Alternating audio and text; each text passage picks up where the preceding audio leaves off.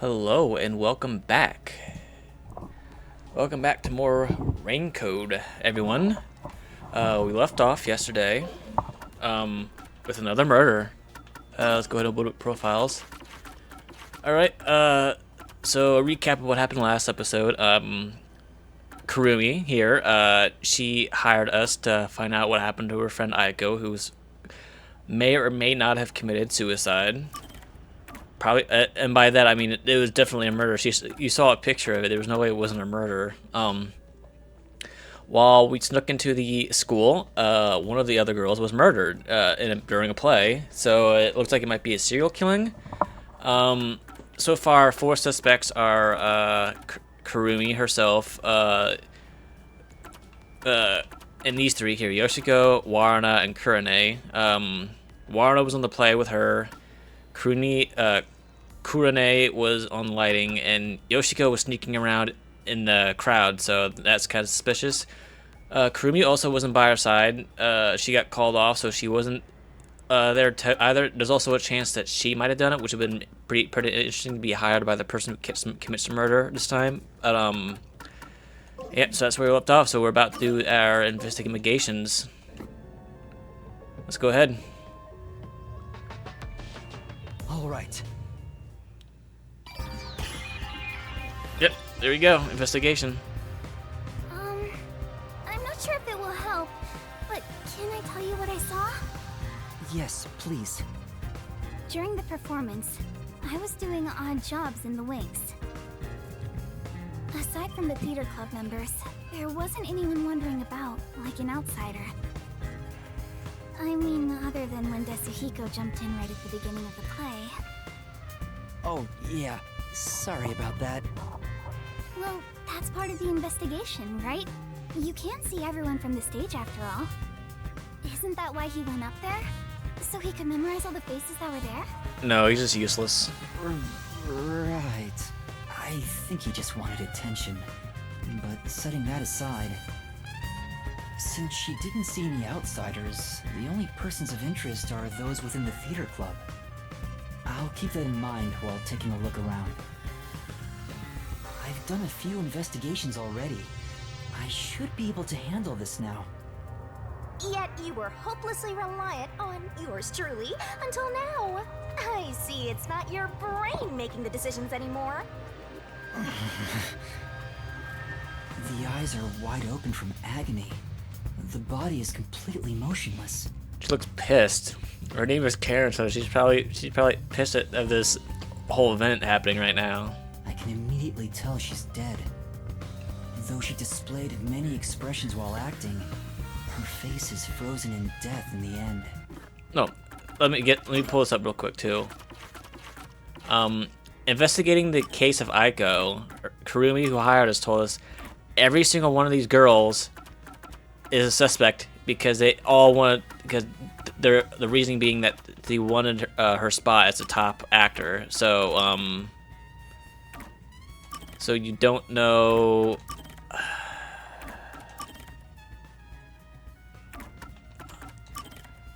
I mean, that seems way too easy. So I'm guessing it has to be another reason.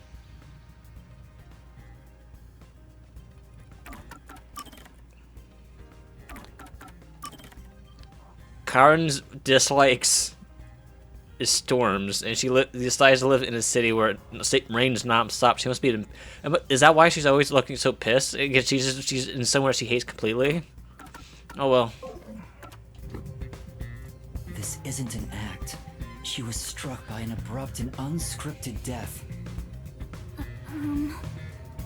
Was it poison? More than likely. That's most likely the case. There are no external injuries, and given the circumstances, she must have ingested poison. But how would she have done that? Because we saw, what was it, Warren on her? Both drink from the same container. This will be tough to solve if that's the case. I know nothing about poison. What? A detective who doesn't know his poisons? Don't tell me you're a poison virgin! Ew, gross! Well, you perverted little detective. Get on your knees and apologize, and maybe I'll teach you a thing or two. How about something like, I'm sorry, I should know my place. I can't live without you, Shinigami. If she was murdered with poison while on stage, the poison must have been prepared somewhere else. Completely ignoring her. I need to look for that while checking out anywhere else that seems suspicious. Hey, don't ignore me, you jerk. No external injuries, and given the circumstances, likely she died drinking the poison. Yep, it's a corpse. Table. Was there actual poison in the poison vial then? There's a wine bottle on the table. Karin poured the liquid from this bottle and started to suffer after drinking it. Then that means there's a chance the poison was mixed into this bottle. This isn't wine in here, right? Of course not. It's just grape juice. I poured out the bottle and replaced what was inside. Probably saw traces of alcohol in it though. Huh? You, Kurumi? After class, I was asked to help out before I went to get you. I'm still a theater club member after all. A little suspicious you were dealing with the juice. Were both the wine and grape juice sealed before you swapped them out? Yes. I received the unopened wine bottle from a club member. I uncorked the bottle and poured the wine down the sink. It's a waste, but we can't drink it anyway. After that, I went to the cafeteria and bought a can of grape juice. Of course, this was also unopened. Okay, who sold you wine? I poured the juice into the bottle, then put the cork back. I passed the bottle to a club member and my job was done. That bottle was then placed with the glasses on the shelf before the performance. I see.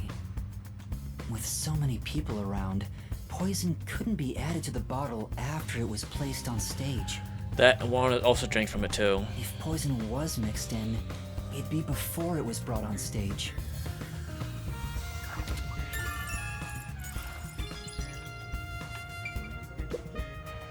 This file is supposed to have poison in it, according to the script.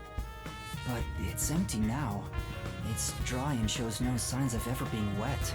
So it's useless then. To be sure, the poison in this file wasn't real, and it was just another prop, right? Absolutely. It was always empty. No, it was actually real poison. Oh, that's why they died. Like, come on. The contents spill easily because of the loose lid, so we don't even keep colored water in it. Karin just pretended to pour poison from the vial into the glass on stage. Then it's hard to imagine there being any poison inside it.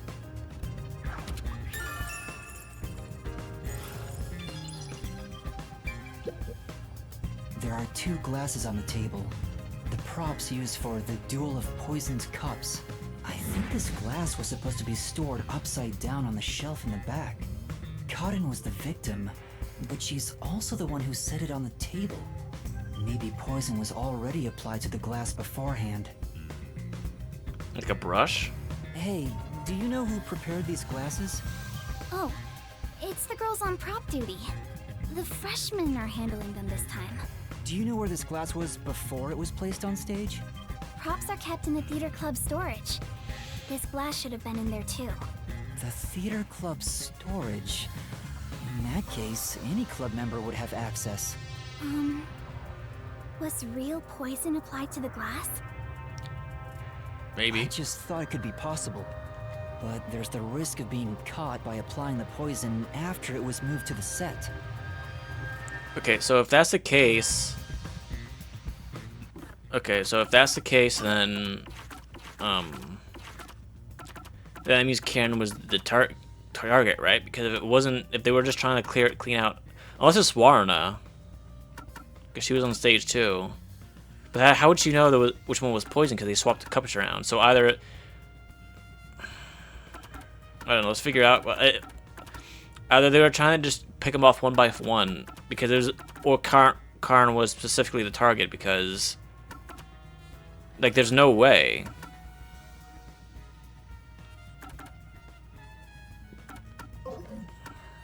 So it wouldn't make any sense unless you wanted to poison both glasses. If poison was applied, it would have been before being brought to the set.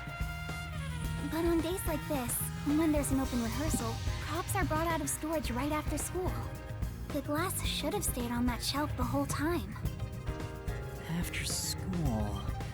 which means it'd be even harder to apply poison before then. Yes. At the very least, the props in the set were fully prepared at least 1 hour before the performance.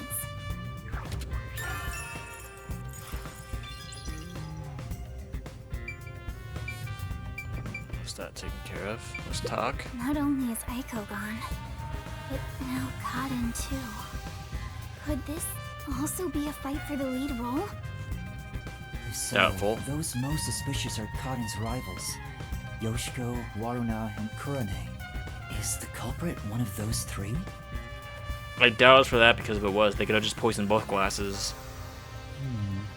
I need to find out if there was anything suspicious about them during the performance. Kurumi was in the wings the whole time, so perhaps she knows something about the others.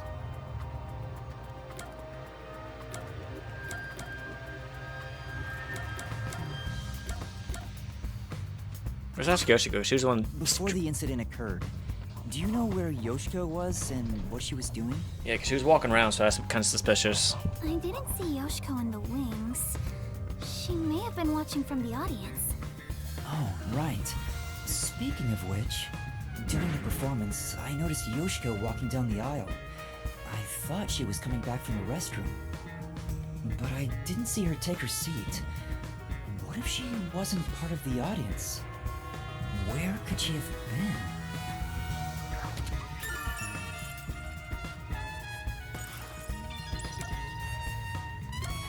It'd be really funny, actually, if the twist of this was that, like, everyone was trying to, like, if it turned out this was a whole, like I said in the last episode, like, because everyone here is connected to higher officials, like, in the Amaterasu, this is probably, like, a biggest den of, like, nepotism in the city. But it's starting to look like it might, like, what if this is actually just, like, every single person here is trying to kill each other, and then we have to figure out which one is the actual murderer, because they all probably think they did it. Kurumi, did you notice anything suspicious about Waruna while you were watching from the wings? As far as I can tell, Waruna was just her usual self. She was listening to music right up to the start of the play. I think that's how she concentrates. Did she go near the glasses or bottle before the performance? I wasn't watching her the entire time, but if she did go near the set, I think I would have noticed. I see. Waruna was the closest to the victim. That's ample opportunity to commit the crime. But still, how did she add the poison? It couldn't have been during the performance, right? Wait, now that I think about it... Right now, all I'm thinking is the warm-up is probably the most innocent, because I don't think there's any way she could have actually because she was on stage the whole time, so I think she's the least suspicious of all four of the suspects so far. Right after the lights went dark in that one scene, she went near the shelf to pick up a plate. Her back was toward the audience, so I couldn't see her hands. But she only had 2 or 3 seconds max. Could she have poured hidden poison in the glass in that time? Doubtful. Did she have any other opportunities after? The next time she touched the glasses was during the shuffling scene. But it was Kaden who moved the glasses and bottle. She also prepared the poison vial. And plus, after shuffling, Kaden was the one who chose the first glass. Given the situation, it'd be difficult for Waruna to poison Kaden specifically. Yeah, so even if she did, there'd be no way. So I think Warner right now is the least suspicious. Right now, like, my top list right now is Yoshiko, and then kind of going down, and then there's Kurane, and then Waruna. Unless Karen is the one who killed Aiko, and then she's trying to kill everyone else, and maybe she screwed up and drank her own poison. I don't know. What about Kurane? Did she seem strange before the incident occurred? I haven't seen Kurane.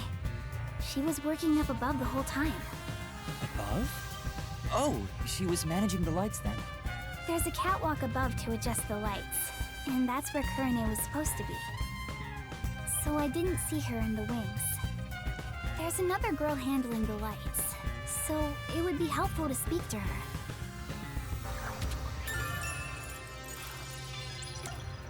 Okay. Karin. Before the performance, did you notice anything off about Karin? Well, I think she was more on edge than usual. She yelled at underclassmen who were late in preparing for the show. She also paced around restlessly. That's not just today. She's been that way since Aiko's death. Is she afraid she'd be killed next? Maybe the whole battle for the lead role had stressed her out. But since she was murdered after Aiko, she should be considered another victim, right?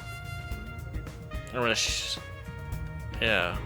If she knew someone was out to get her, then it's not strange for her to be mentally unstable. Well, her name is Karen, so she's probably a bitch by nature. She always looks like she's upset, so more intense than usual. Okay. The ones fighting for the lead role are Yoshiko, Waruna, and Kurane. None of them seem particularly suspicious so far. Hey, how long are you gonna keep this up? I'm so over playing 20 questions with this ugly chick. That reminds me, the lights went dark during the performance, right? The entire hall was blacked out. Wouldn't it be possible for someone to sneak up on stage and place the poison then?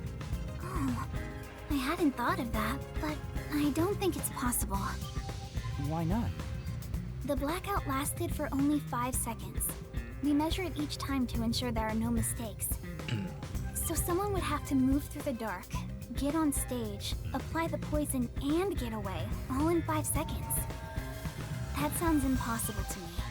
If they were in a hurry, their footsteps would have been heard by everyone too. From the audience, it may be impossible, but what about from the wings? No, there were multiple club members, including me, in the wings at all times.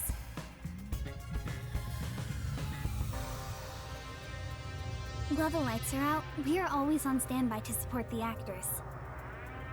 If someone went on stage, the other members and I would have noticed. I guess it's not possible then. Even an amateur has more logic than you. I guess you're useless without a certain someone.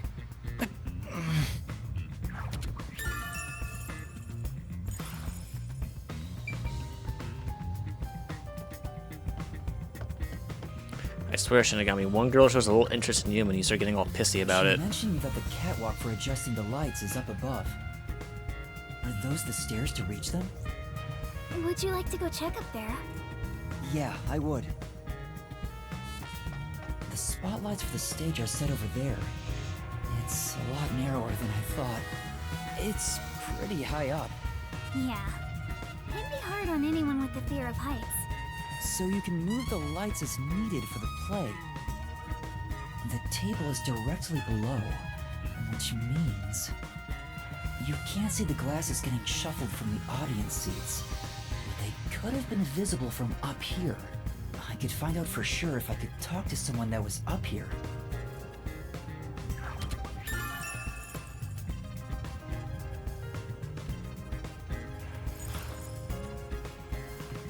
So, could they have just dumped the poison from the My top? place is among the gentry, so these don't suit my palate.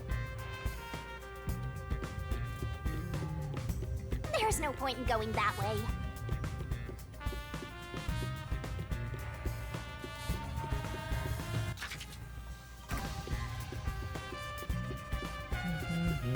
I don't think there's anything on this side. Searching around, make sure there's nothing I'm missing out on. Here we go.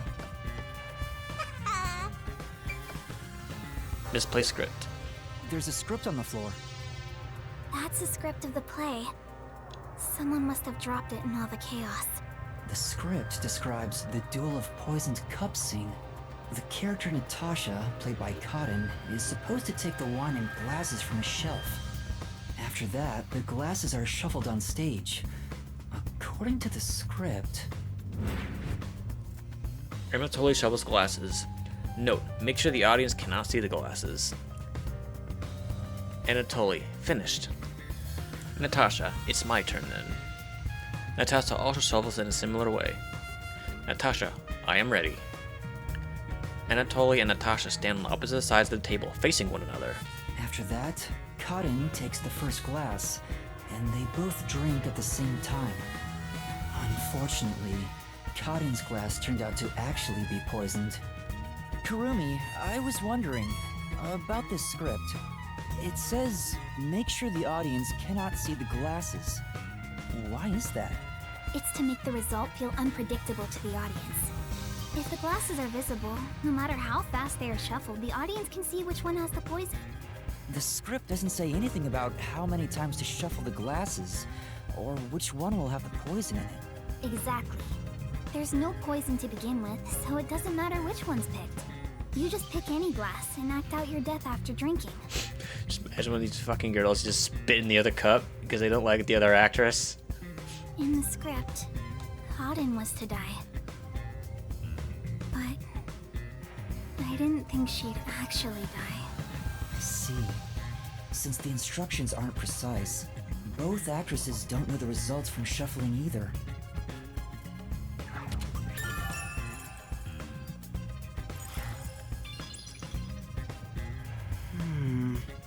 Maybe that's all the investigating I can do.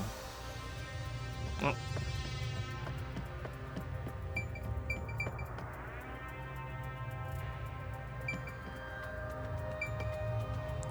Alright, so let's continue on. I'll wait until I make up a theory. Well, I think I've checked all that I can for now. I have a good idea of how things work around here. No, you don't. It seems certain Cotton died from drinking poison, but I couldn't find any clues that point to how it was done. And we should check everywhere else. Oh, stuck already, Mr. Pervert Detective? If you need my adorable angel's whisper to help, maybe you should get on your knees and beg. What angel? You're a death god. I shouldn't even pay attention to her. But she's right. I'm stuck. What should I do? Are there like dressing rooms and shit you can check out, Yuma? Or like, you know, prop stages or prop closets you can check? Yuma, if you're done with the crime scene investigation, are you conducting the questioning next? Wait, wouldn't it make sense to check like a science or like a chemistry lab to see if there's any like anything that could have been used as like a instant poison? Questioning? Like even I'm not a detective or anything, but even I know about that, Yuma. Aren't you going to talk to Yoshiko, Marina, Kurane, and the others? Oh, right. Let's go and talk to them. She's such a loudmouth. But how do we talk to them? I doubt they'll be too willing to share anything with me. I joined the club only recently, so they don't trust me. And you're a complete outsider, Yuma. Even though you're disguised as a cute girl right now. That's it, a disguise. Maybe this could work if we use Desuhiko's disguise. Oh, is that how we're gonna copy his ability? We're gonna dress up as other people and try to get information out of them as different individuals?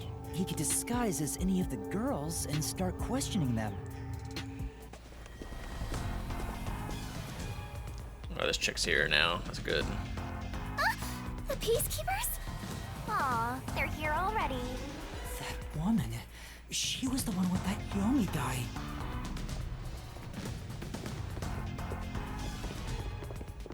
I am the Amaterasu Peacekeepers Vice Director, the trusted right hand, showered with love by Director Yomi himself. Martina Electra. Goodness me, you've surely done something reckless this time around. Looks like she found out you snuck into a girls' school. I think this deserves the death penalty, don't you? There's a reason why I'm dressed this way. What are you doing? Hurry up and make the arrest. Wait, I can explain! What? What? You have no right to remain silent. You have no right to talk to a lawyer either. You only possess two rights. Confess the truth, and beg Amaterasu Corporation for mercy. Take her away. Why is she being framed? Is it? Are they really just they really just try to sweep anything under the rug here, don't they? Hey! What's going on? Please, wait! Are you sure you want to try and stop Amaterasu Peacekeeper Vice Director Martina? Yeah, tell me, why are you taking Kurumi? To arrest her, naturally. On the suspicion of murdering Kaden. What evidence? Huh? What? Why would I do that? We've reached this conclusion following an interrogation of a person of interest. According to them, you were responsible for handling the contents of the wine bottle prior to the start of the play. Oh, that's all the evidence you need, huh? It's clear you took the opportunity to pour poison inside it. No. It was only grape juice. I didn't add any poison. Besides, where would she even get poison from? Ms. Martina, this was discovered in the chemistry lab. Oh, that's right, chemistry lab. Oh, it appears my deduction was correct. The poison was right under our noses. It seems to have been a particularly potent one. The label warns that even a small amount ingested can result in death. The bottle is unsealed, and some of the liquid is missing. There's no mistake. You secretly stole this from the chemistry lab and used it for murder, didn't you? Why is there a super potent death poison in the chemistry lab? This is like supposed to be like chemistry stuff, like hydrogen clot, like mercury and shit. Why is it just like nonstop like super poison? I don't know anything about it. That bottle is way too big to be stolen without anyone noticing. What a worthless comment. One could simply unseal it in the chemistry lab and put the substance in a smaller container to take wherever desired, That's true. which could then be directly poured into the wine bottle. If you're gonna pick a fight, you better have sound logic backing you up. Warna drank from it too, but she's not dead. This is the last time I'll do this for you. There's a warning on the bottle. This chemical will react to oxygen in open air, rendering it harmless 30 minutes after the bottle is unsealed. Huh? After 30 minutes, it becomes harmless? It had to be during the play then. If you think that's important, go for broke and try pointing it out.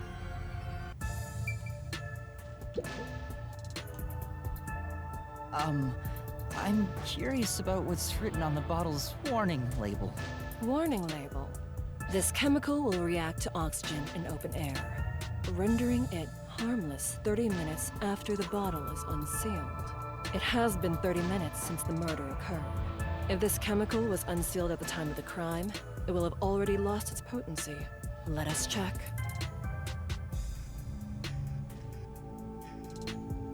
Nothing. It seems likely that this poison was used as the murder weapon.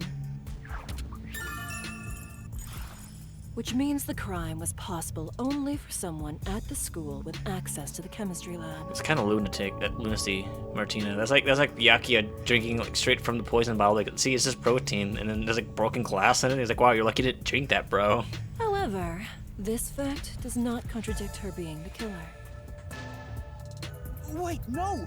I am well aware that many of Etheria Academy's students are children of those affiliated with Amaterasu Corporation.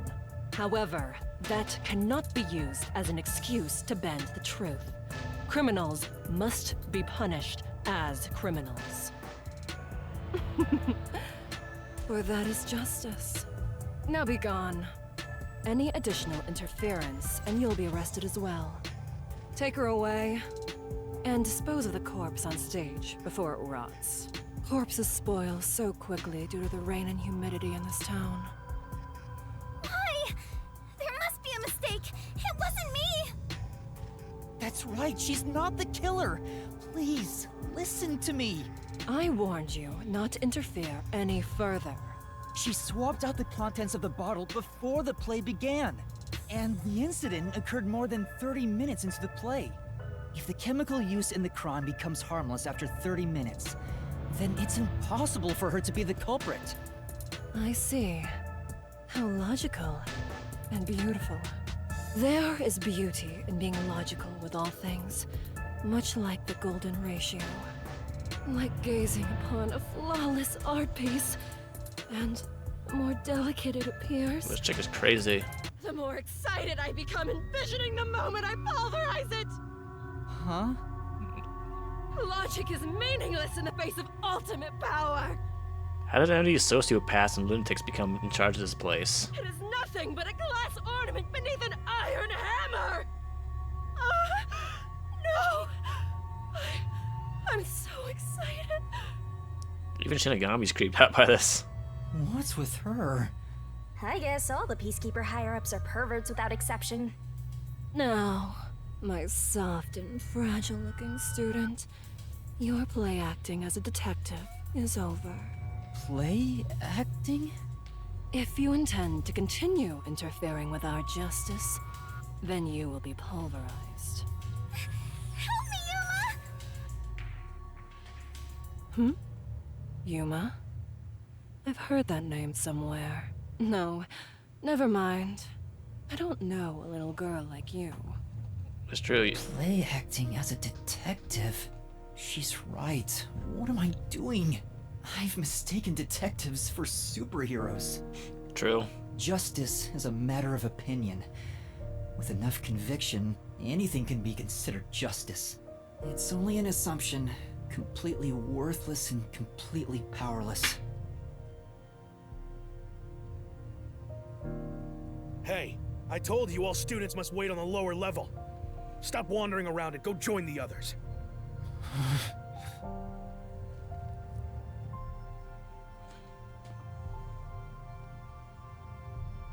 Kurumi was taken away. What should I do? Do I just walk away as if nothing happened?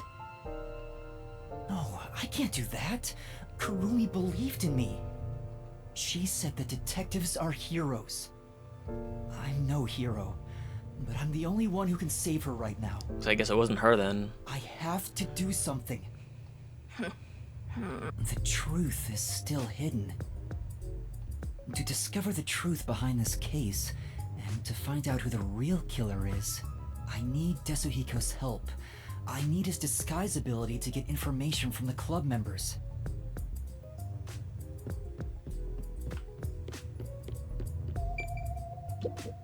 Oh no. For some reason, why does Peacekeeper seem like he actually gives a shit about this kid's like mental breakdown? Does it mean it's like not everyone Peacekeeper is a sociopath? I don't know. Oh, you're that cutie who was with Kurumi. What are you doing here? If you don't go underground, they'll be mad at you. Yeah. I was called for questioning, but now I'm heading back. Let's go together. Oh, it's fine. I'll be right there, so go on ahead without me. You sure? Well, I was curious. Are all the other theater club members also underground? Like Yoshiko, Waruna, and Kurone too? Yeah, that's right. Yoshiko is feeling pretty shocked right now. She's in the rest area because she wants to be alone. Waruna is with her usual friend group in the makeup room. As for Kurone, maybe she's in the staff room with the other club members. Ah, got it. Thanks. I'll be going now.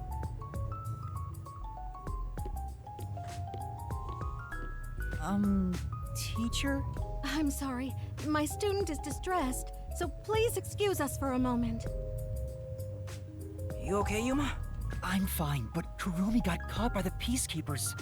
Are you serious? What are you gonna do?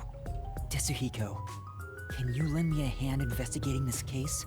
Don't tell me you want to keep investigating behind the Peacekeepers' backs. Yes. I know it's reckless. The chief even told me not to, but this is something I have to do. You gotta save the woman you love, right? I totally get it. No, it's not like I love... My man. Usually I'd help you out of sheer respect alone, but those bastards questioned me already, so I can't move from this spot. Couldn't you make up an excuse to leave? Aren't you good at that? Yeah, I probably could, but I couldn't stay away for too long. Maybe I could slip out in disguise, but that'd put them on high alert and make the investigation tougher. Then what should I do? There's another solution. I'll disguise you, so you can keep on investigating.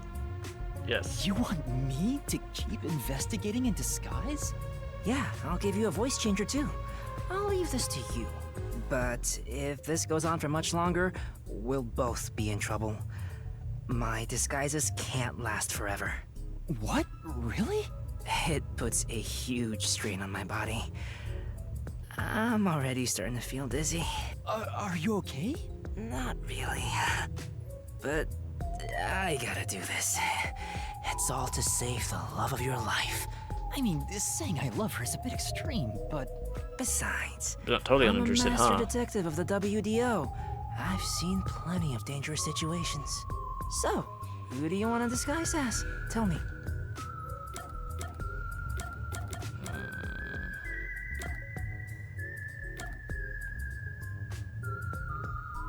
I think Warren is the most innocent right now, so maybe I should go with her first. I want to disguise as Waruna. Waruna, the other lead actress on stage. I kinda dig chicks who seem hard to get. Alrighty, time to turn you into just the kind of girl I like. So creepy. Perverts of a feather flock together.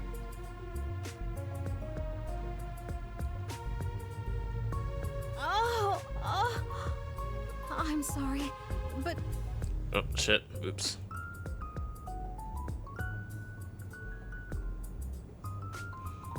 Alright, that was perfect. I slipped a voice changer under your clothes, so be sure to use it. Oh, also, just a heads up, touching your own boobs won't feel good or anything. I'm not gonna touch them!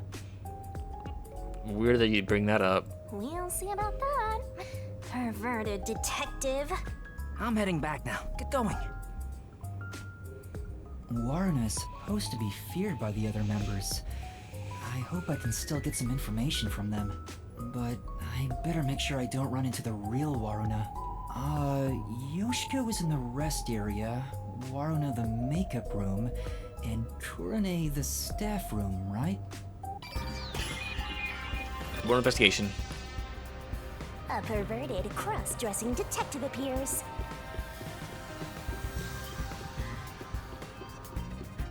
The same. Pervert detectives roaming around.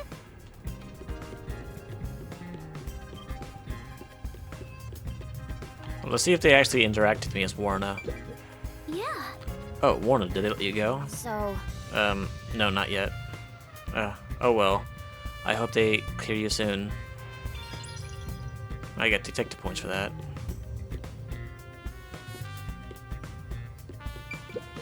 How much longer is this going to take? I'm so hungry, I'm about to faint. If I knew this was going to happen, I would have had meat bun before coming. I can't believe something like this could happen in the middle of a performance. I hope it's all solved quickly. But I don't even want to consider that Kurumi might be responsible. Yeah. Kurumi isn't the corporal, I just have to find evidence to prove it. This is one of them. Doctor. hey. I said hey. She hears me, but she's ignoring me. I knew they weren't on good terms, but I didn't expect the seemingly friendly Yoshiko to act this way toward her. Still, I need to get her to talk, or I won't find any clues. Hey, Yoshiko. Why are you ignoring me? You're the one who told me not to speak to you. Huh? I did? It's unlike you to act like this. Are you nervous? Anyways, stop talking to me. Go away. It's no use. Oh well. She's not really liked. Hey, Waruna. You handled that poisoning scene with Cotton really well. Huh? I don't want to see you around here again. Was that a compliment about Waruna's acting? Sounds like she was accusing her, actually. No, there was some nuance. Like she indirectly accused Waruna of murdering Cotton. Yeah. So Yoshiko believes Waruna killed Cotton during the duel of poisoned cups.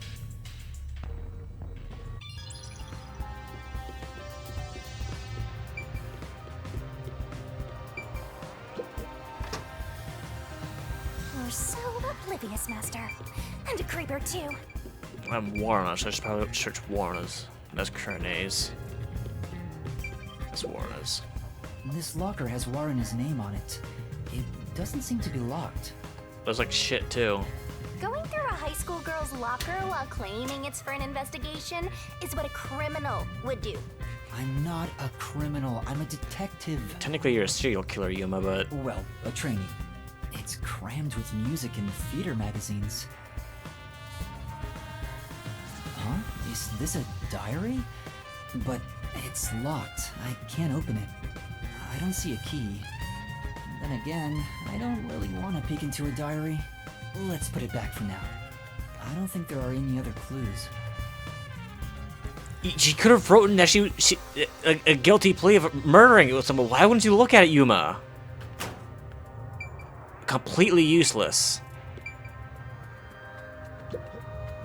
Hey, could we talk for a bit? Waruna! What's wrong? Well... She's really nervous around Waruna. Maybe I can push her a little to talk. You should tell me if you notice something. Otherwise, I might get upset. Sorry. There was one thing I noticed. What was it? It's about Yoshiko. I wonder if she wasn't feeling well. Huh? Why do you say that? I watched from the audience and noticed Yoshiko arrived to the theater hall late. Notice that. Yeah, I saw that too. Yoshiko always watches from beginning to end, even for the rehearsal performances. I wonder what could have changed that. What did she do after arriving late? Well, she sat near the right edge of the front row before the blackout. She was still there after the lights came on. She didn't leave her seat once. She looked rather restless throughout the play. Right edge in the front row, and she looked restless.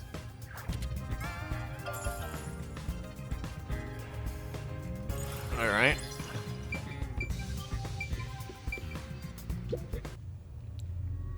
What do you want? Ooh. Can't you tell I'm trying to blend into the wall as best I can right now? Don't talk to me. It's about what happened. I didn't expect you to bring it up. Fine. There is something bothering me about it anyway. What's that? I watched the glasses get shuffled while I was above set. Wasn't it slower than usual? Was it? Why did you go so slowly? I was just doing what I usually do. Uh-huh. Doing it like that makes it super obvious what you were trying to do, you know. Huh? Whatever. Does she suspect something? Kurani thinks Waruna took advantage of the duel of poisoned cups to kill Karin? So they both think Karin's the killer. I'm starting to think Karin's the innocent one here. Was there some more people to talk to in here? Hey, can you talk right now? Yep. Oh, Waruna. I'm sorry. I'm a bit busy right now. It's no use. She won't talk to me. She seems really afraid of Waruna. That's what it was. Wait, it's Waruna. Sorry, I'll clean it up immediately. I haven't said anything yet. Waruna must be terrifying. Hold on, is her name Pandering Student? Pandering Theater Member. At this rate, I doubt I can talk to them.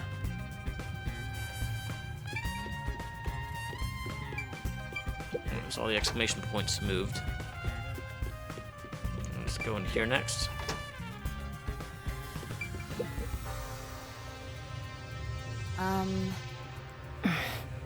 She's ignoring me. Looks like they're not on good terms.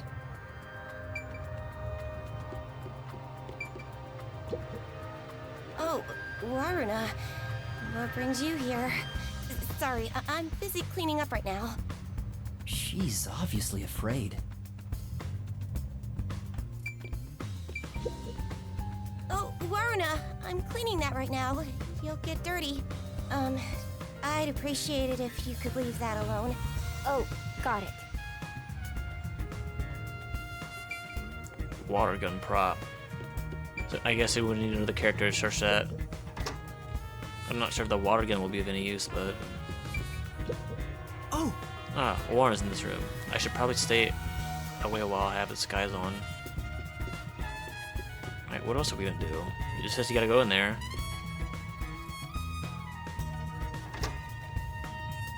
It's the real Waruna. It'd be trouble if we ran into each other. I should hide. Is she heading to the restroom?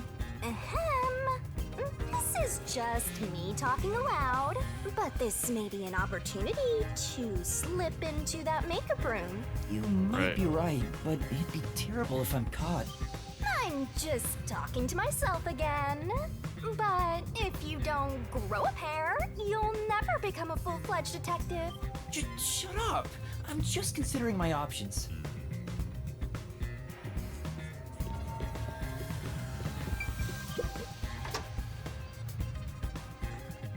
Hey, back already? Yeah, I forgot something. I'm grooming my tail. Cleanliness is next to godliness. That was such a shock, right? Who would have thought Cotton would die on stage? I'm trying to figure out if there's like an auto button on this. It doesn't look like it. Oh, there we go. Even though I hated her, seeing her die right in front of me makes me regret bad-mouthing her. Yoshiko has to be the one who did it. Don't you think? Yoshiko? What makes you think that? I thought you'd agree, Waruna. Yoshiko is the only one who could do this. She's fanatical about Aiko, though she thinks nobody noticed. Aiko? That was Kurumi's close friends who committed suicide 6 months ago. Suicide in quotes. Which reminds me, we snuck into the school to seek out the truth behind Aiko's death to begin with. Did you really forget why you're in an all-girls school cross-dressing in the first place, Yuma, you fucking moron? Are you really just a pervert? Maybe this incident has something to do with her death as well. Yoshiko never shows her feelings, so who knows what she's thinking. But I'm sure Yoshiko hated Karen. Karen got to be the main lead ever since Aiko died, after all. Yoshiko resented her, which led to today. Well, how's that for some expert reasoning? So is it true that Yoshiko adored Aiko? Are you kidding me? Everyone could tell. It was that obvious. Waruna, you're really dense when it comes to these things. But that's what makes you likable. Also, didn't you need to go to the restroom? It's weird. Is that like just a way to like subtly jab at someone while not jabbing at them at the same time? How about you? I'm scared. I can't believe I watched someone die. I wonder, where did Karen's soul go? Probably The hell. true culprit's soul is deep inside the mystery labyrinth. Only Kurane could do something this scary. Kurane? What makes you think it's her? Both of Waruna's groupies think it's one of the other girls. Because I saw it. Kurane stole Karen's script when it was left in the wings. Huh? She ran off somewhere with the script.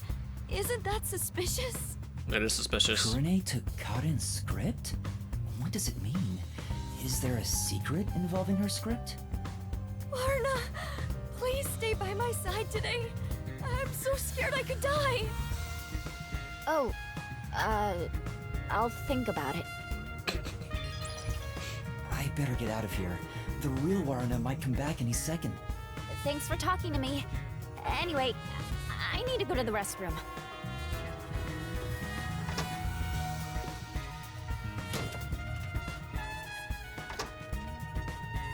That's pretty quick. That was super quick, Waruna. Huh? Oh, we almost ran into each other. That should be enough. Here's all the investigating I can do. Alright. I guess we're gonna swap out. I think that's all the info I can get is Waruna. People are afraid of her, so they don't really talk to her. But Yoshiko and Kurane both seem to suspect Waruna. On the other hand, Waruna's group of friends suspect Yoshiko and Kurane. Everyone suspects each other. Maybe everyone was on edge even before today's incident. but there's still no information that could lead me to the culprit yet. I should disguise myself as another student to get more information. I'll head back to Desuhiko for now.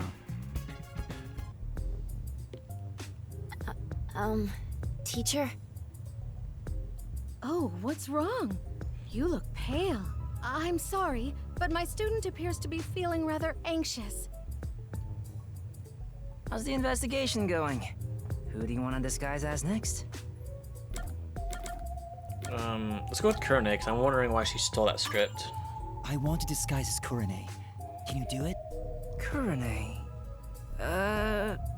Hold on. I'm reviewing my mental high school girl album right now. Why do you have one of those? Oh, found her. She's the one everyone calls distinctive. I don't know how society sees her, but she's right on the border of my strike zone. Who isn't on your strike zone, dude? I bet he'd be happy with just about anyone. He'd probably enjoy getting hit by a dead ball if the pitcher was a girl. Yep. Okay, let's start.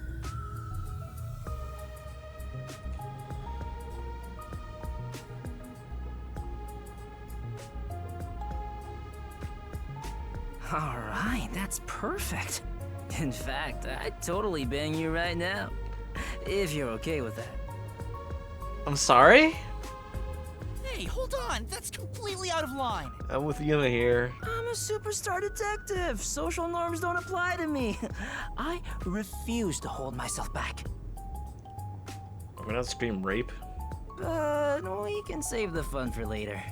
Go investigate. Kurone is often alone. I wonder if I can get any information from the others. Anyway, I better make sure I don't run into the real Kurone. Yoshiko is in the rest area, Waruna the makeup room, and Kurone the staff room, right?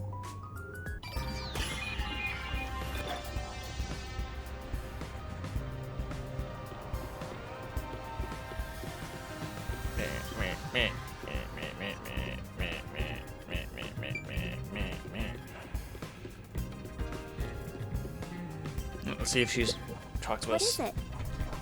You need something from me? The peacekeeper's just called, so can I wait until then? I guess she doesn't want to talk to Kurame. Oh, I leveled up too. Let's see what I got. Just 1 point. No, I don't think I have anything. Oh, I can get Vitality. I don't really need it because I usually don't lose anything.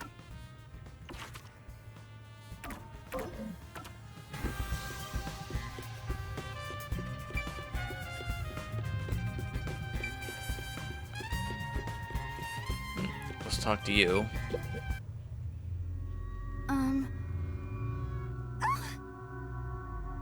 No, sorry if I scared you. I want to talk about what happened. Yoshiko? She won't even look at me. Maybe she's still in shock from the incident? Or does she treat Kurone like this all the time? Hey, Yoshiko. Can we talk? Absolutely not. I will not speak to you. I told you it'd be this way. Huh? As I've said before, I refuse to even look at you. Please, go away. She really hates Kurone. Is there a reason why? I better leave for now.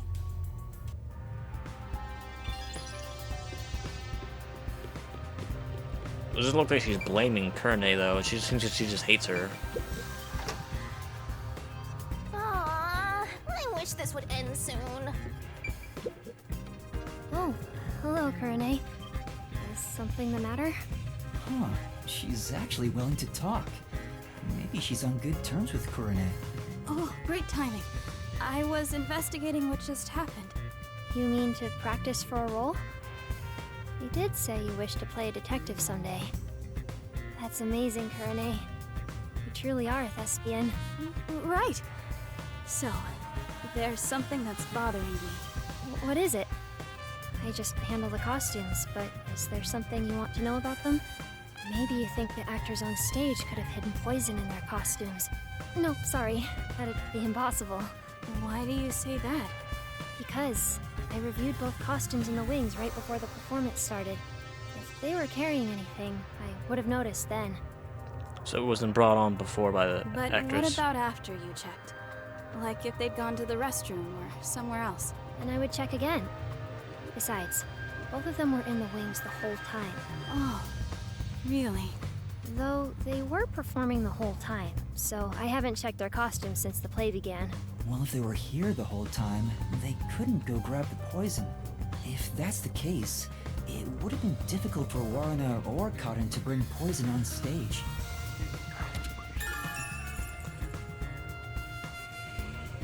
The costumes were given a final check in the rings right before they had a performance. It would have been impossible to hide things under them. By the way, Kurane, I still need to organize the costumes here. If you're free, could you help me out? It's hard to do it alone. Sorry. I'm a little busy right now, so I'll come back after I'm free. I guess you don't want to talk to me. I'm sorry for bothering you while you're busy. I'll be waiting.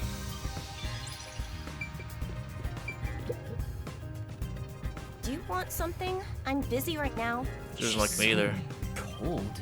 She refuses to speak to Kurane. I'm still in the middle of cleaning up. Can you not touch anything? Oh, sorry. They've got a crown.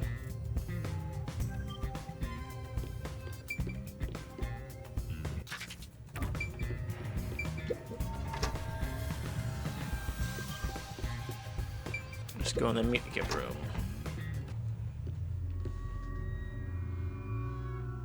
What are you doing here? Go away! Hold on. I just wanted to... Just by being here, you're a nuisance! Don't you get that? Fine. She really hates Kurane. Kurumi was right. These two really don't get along. It's draining just pretending to be Kurane. I wonder if she's not affected by all this.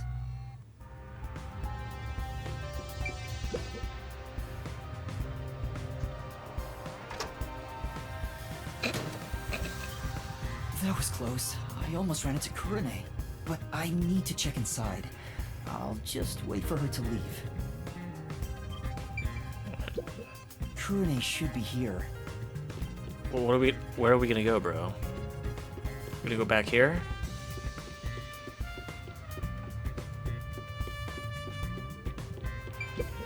What is it? Oh, Kurane, it's you. Oops, I didn't mean to scare you. Oh, you should keep your head down and stay awake, didn't I? With everything going on, I'm getting worried too. Yes. I'm sorry.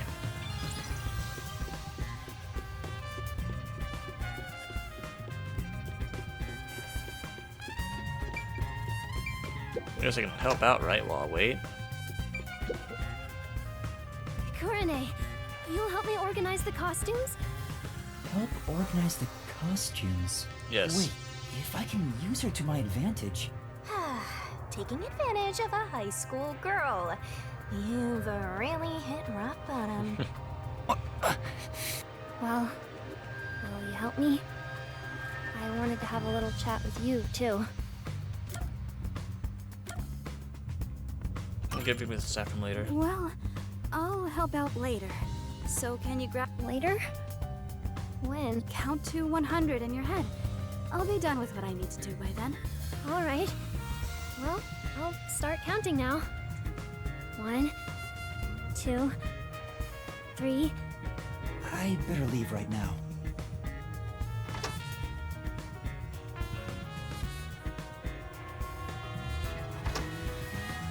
I counted to 100, Kurane. Huh? What? What's going on?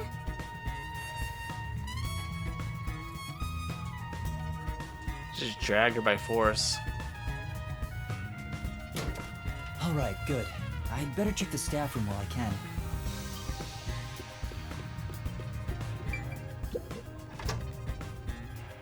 Which should I pick?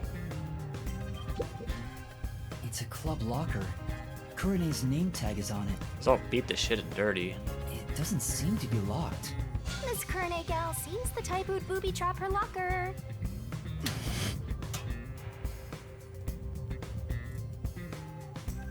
Shoes brand? What's this? Looks like eye drops. There are so many of them, though. Some for red eyes and for dry eyes.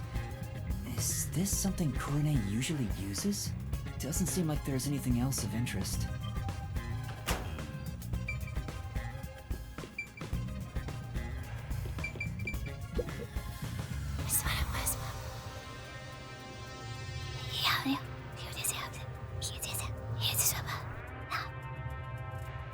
Two theater club members are whispering to each other. They haven't noticed me. Maybe this Kurone disguise has made me less conspicuous. So, who do you think killed Cotton? It has to be Waruna, right?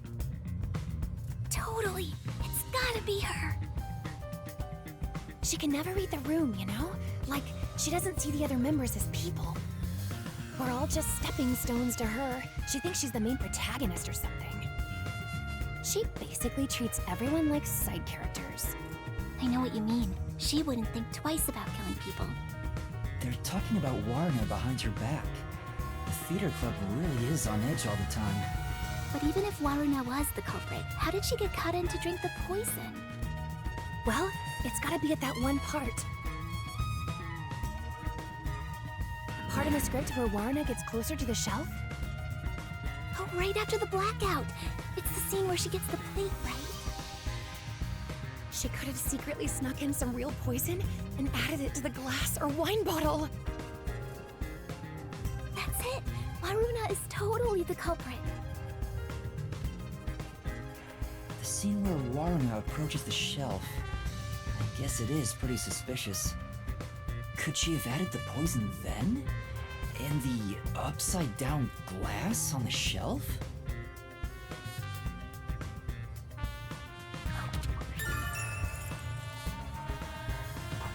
I doubt it. I think Kurone would have said something about it because he was up top watching the whole thing. You don't get it? Hey, do you have a minute? You can hear me, can't you?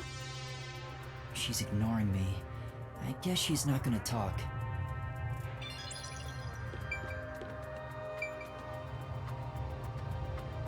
That was a lighting girl. Wasn't she working with Kurone? Oh, Kurone. When did you get here? This reminds me. Thank you for what you did. For what again? You know, how you inspired me with the presentation on stage. Oh, for that one scene, right? You are such a good amnesiac. You have a knack for playing along with no memory. Yeah, the part with the overlapping spotlights after the glasses get shuffled. It expresses how the two characters' fates are intertwined. It was all thanks to you that we decided to go with this presentation. Kurone, why don't you take over stage direction for our next performance? Yeah, that might be a good idea. Just to confirm, I was the one who suggested the lighting presentation on the glasses? Yeah? What's wrong? You're acting kinda strange today. No, I'm not.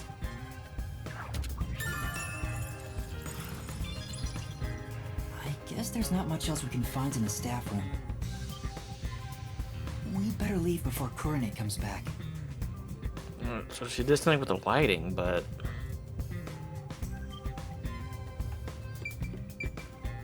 Just Karin's. Yoshiko's. Can I search Karin's? It's a club locker. Cotton's name tag is on it. Seems to be the only nice looking one here. Hey, that's not your locker, Kurone. Huh?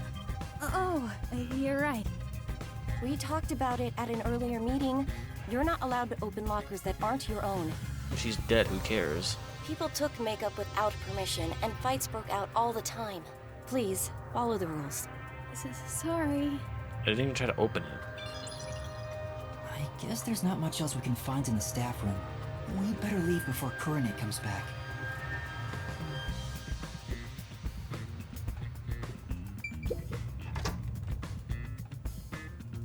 That should be enough. That's all the information I can gather while disguised as Kurone.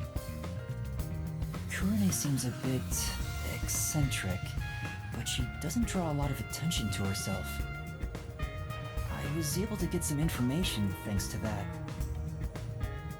Kurine was focused on production this time. She was thinking about the lights presentation. The lights were managed properly during the play. It doesn't seem like she had a chance to use any poison. But I feel like I'm missing something. There may be more clues if I disguise as another student. I should head back to Desuhiko one more time. Oh, teacher. Do you have a moment? Oh, what's wrong? Are you feeling unwell? Excuse me for a minute. This student doesn't seem to be feeling well. How's the investigation going? Who do you want to disguise as next? I want to disguise as Yoshiko. So, you want to be the star candidate of the theater club. She's known for being an honor student, right? So, you know all about her. Why do you think I wandered around the school? Once I've seen the face, I never forget it. Just leave it to me.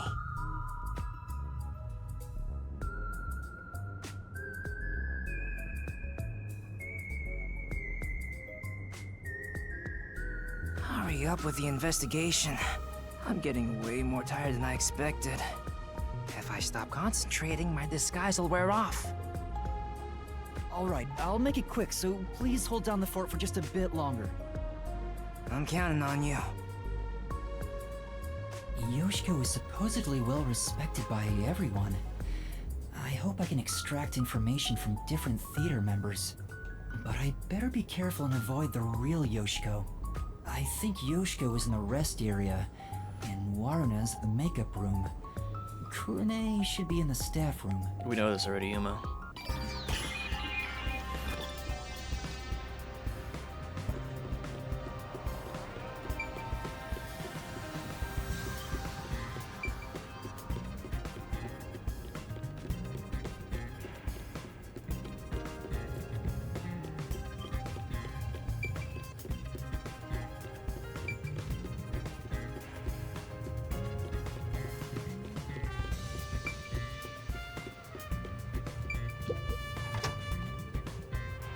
Let's take a break. Here she goes. It's a club locker. Yoshiko's name tag is on it. I should open it and search inside. You're opening a young girl's locker? What you're doing is totally psycho. We done it like 3 times already, or Shinigami, calm down. It's for the investigation. Give me a break. Yeah, whatever. I hope it doesn't turn into a hobby. The script and makeup items are neatly placed. Huh? There's a glass in the back. It's the same kind that was used for the play. Did she swap out the glass during... It was trying to look like it was Yoshiko then. What is this doing here?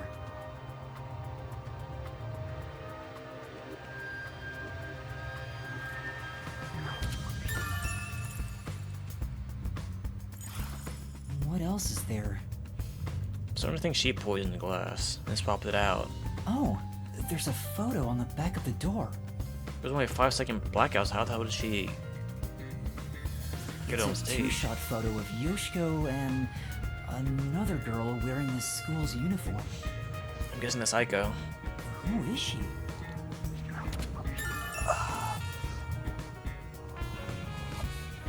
This photo cut out as of Yoshiko and another girl wearing the same uniform. That's about it for the things of note in this locker. We're guessing that's Aiko. Yoshiko! Why'd you leave me back there? I was so scared. Those peacekeepers kept harassing me. They're the worst. I watched from above the whole time. I saw Kaden die. Oh, I'm going to have nightmares about this. I'm so scared. Can we walk home together today? Please? Hey, if you were watching from above, does that mean you were with Kurine on the lights? I was. Why are you asking me this now? Then tell me, did Kurine do anything strange during the performance? Did she carry anything suspicious or do anything out of the ordinary? No. She was the same old unfriendly Kurane. She came to the catwalk before the performance and was there the whole time until the incident occurred. If she did anything out of the ordinary, I would have immediately noticed. Lighting requires perfect teamwork. Though to be honest, it feels really suffocating to be around her. Oh, I wish you were on the lights instead, Yoshiko.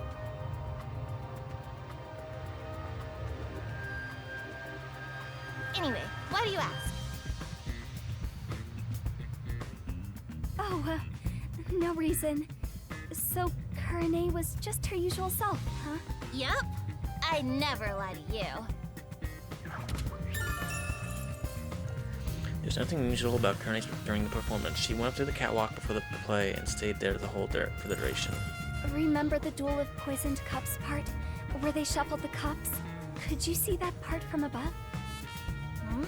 Yes, of course. Although the audience couldn't, I could see their hands moving from above. As part of the lighting crew, that was my most important scene, so it would have been a problem if I couldn't. Most important? Yoshiko! You complimented me during the meeting about this, remember? It's the scene where we shine the spotlight on the glasses after shuffling. Oh, right. That, how is it supposed to go again? It's the presentation where we use 2 spotlights. Kurane puts a spotlight on one of the glasses first, then I immediately put another spotlight down. Were you not watching? I was! I just remembered. You did an excellent job with the lights. Wow! You complimented me! I'm so excited. I doubt I'll sleep at all tonight. May we finally have that sleepover? She really wants some of Yoshina. There's something Yoshiko. I need to do right now. Maybe another time. Both members of the lighting crew could see the glasses being shuffled.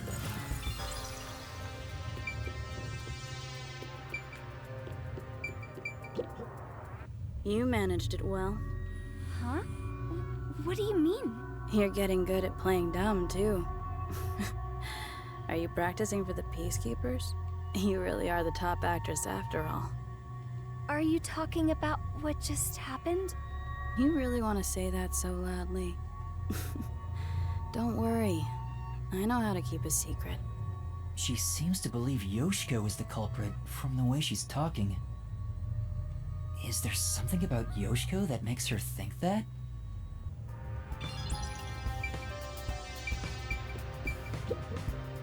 Hey, do you have a moment? I want to talk about what happened. Yoshiko? Hmm? What's wrong? I'm sorry. It's nothing. Excuse me. She suddenly fell quiet. I guess I shouldn't question her anymore. She looked like she wanted to say something, but maybe it's something she can't say to Yoshiko. Maybe she'll talk if I'm disguised as someone else. That's what it was, Mom. Cake. We already talked to her in every other disguise, so. It's Yoshiko. What's wrong? Oh, it's nothing. What's going on? Is there something they don't want Yoshiko to hear?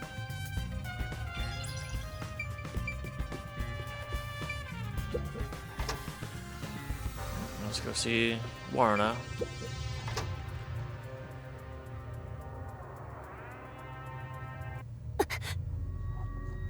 Can we have some time alone for a bit?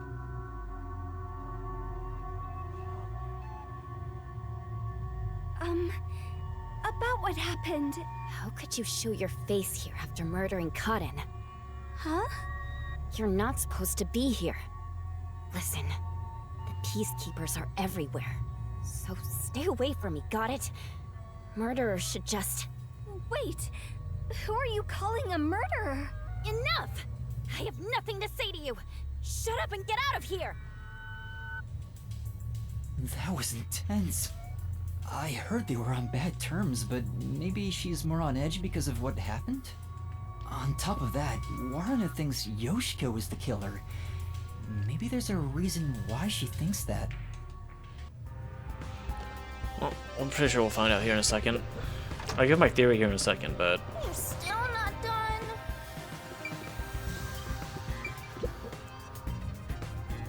Oh, what should I do? I'm gonna get yelled at. What's wrong?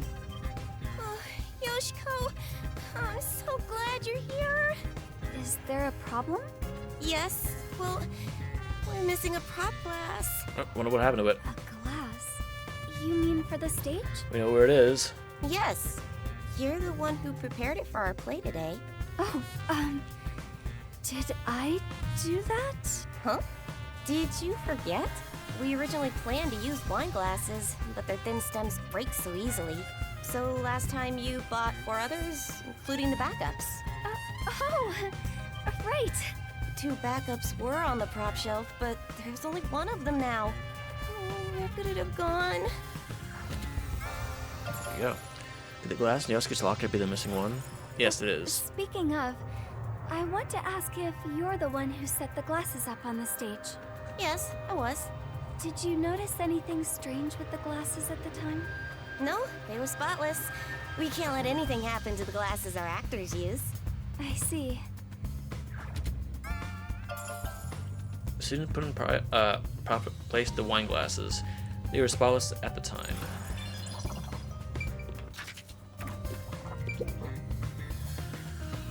Gun? Oh, it's just a water gun. There's a hole on top for adding water. That's the prop we used in our previous performance. You did a wonderful job. Thanks.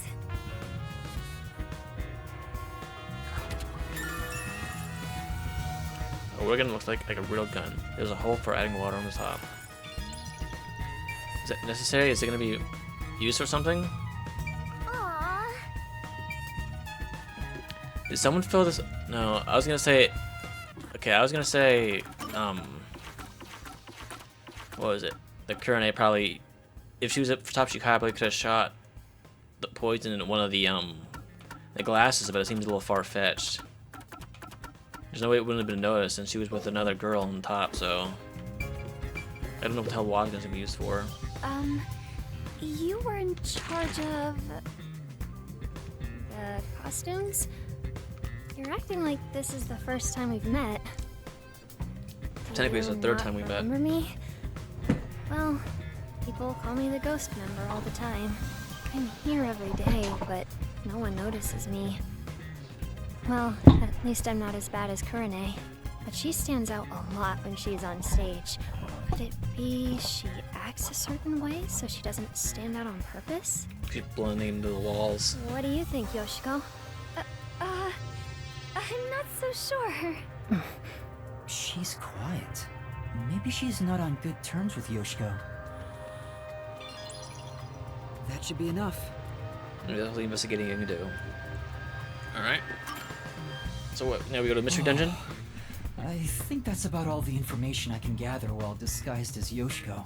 People treat Yoshiko exactly like it was reputed. Everyone around her seems to trust her. That being said, Waruna and Kurane seem to think Yoshiko was the culprit. Well, at least we know that everyone thinks each other did it. But why don't we just go as a peacekeeper? And we could have just probably just bullied everyone to give us the information non-stop. Do they think she poisoned a rival to eliminate the competition? But I don't see her as someone who could kill. There was no info tying her to the murder either. I was able to gather more intel by disguising myself as those 3, but I still don't have any definitive evidence that proves who the culprit is. I won't get much further just thinking about it, so I should go to Desuhiko for now.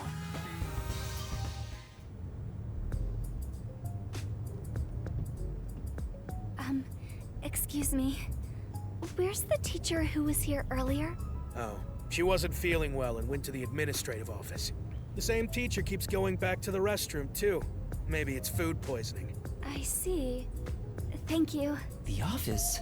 Why at a time like this? That's a really short man. The theater hall is currently closed off by all students who were at the scene are to remain in the lower... Is he just regularly this tall, or is everyone... Maybe she's just really tall. What's her height?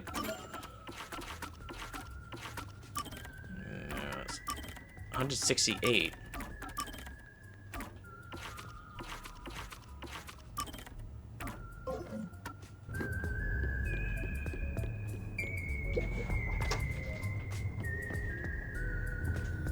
Yasuhiko? What happened?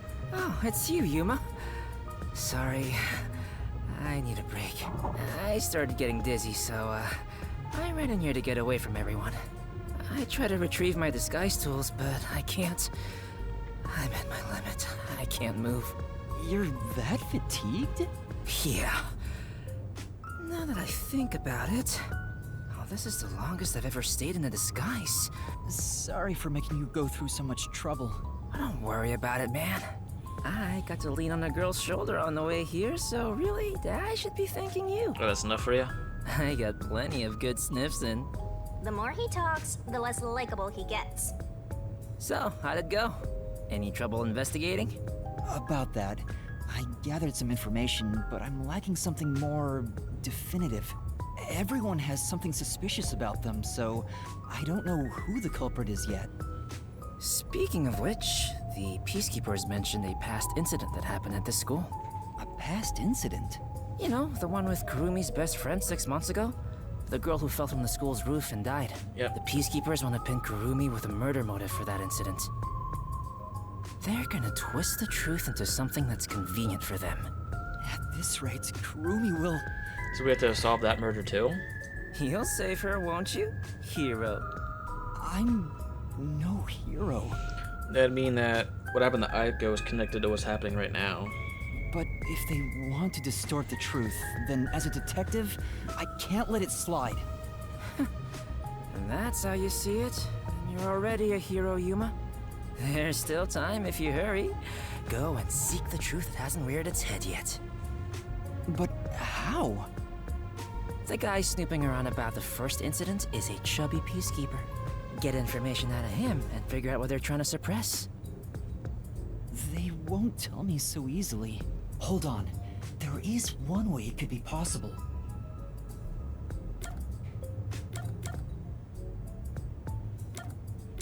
If I go as Martina. That's it! I can get that information if I'm disguised as Martina, the vice director of the Peacekeepers. Looks like you now understand the power of disguises. Well then, let's get started. On second thought... Sorry. I don't have any energy left to disguise you. Huh? I think I'll recover if I take a nap. What do I do? There's no time to wait for Yasuhiko. I need to find Kurumi immediately. Let's use this forte then. It'll be too late if I wait until the Peacekeepers end their investigation. But I can't force Yasuhiko to do a half-hearted disguise. It'd be way too dangerous with the Peacekeepers. What am I supposed to do? Aren't you forgetting about a certain ability? Oh, that's right! But what? Don't yell out of nowhere, the Peacekeepers will find us! Hey, Yasuhiko, can you lend me a hand for a little while? Lend a hand? Yeah, I just need you to hold my hand for a bit. Are you serious? But right now, you're disguised like a girl. So what are you complaining about it? What if I start to have feelings? Now's not the time for jokes! Hurry, please! Jeez, what's going on? What is this weird feeling? Is this love? No! It's a long story, but it's the forte I gained in exchange for my memories. Just holding hands will allow me to use another person's forte. Are you serious? You actually have a forte? Let me borrow your disguise tools. How does it look? Wow! That's the perfect disguise! How do you do with holding one hand? Did you really do this, Yuma? You never told me you had such an amazing power. I'm surprised there was a Peacekeeper uniform in your bag. You're so well prepared, Yasuhiko. Wait, but we're holding hands. How'd you put your arm through the sleeve? That's true. Anyway, the disguise is over, so we can let go now. You said a chubby Peacekeeper was investigating the past incident? I'm going to go talk to him. funny how anime logic kind of works like Warhammer 40k orc logic. Do you think if they ever get called out on it, their head would explode? And with that perfect disguise, there's so much more you can do. Right. You stay here and rest. I'll resume the investigation.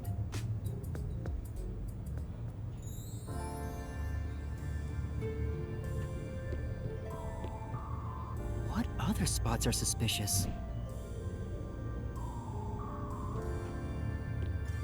All right.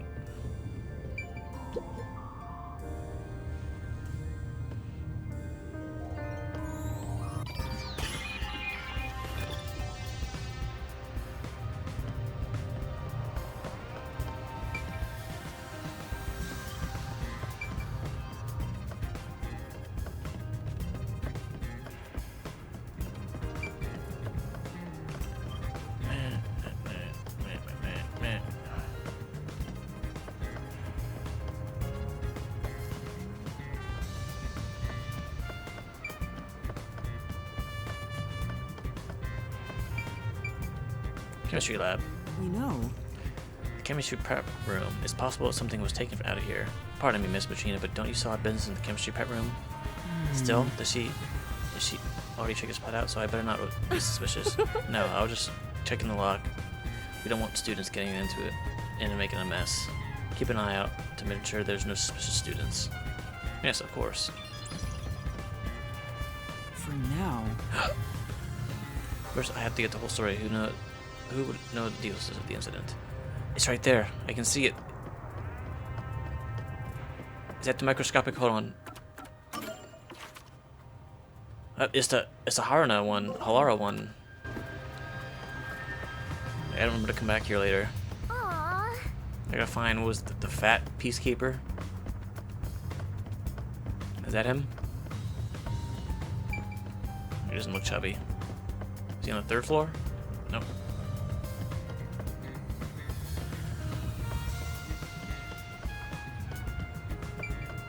Can I go outside too?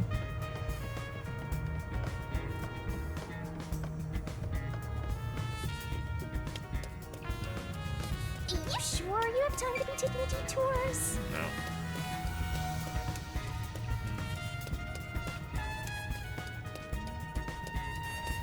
Oh, I guess this is him. This guy looks so suspicious. You there. Do you have a moment? Vice Director Martina! Is it time for my punishment? Punishment? Anyway, were you the one investigating the Aiko case half a year ago? The fact that the people of this city hasn't risen up to hang these people yet is really surprising. Yes, that's correct! Is it time for my punishment? I need to confirm a few things. Can you tell me what you've discovered so far? Gladly! Aiko's body was discovered behind the school building in the flower bed after class. She was bleeding from an injury to her head. This is believed to be the cause of death. The body was not wearing shoes on either foot. The shoes were then discovered on the roof of the school building, set together neatly. This is why it was deemed a suicide via jumping off the roof. Here is a photo from the scene. This guy just carrying this guy just carrying around a photo? Like, what is he doing? Hold on a sec.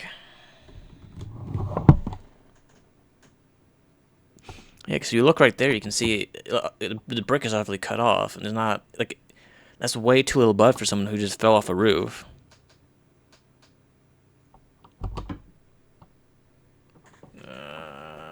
Let's go. All right. No. What the hell am I doing? There we go. And boots. They're covered in mud. Who first discovered the body? Let's see. It was a student named Cotton, another theater club member. Huh? Cotton? Victim. She heard something fall and went to check the flower bed.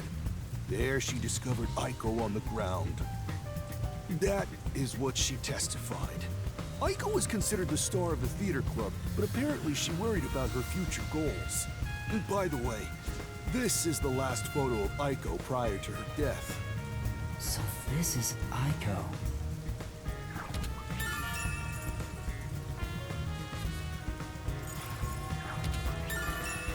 Last photo of her death, and she was sharing with Yosuke, or Yoshiko. I see. Thank you for the report. Continue your investigation. Yes, ma'am. Oh, but what about my punishment? Be gone. Yes! What's with the punishment thing? I thought it was exactly Yuma. Anyway, I got what I came for. I should keep investigating. But where to go? Hey, what are you doing?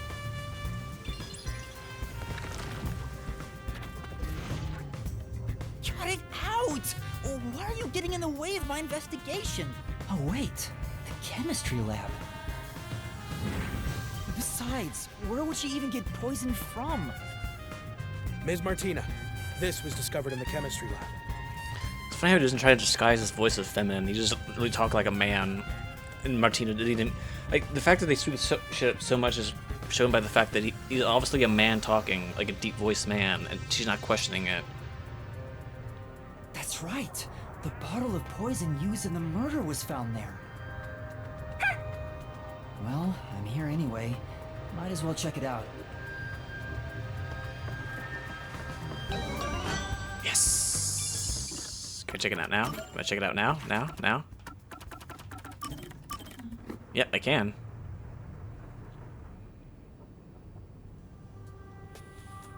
We're in a cafe. You got some nerve stopping me. He left out the what's wrong part. There'd better be a proper reason for this.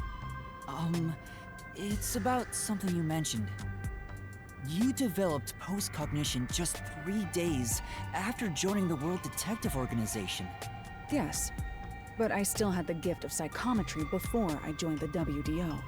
What made you want to ask about it? I can't help thinking about it. Do I really lack a forte? We already used it, Yuma. You have that coalescence ability. Exactly. That's not exactly my ability. It's different, sorta. Anyway, I refuse to believe I don't have a real forte.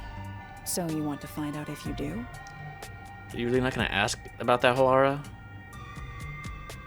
Yeah, I'll be like, what do you mean it's different? It's still magic, bro. Yes, that's right. I figured you'd be the most knowledgeable about fortes here. If I have any sort of ability, you may be able to help me remember it. That's no good. There you go again, depending on others. Very well. That'll be 100,000 Yen. 100,000? I figured Halara wouldn't do it for free, but it's worth it if it helps me remember my abilities. All right. I'm a bit short at the moment, but I'll pay you back one day. Good. It's a deal. I will provide you useful information as long as time permits. Now, let's start with the prerequisites. I want to bring something up here. She wants us to pay 100,000 Yen for us to see if we have, remember if we have a forte, so we make this investigation easier that she was also brought out and paid to do. It's like everything is about her, so money driven. Master detective abilities are often linked with original talents and dispositions. That is typically the case. Linked with original talents?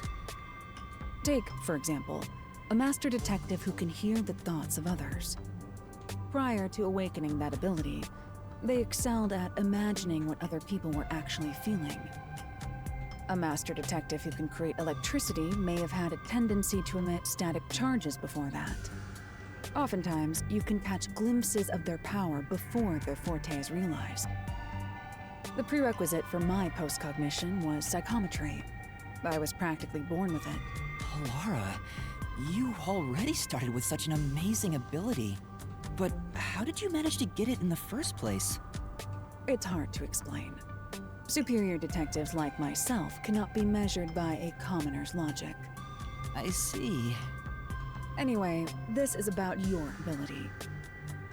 Once we figure out your strengths and talents, we could at least predict what your power may be. That is, if you have one to begin with. My strengths? True. You could have just been spending $100,000 for nothing, bro. You spent money on a DLC for a game you don't have, Yuma. It has to be what you know best. Think about it. My strengths are... None. My will? If I had to pick something, I'd say the will to never give up. At least, I think so. You actually said it out loud yourself. I see. The fact that you haven't given up on your search for an ability is proof enough of that. A tenacious heart that never gives up. An ability stemming from that. Perhaps it could have something to do with immortality. Immortality? That's nothing but my theory, though. Even death cannot defeat you. Wouldn't you say that embodies the concept of tenacity well? That's true, but there's no way to verify if I am or not. Incorrect. You just need to try dying once. Huh? Don't look at me like that. I was joking. It's really hard to tell. I was joking. Anyway, that'll be 100,000 Xian. Well, that should do it. Time's up. I'll excuse myself here. Don't forget, you owe me 100,000 Xian. I think I almost owe you about 6 million Xian at this point. Oh, wait! Alara's gone. I'm beginning to worry more about my debt than if I can remember my ability. Master, you and Alara seem to have grown even closer. Is that what you call it, Shinigami?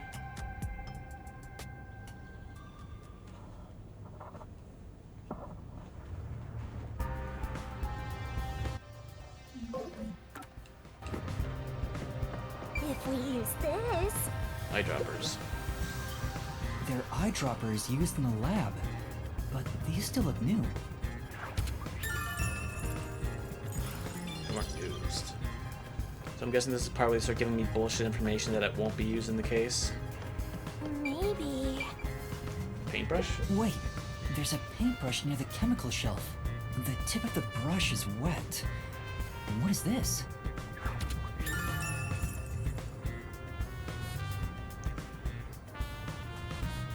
Okay, I'm starting to think it was Yoshiko. Alright, so Yoshiko came in, she came in late,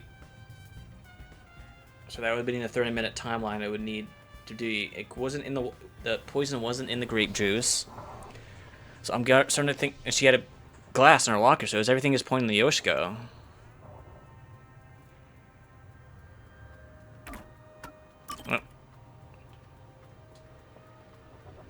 Oh, we have a picture of her at least now.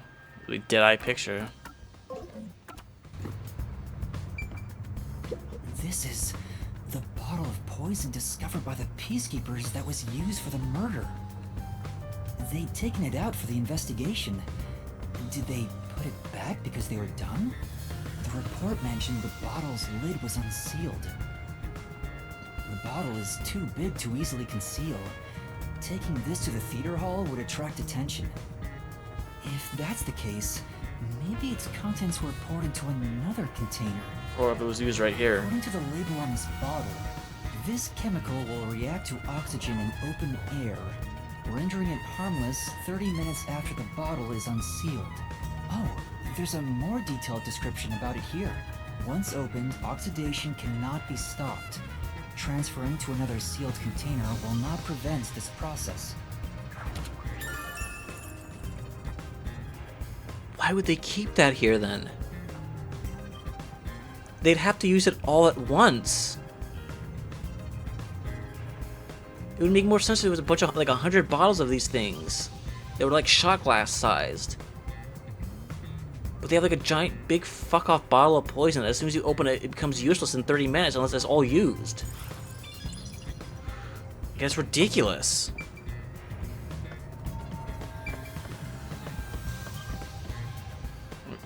Can I talk to these guys?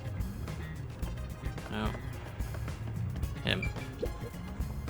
Ms. Martina, was there something insufficient about our investigation? Had you told me, I would have verified myself. Thank you for your diligence. Tell me, do you have the results from testing for poison? Yes, as I've reported to you already. The poison was only found on the victim's glass. Only the victims? What about the bottle or the other glass? None. No traces have been found on those.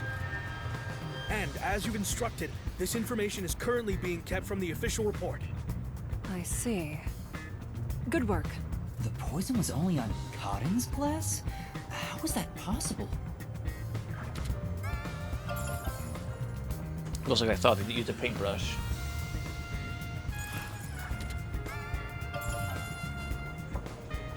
Hold on a sec.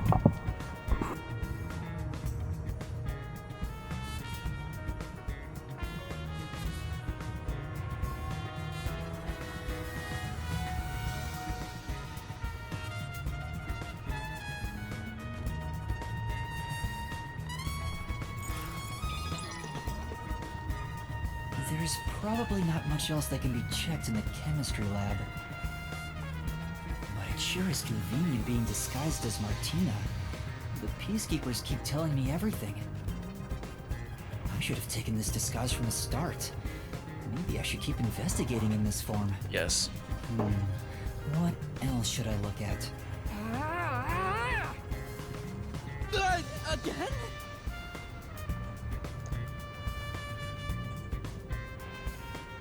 The staff room? I think I already checked everything in there. Not the victim's locker. No, I didn't check everything. There were lockers I haven't searched yet. Now that I'm disguised as Martina, I could look through everything.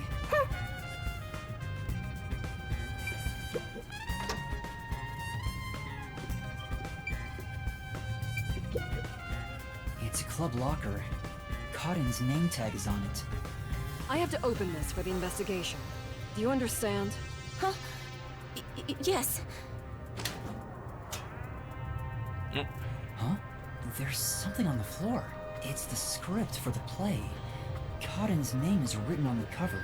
There are tons of handwritten notes. A lot of effort was clearly put into this. There's something written in red at the Duel of Poisoned Cup scene. Take the glass the spotlight hits first.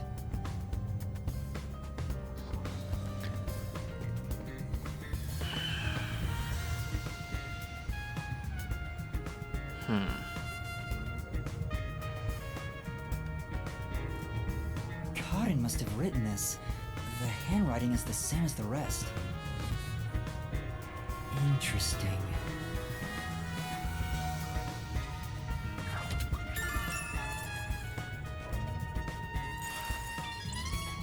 She definitely looked away just now. She knows something. Do you have a moment? Are you the one who shoved Cotton's script into her locker? What are you talking about? I have an eyewitness account of you taking Cotton's script. Are you hiding something? If you keep hiding it, you'll be sorry later on. Don't tell me you're also hiding the chemical used in the murder. I'm not, I swear. She's definitely hiding something, but I don't think I can get anything out of her. You should pat her down and search her. Huh? A detective must suspect everything. You get to fondle a high school girl. Being the pervert you are, you'd be killing two birds with one stone. Hey, you. Check Kurene's body to see if she's hiding something. Me? Wouldn't it be better for the Peacekeepers to do their own investigation? Questioning me? That would, cause some problems. Just do as I say. I'm on it. Oh, there's something in her pocket. That's... A notebook. Is this a scrapbook? There are magazine and newspaper clippings in it. And all the articles are related to Aiko? On another page, there's a small clipping of an article about Aiko's suicide. Was she collecting everything there is about Aiko? Wait, is that... Hey, where's she going? No, it's fine. Huh? Really? Uh-huh.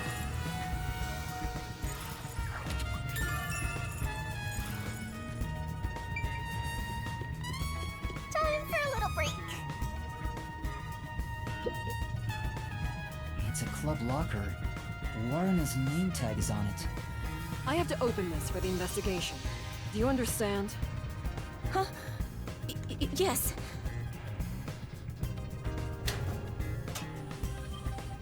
Oh, right. This diary has a lock on it.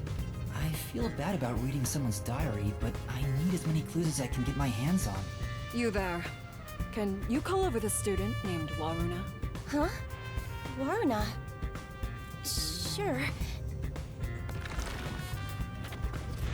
What do you want with me? Can you open this lock? That's my diary! How did you get that? That has nothing to do with what happened! I'll be the judge of that. It pains me to do this, but it might lead to a clue. I have no choice. Isn't this what a detective would do? There's no need for emotions to solve a case, right? I understand. Here's the key. I'll give it back right away. Don't worry. Oh, what's this photo? I see. Here, you can have it back.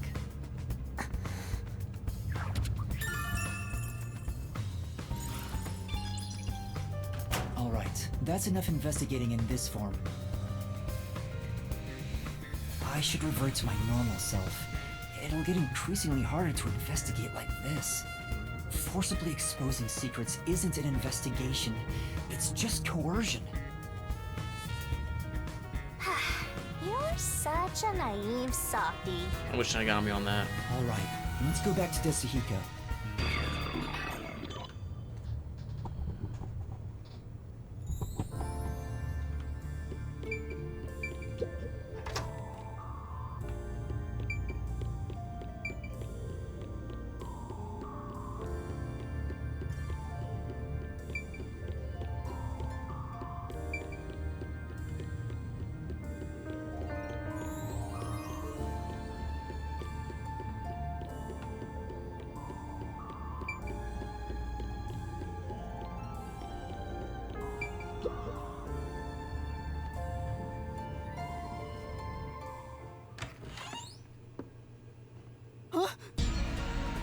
You idiot! Don't come back here right now! Damn, this is bad! Another elegant and highly intelligent beauty. What a surprise. Although it appears you were unable to copy what is in my head. Put your hands up! You must be the suspicious person wandering around the crime scene. I received word of you lurking about, and here we are. Who are you?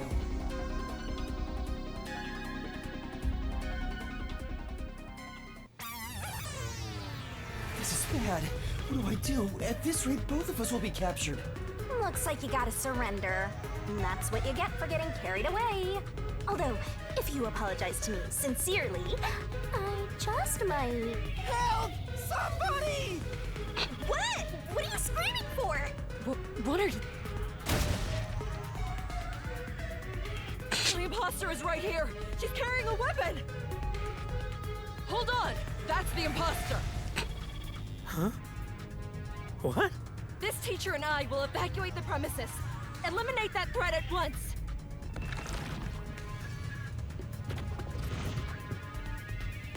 Hey, now what do we do?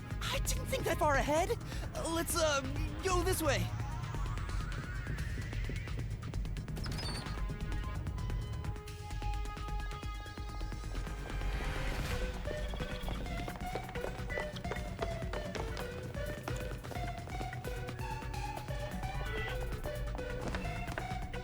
That's enough!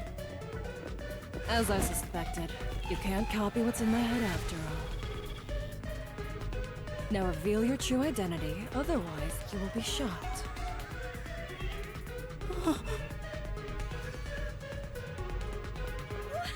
What's going on? Huh? Why is our teacher? Les, there are two of the same peacekeeper? What is happening? Yuma? Yoshiko, Waruna, Kurane, Kurumi too. I was so close. I almost figured out who the true culprit is. Now hurry it up. I won't give you a countdown before I pull the trigger. Wait! I'll do as you say.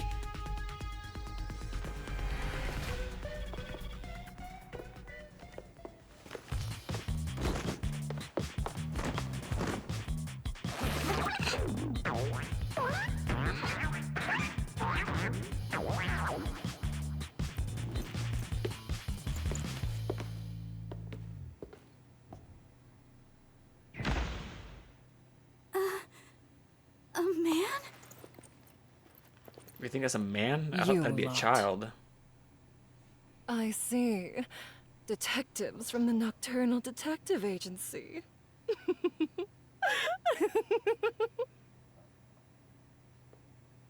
In that case, you can both be disposed of right here and now. What? Damn. I've got no choice.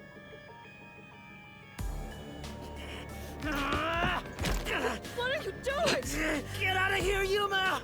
Disahiko! Have you gone mad? Do you realize what happened now? You will regret this in hell.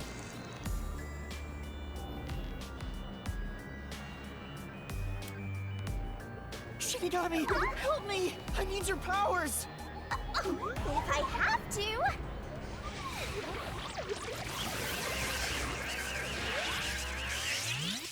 It's your 11th time.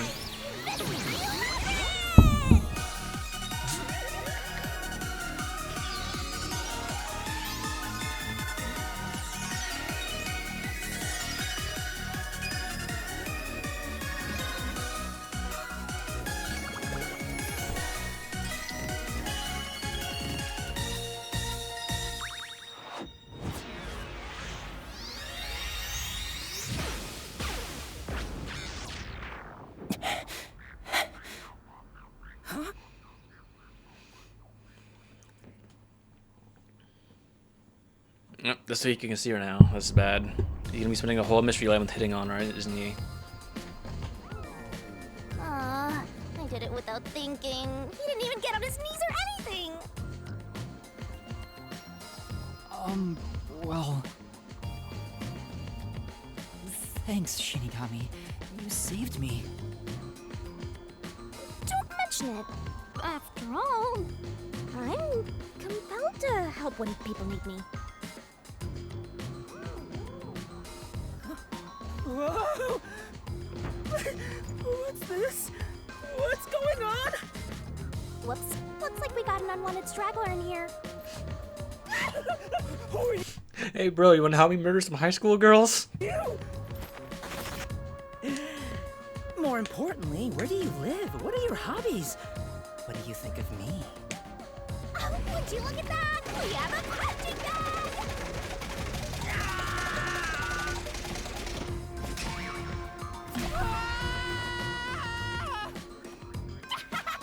Down the rabbit hole we go!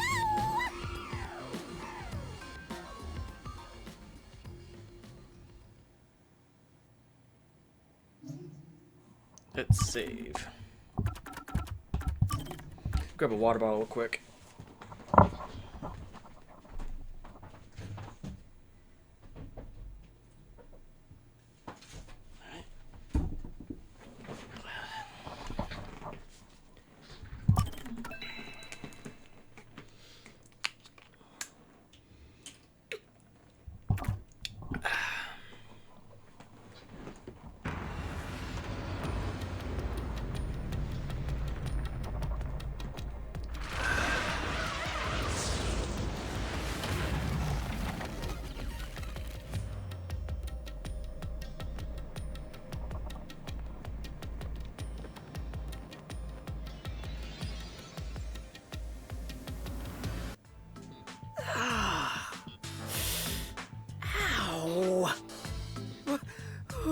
Hang on. Where are we? Is this hell? Martina must have shot me. Yep. No way. Why would I be in hell? Even when it comes to women, I always stop just shy of criminal activity. Doubtful. Calm down, Desuhiko. This place is a mystery labyrinth.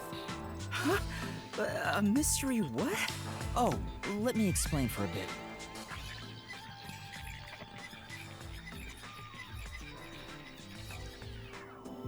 And that's everything. Were you listening, Desuhiko? Yeah, I was just doing some appraising. Appraising? Yuma, this babe is totally top tier. Where'd you meet a hottie like her? There's never a shortage of girls when you're around. You're the best wingman ever. Master, this munchkin is an eyesore. You mind if I boom kill him now? No, you can't. Master, is that how it is between you two? You're making me jealous.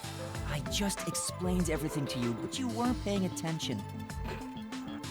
Hey, let's hurry up and do, you know. What does that mean?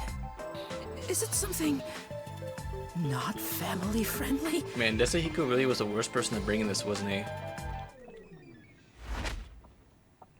Master, are you ready to give your life for the truth? Yes, I am.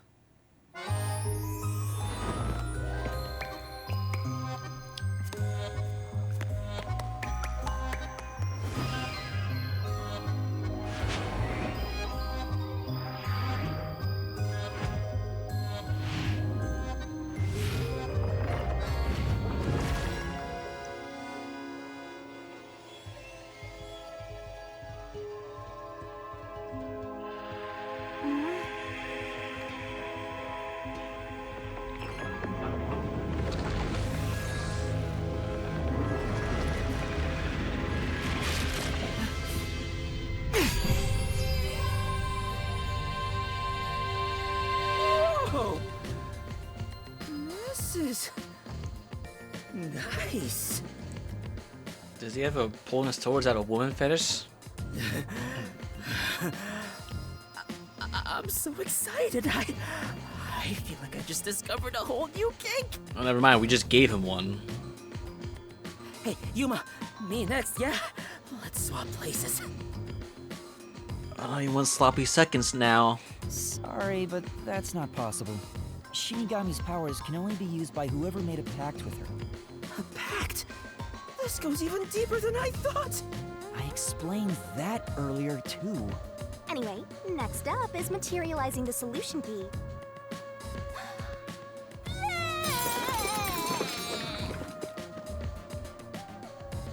Here you go, Master. She's perfect. I'm in love. You're the vomit feminist too? Really? Alright, I've made up my mind. I have no idea what this mystery labyrinth thing is. But before we get out of here, I'll get you to fall in love with me. If you decapitate yourself, then I would consider it. That can be easily arranged. How desperate is Desuhiko for some poon? No, it can't. Now, let's set off to unriddle this mystery labyrinth. Our target is the culprit who preys on the truth. Right. This is the beginning of our battle for love. Jeez, I hope this works out.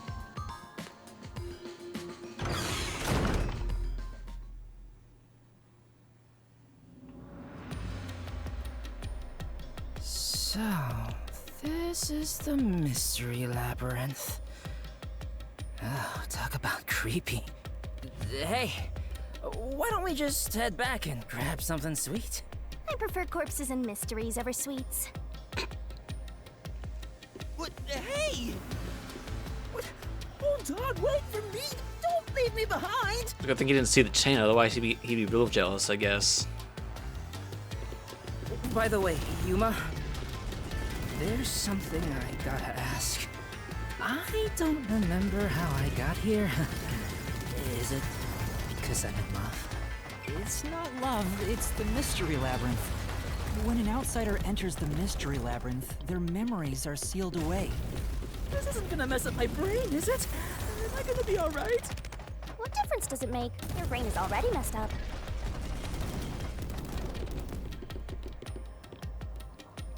Anyway, are we at the exit yet? We just got here. Oh, if only there was a brave, strong boy around. I would swap my master for him in a heartbeat. Huh? You can do that? Alright! Now I'm getting pumped up!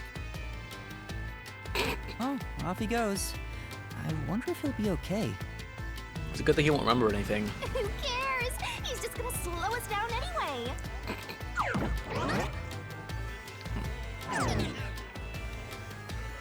Oh, he's back. We've got trouble, Yuma! There's something up ahead! Was it a cue? Did it look like a tiny creature? No, it's a witch!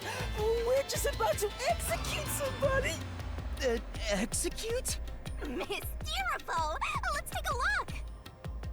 You're going toward it? Not running away? Seriously?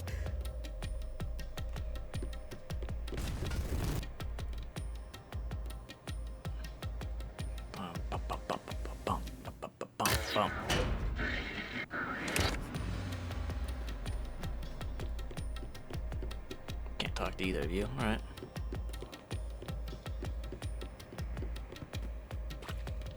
Over there! There, see? Damn, that witch is scary! That's a mystery phantom. They're mysteries given form that try to block us from reaching the truth. They appear in the form of someone interfering with the investigation. Now that you mention it, that witch kind of looks like the peacekeeper Martina. She's the one hiding the truth? What is she doing over there? I don't think she's technically trying to hide the truth. It feels more like she's just trying to wrap this up as soon as possible. I shall now commence the execution. All criminals must be purified by the holy fire of darkness. I've seen fire animation from Danganronpa. Kurumi? Fan service? Nice! So she's pinning the crime on the flat-chested Uggo, then killing her to cover up the truth. Doesn't look that flat-chested. This is terrible. We have to save her. Relax, this is the mystery labyrinth, remember? That's not actually her. But still, I can't leave her like this. You dare intervene in this execution? Yes. Anyone who defies the peacekeepers will suffer the same fate!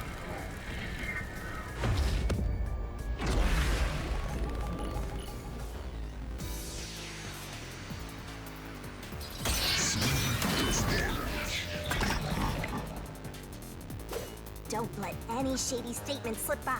I got a new feature now. Mystery phantoms sometimes hide the truth within a statement. Use repel in these situations to get to the center of it all. Oh, goody. You're in the way. You're a detective? How foolish. Get in my way and you'll be executed. You dare defy me? It's clear who the culprit is. My claim doesn't hold up. So that's it then. Here? That's impossible. You don't have any evidence. So just so I'm guessing in later it's gonna be I'm guessing it's later it's gonna be I'm gonna have to figure out which is the right one to throw back at her. You're a fool to defy peacekeepers. Very well. Allow me to educate you.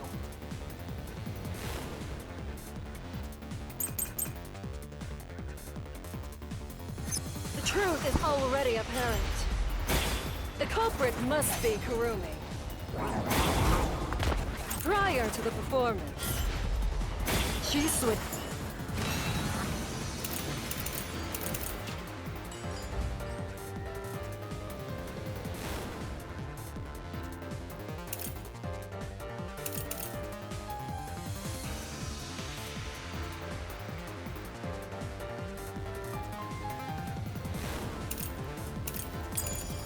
switch the wine with the juice. At that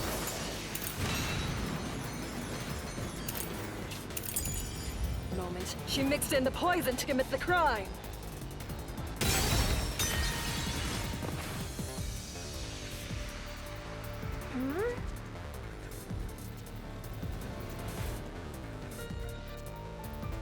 In that case... The truth is already apparent. The culprit must be Kurumi.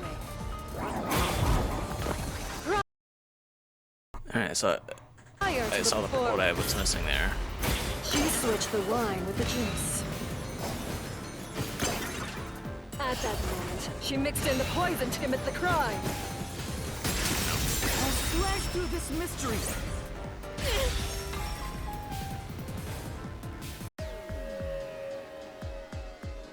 The toxicity of the poison used in this crime is neutralized 30 minutes after being exposed to open air. But Kurumi switched out the wine before the performance began, meaning more than 30 minutes had passed. So even if Kurumi had mixed in the poison, by the time the incident occurred, it would have been completely neutralized. Which means Kurumi isn't the culprit.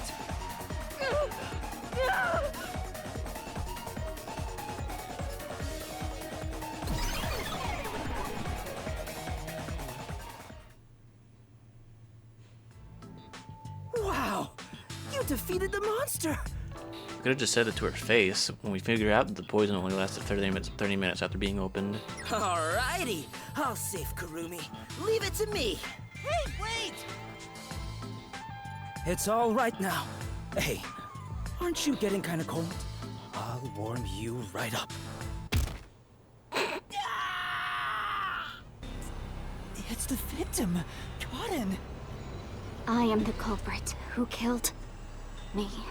The truth is, this was a suicide. Nope. I put in the poison myself. I killed myself. I'm so sorry! I'm sorry too! No, it wasn't a suicide. I won't let her take the blame just to end this investigation. Why is she trying to take the blame for it? She died. How is she covering up the truth of her own death?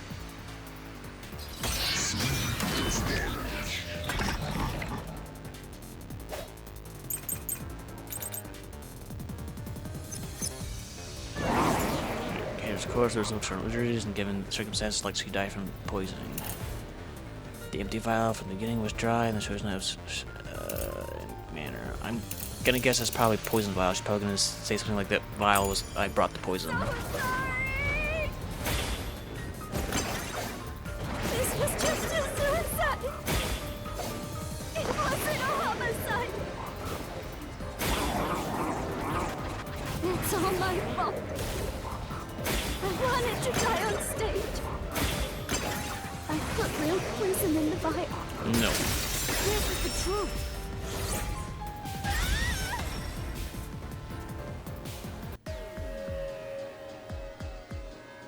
No, the vial used on stage was just another prop. It was empty. There was no poison in it. As a matter of fact, the vial was dry. There definitely weren't any signs of it being used. So it's impossible to commit suicide using that vial.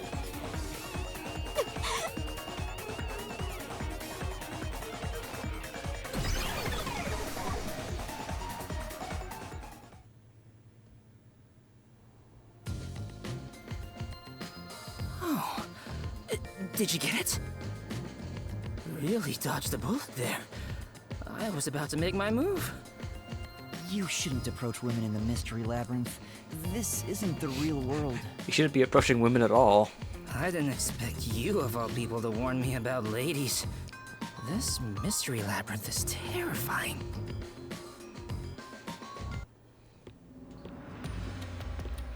Hang on. Why was it impossible to have been a suicide? Even if the vial wasn't used, she still could have drank the poison herself. But the only thing Cotton drank from on stage was the shuffled glass. Even if Cotton added in the poison, there's no guarantee she'd be the one to drink it herself. It's not how someone who wanted to die would go about it. Gotcha. Yeah, I don't remember the play, so I didn't know it got shuffled. Hang on. Wouldn't the same be true for the culprit? If the glasses on stage were switched around, there's no guarantee the victim will take the poison one, right? Oh, maybe the killer wasn't aiming at Karen specifically, but just wanted either actress to die. I can't completely rule that out. True, but since you're bringing it up so close to the early in the Mystery Labyrinth, it's probably not true. That's gotta be it. I'm a genius, even without my memories. What do you think, Shinigami? You, wanna dump your master for me? I'm not sure. Can you escort me all the way through this mystery labyrinth? Yeah, of course. I'll grab a taxi or whatever to take you. Jeez. What the? Turn on the lights! Was the body discovered?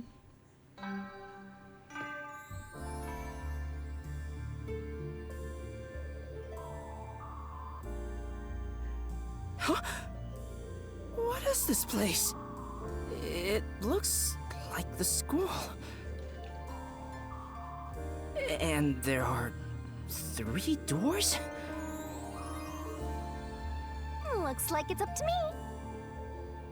There it is again. Huh?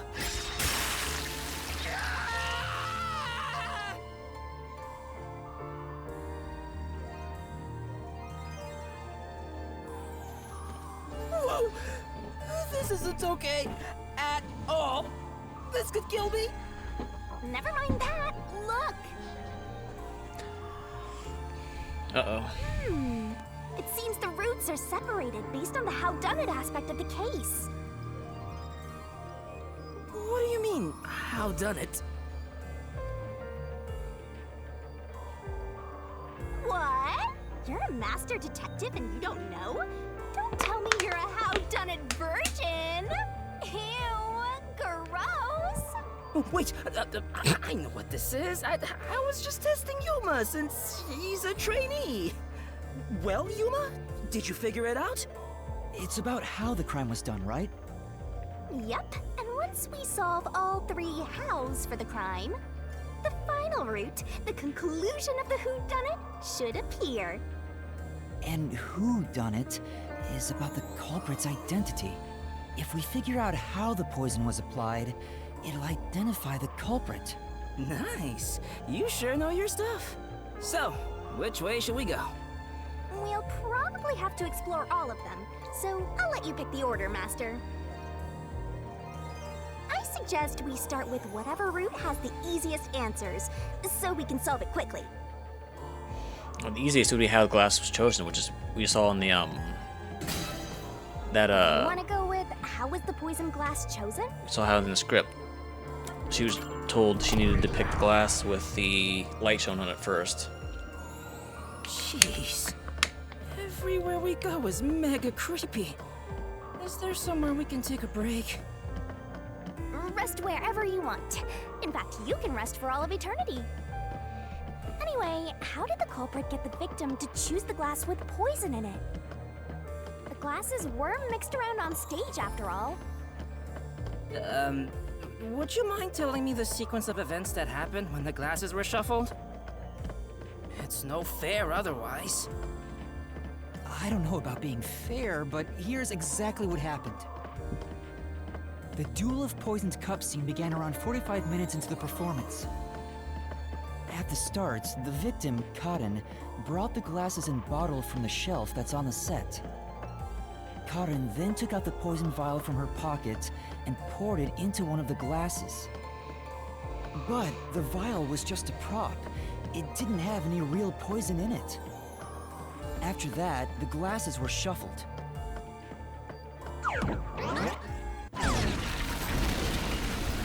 Whoa! What's going on here? It's not like we're trying to find the lost ark or something. It's all right. We can keep going by solving mysteries. Right, now concentrate.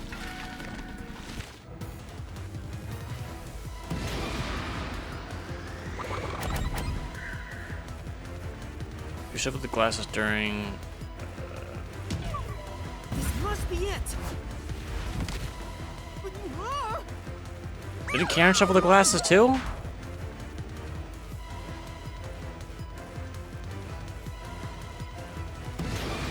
Who shuffled the glass during the duel to poison? Oh, both. Duh. Fucking moron. I'm sorry. The people on stage who took turns shuffling the glasses were No, just wait back there to say Hugo. We'll come back for you later. Warna and Cotton.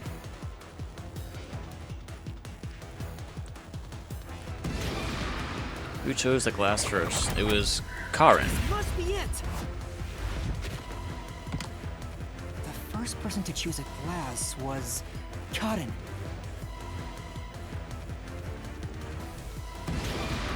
Which glass had the poison? Karen. The glass Karen chose. Warna placed her mouth on a glass, but she didn't die. Which means only the glass Cotton chose contains poison. This way. I thought I was done for. Yeah, quit being lazy and get a move on.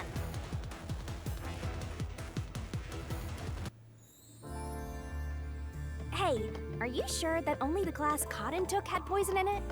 Yes. Isn't it possible both of them were poisoned? One of them's still alive, so no. Warna drank from the other glass and didn't die.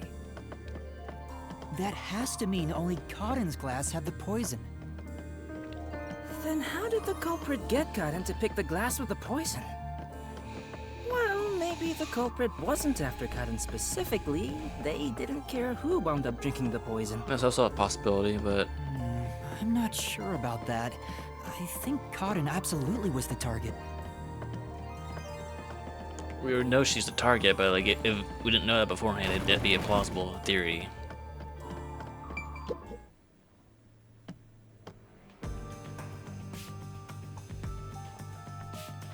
Whoa! Here it comes! Hey! This one's a cutie. She's totally my type. Oh, my heart. I am in love. Let me tell the truth. The culprit is Warna. Seriously? Thanks for telling us. You're so gullible. She's obviously lying. You serious? That was a lie? It's no lie. Waruna knew which glass was poisoned. Either the glass with the poison was filled just a bit higher up, or she marked the right glass beforehand.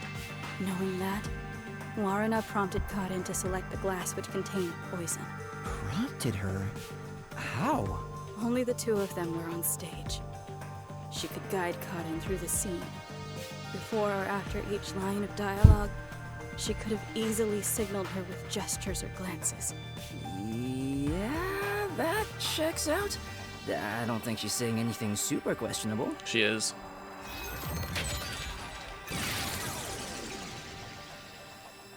The glass? Could this be? To tell him the truth. I get it. We have to pick the right one. I'm counting on you, Yuma. Right. No, she didn't know. She was spotless.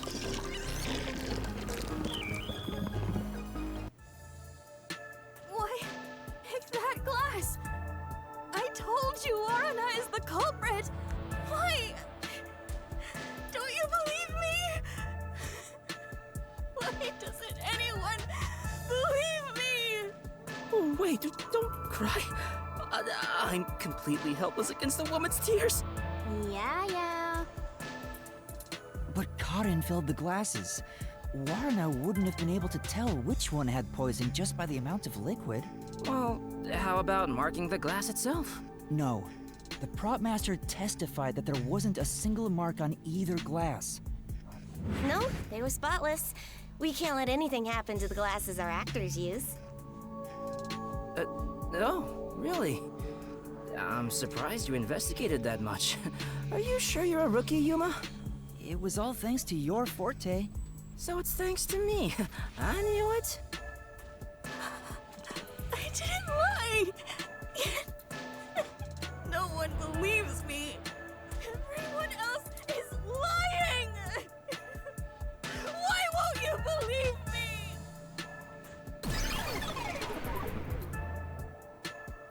The Mystery Labyrinth is a reflection of the real world, right? Then maybe what she's crying about is... A reflection of the real world.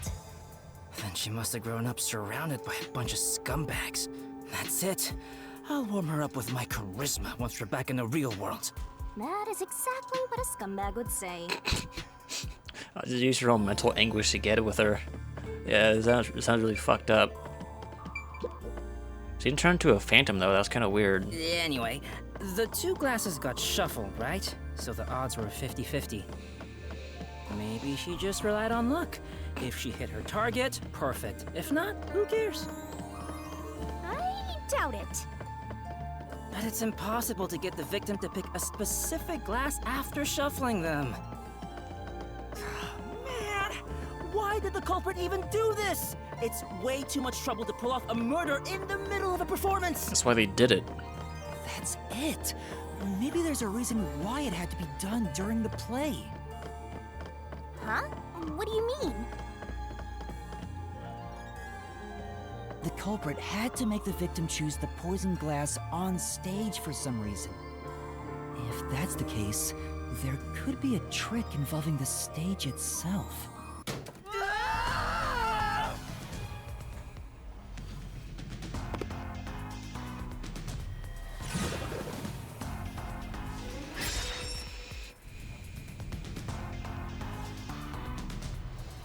So, now we gotta prove how the poison glass was picked.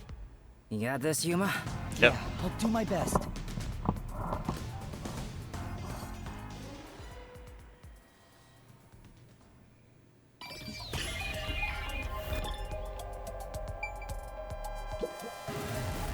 What do you mean mistake? You mean somebody on... No, the two... Well, that means that... I chose the light.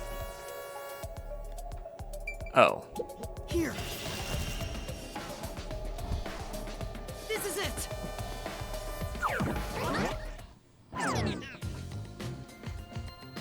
That's right, the spotlight. The culprit used the spotlight to get caught in to select the poisoned glass. The spotlight? The culprit told Cotton to take whichever glass the spotlight hit first. As a matter of fact, Cotton's script had a note written in her own handwriting. It said, "Take the glass the spotlight hits first." No way! The table was directly under the catwalk with the spotlight. So from here, you could see how the shuffling was done. If you know that much, then it's pretty much solved.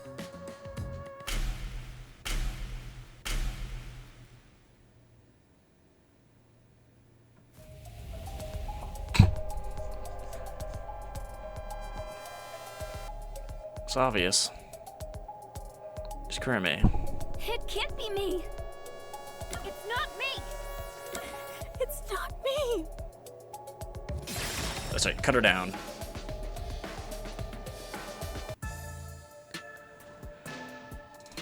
Someone who managed the lighting during the performance indicated the poison glass to Cotton. Kurane. She was in charge of the lights on the catwalk.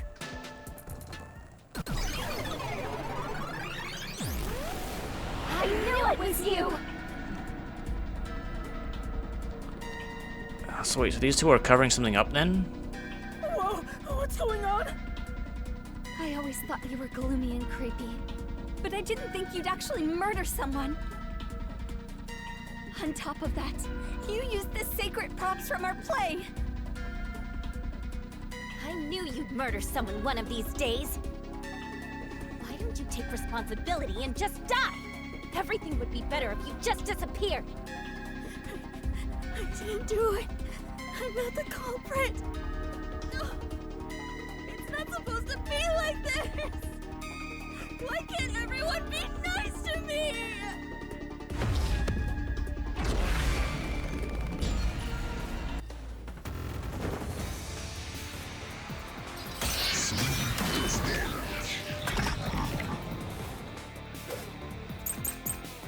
I gotta protect her. Special show No, just don't. for you. Not the culprit.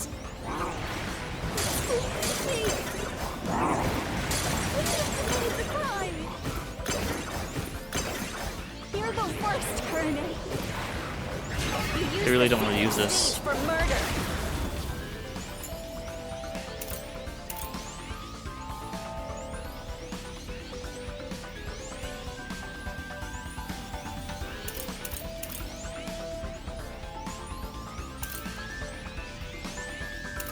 Was it this? You slipped the poison into the glass, didn't you? You knew which glass had the poison. So you just shined the spotlight on it. Kurene is the culprit after all!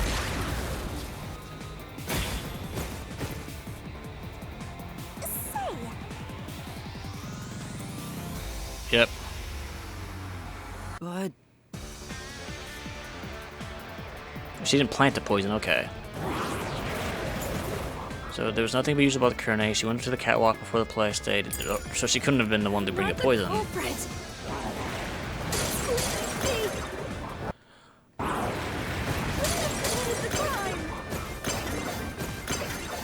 You're the worst, Kurene. You used the secret stage for murder. You slipped the poison into the glass, didn't you? No. Okay, that's what it is. Alright.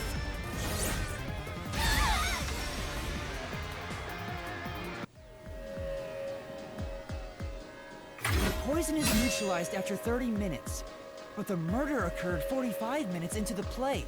In other words, the poison had to have been poured into the glass after the play began. But Kurene was up in the catwalk even before the play started. She was up there the whole time, too. If that's the case, it's impossible for Kurene to have poured the poison.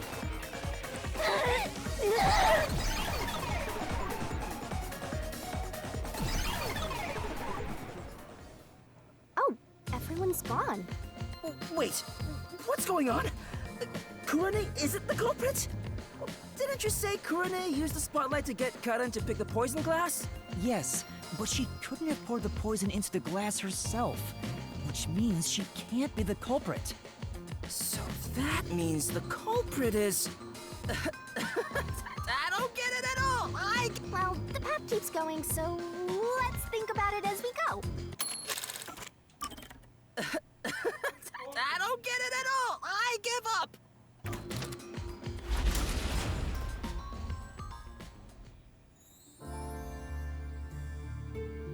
that sword sure is sharp, Yuma. Can you cut through anything with it? The solution blade is effective on anything inside the mystery labyrinth. Anger Master, and he'll cut you in half. Don't do it, Yuma! You and I are pals, aren't we? My man! I'd never do anything like that. Yeah, I know that. I just had a gut reaction to what she said, you know? We could have threatened him into becoming Master's loyal slave.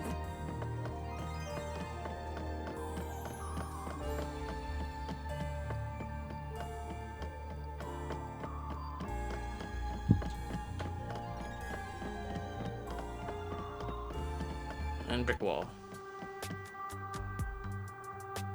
What's going on here? It's a dead end. Doesn't seem like there's a hidden question here. This really is a true dead end. A true dead end? It means you can't reach the truth just by answering, how was the poison glass chosen? Then it was all a waste of time? Well, they should have at least left us a treasure chest or something. Hey, Yuma, it's your fault for picking this route. What?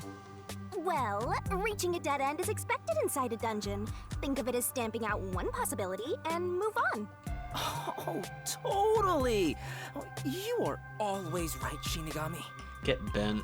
You change your tune awful quick. For now, let's head back to where the roots change. Time for a convenient magical spell. Zoom.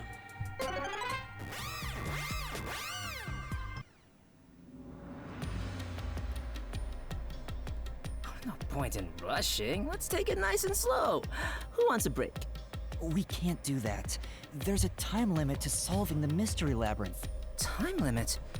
What happens when it runs out? We die. Well, your soul leaves your body and you're trapped wandering the mystery labyrinth forever. In the end, your soul will be absorbed into the mystery labyrinth and you disappear. In other words, you die. Yuma, come on! We gotta get out of here! Yeah, I know. Master, which route do you want to take next? How was poison mixed into the glass, and how was the poison brought to the theater hall? They're kind of similar questions. Like, I know how it was mixed. I'm guessing that Yoshiko used a paintbrush to mark spread poison in one of the glasses. But how was it brought to the hall? It sounds like they're both done by the same person.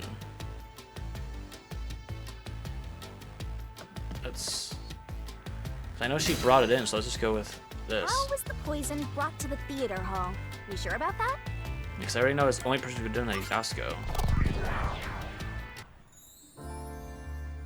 So, our goal here is to answer the question, how was the poison brought to the theater hall? Speaking of, where did the poison used in the murder come from? The chemistry lab in the school. It's a highly toxic experimental chemical. Why not just take it from the chem lab and keep it hidden in your clothes or something? The chemicals bottle was huge, so it's difficult to carry around in secret. Then they must have swapped the containers and brought it to the theater. That's gotta be it.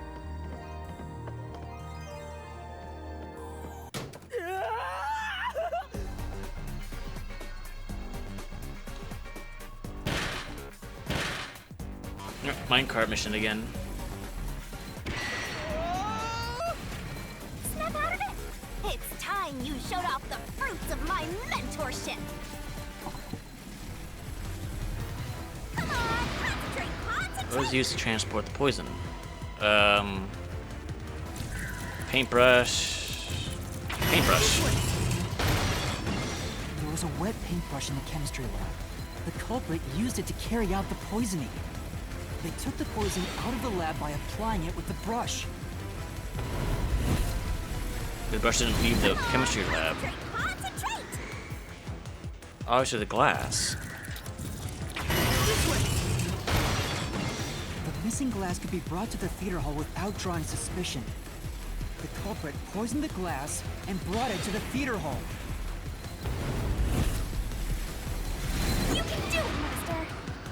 What happened to the glass? It was swapped out. This way! The culprit replaced the poisoned glass with the prop glass.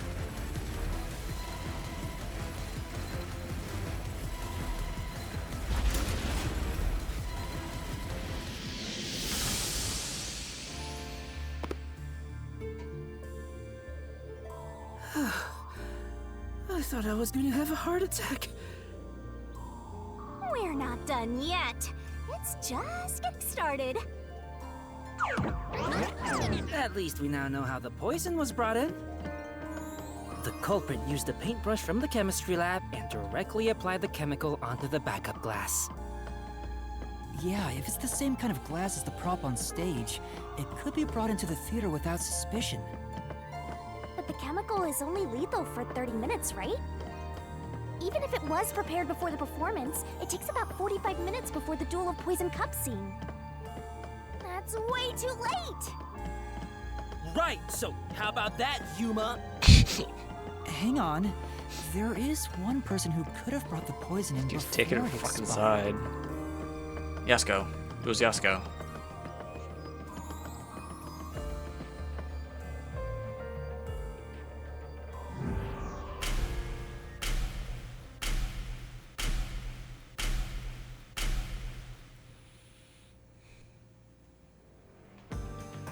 And, you're supposed to pick the right one here, yeah? Can you do it, Yuma? Yeah, you can count on me. I already know who it is.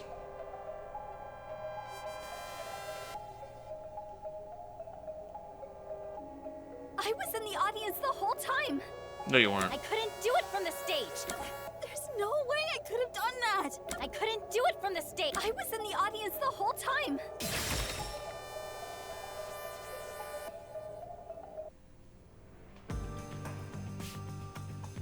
Yoshiko, it was you, wasn't it? What? Me?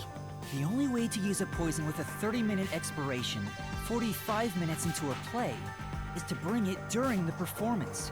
But Warna was acting on stage the whole time, and Kurane was managing the lights on the catwalk. But Yoshiko, you were working backstage, so you were the only one who could move about freely. In fact, you arrived late to the theater hall after the performance had already begun. You were about 15 minutes late, which is 30 minutes before the Duel of Poison's Cups. Just enough time for the poison to be lethal. So it was you. You brought the poison and got Karin to drink it.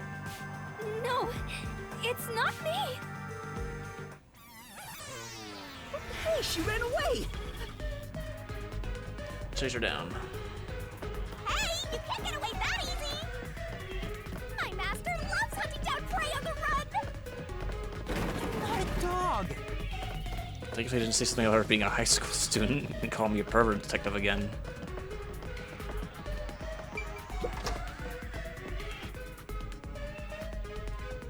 Maybe it's gotta choose a door. Which way'd she go?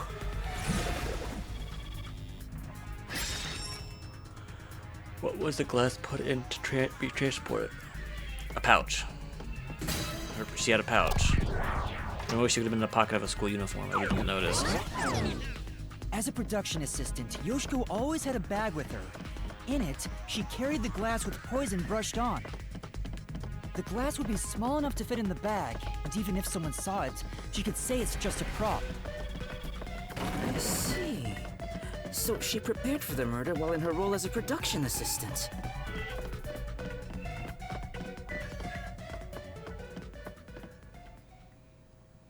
But you know what? It doesn't feel right chasing after a girl like this.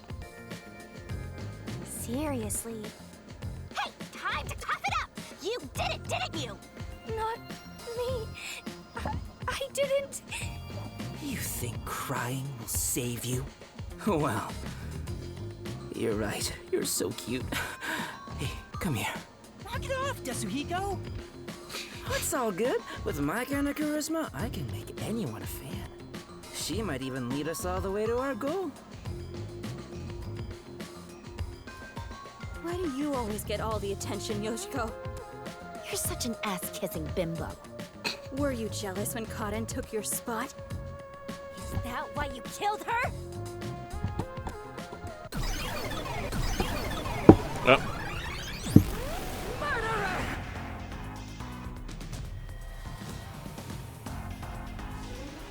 Why are they covering up too? So, did they all have a hand in this? Oh, did they all try to murder her at once? But one of them was actually the killer, and the other two think. Hypocrite! What? Hey, that's way too mean.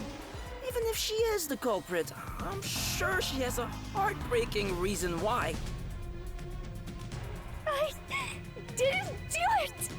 I'm not the culprit!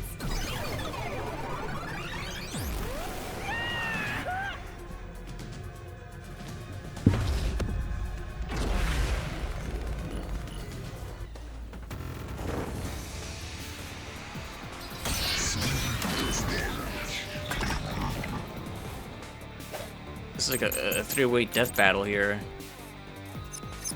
I'll be direct with you. The hypocrite Yoshiko is the culprit! Only you could have brought her poison.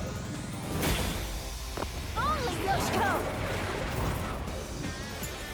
Yeah, only Yoshiko. I just. Warna was acting during the performance of the course. It would have been difficult for her to have purposely poisoned Karin. Yoshiko was not playing out. She arrived late at the theater hall. She sat at the right of the edge of the seat and didn't leave before the blackout.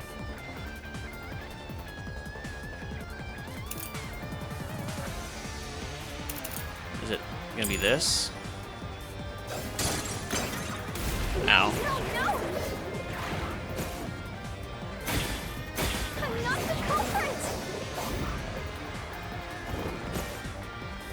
take the poisoned glass. And switched out the glass on the shelf. No. Secretly in the dark. No. This is the truth. There's only like a 5-second interval. There's no way. When Yoshiko returned to the theater hall, she sat at the right edge in the front row for the rest of the show. She would have had to move from the audience onto the stage to reach the shelf and swap glasses. But that's impossible. The lights were only out for 5 seconds. Even if she ran over, someone would have heard her footsteps. So Yoshiko couldn't have been the one who swapped the glasses during the performance.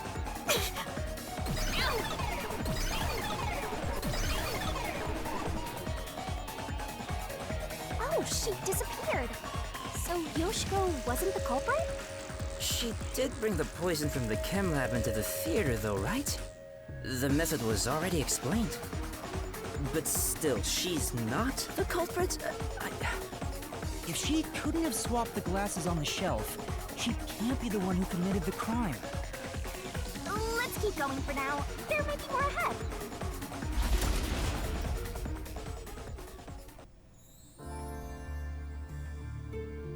All this is making me scared of women. I wish Shinigami would comfort me. Oh, but I'm committed to Master. Oh, damn it!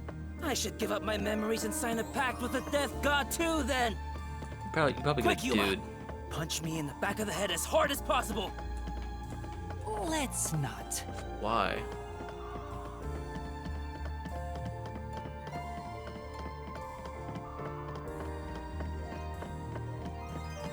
Another dead end. Damn. No matter what we try, it's always a dead end.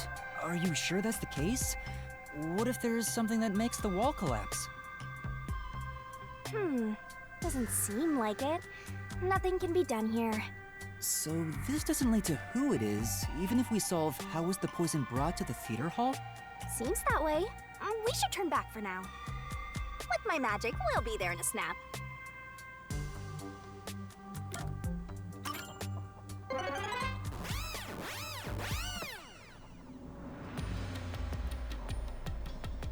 Alright, time to start over. Which route do you want to pick? There's only one route left. Alright. Starting? Are you sure you want to take the how is the poison mixed into the glass route? Don't blame me if you die.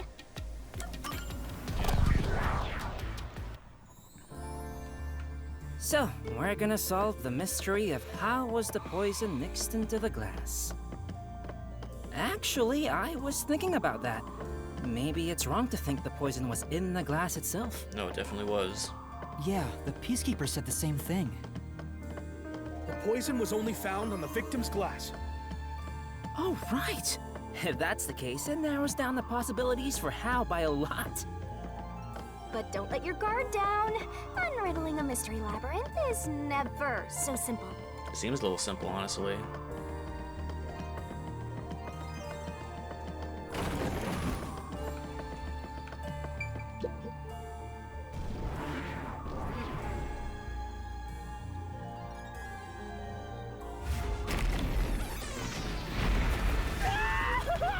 What is this? I told you it wasn't easy. Stop laughing! Don't worry. Come on, concentrate.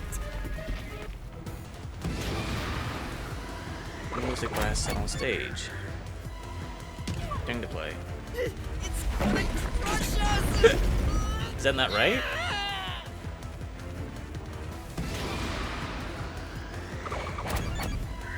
It's this door! Before the play? 'Cause we're talking about the poison glass, right? So it had been set on the stage in the middle of it. The prop master placed the glasses on the shelf an hour before the performance began. This is real bad, Yuma. We got more boulders coming at us. Come on, concentrate, concentrate. There's another door, Master. Oh, one of the poison glasses plays. Okay. They're in. This door! The poison is effective for 30 minutes, but the Duel of Poison's cup scene occurred 45 minutes into the play. Which means the only way the poison could be used was during the performance.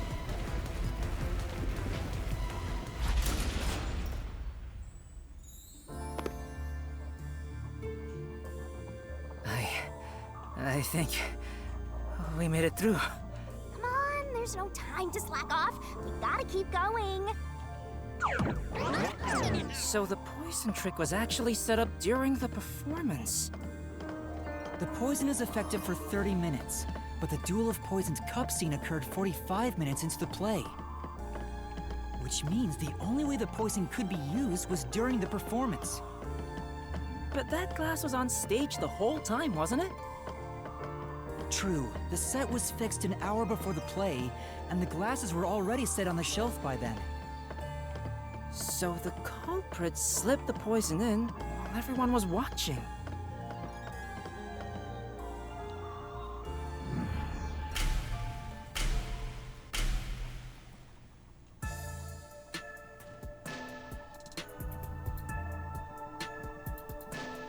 Huh? It's them. The culprit is Varna!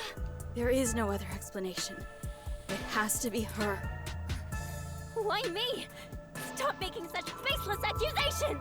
Both Yoshiko and Kurane blame Waruna? Stop it! I hate to see girls fighting each other. The only person who could have added poison to the glass was whoever was also on stage. We already know you're the one who put the poison in the glass, Yasuko. So that means it has to be Waruna. She's the culprit. No. No, no, no! Murderer. Murderer. No, no, no, no, no! What?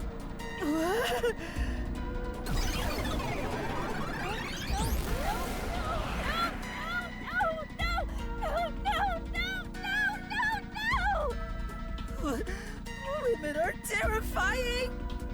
I'm not the culprit! It's you, Yasuko! She immediately blames Yasuko. I'm not the culprit! Water gun. I doubt it's not gonna be of those. They were brought to the theory lab underground, stored by the prop master in place with sand. The glasses were spotless in place. Poison was detected in the glass by the victim, but the other glass had no traces. Can't be either of those two, right? Yoshiko! Yoshiko was in the audience. That's true. Not the whole time. She filled the water gun with poison. Nope.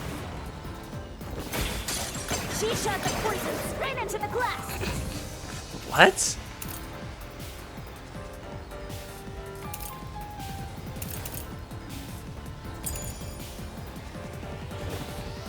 She could have used night vision to see.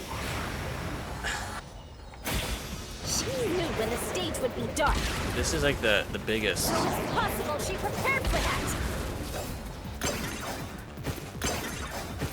Okay, I'm guessing it's gonna be wine glass and the water gun.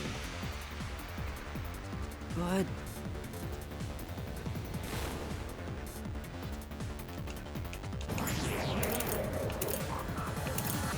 the only thing that would make sense is wine glass, right?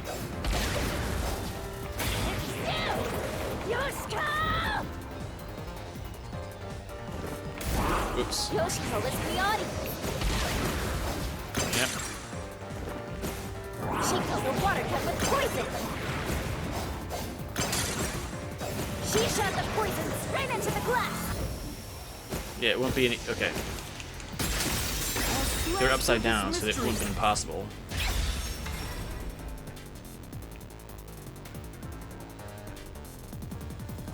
No, the wine glass was upside down on the shelf. Even if she did use a water gun, there's no way she could have done it since the glass was upside down.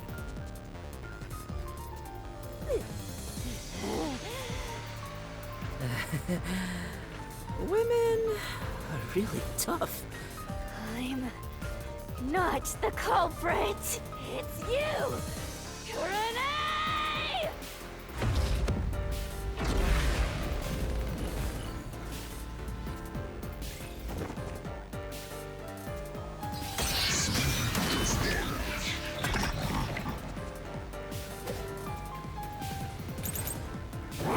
No! It's not me!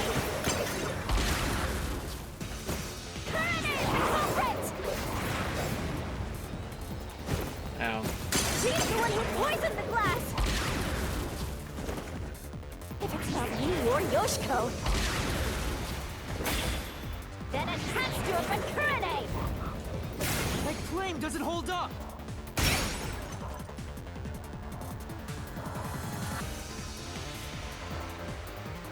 Why do you think Kurane did it? What's your reasoning? Okay, fine. I'll tell you why Kurane is the culprit.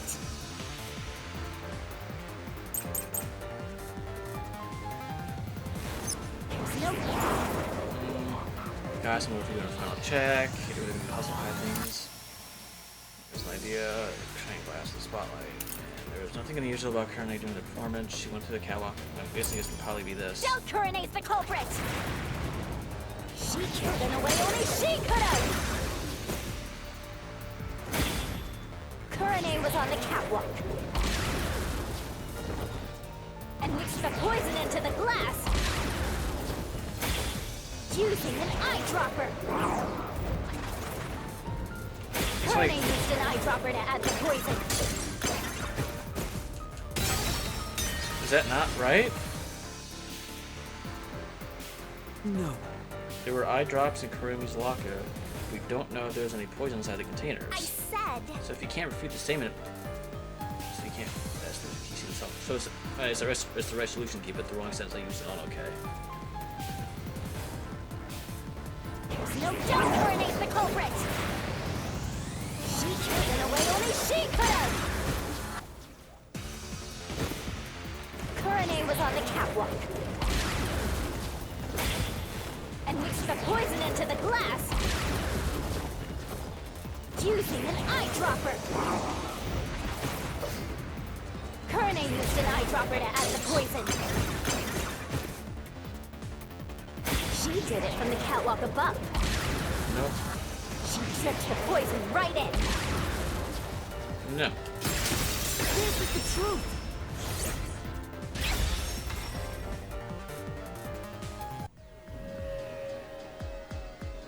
Kurane wasn't the only person on the catwalk. Another member was working the lights. She claimed Kurane didn't do anything suspicious during the performance. Because of that testimony, it's impossible Kurane added the poison from the catwalk. So it's proven that both Yoshiko and Kurane couldn't have added the poison to the glass.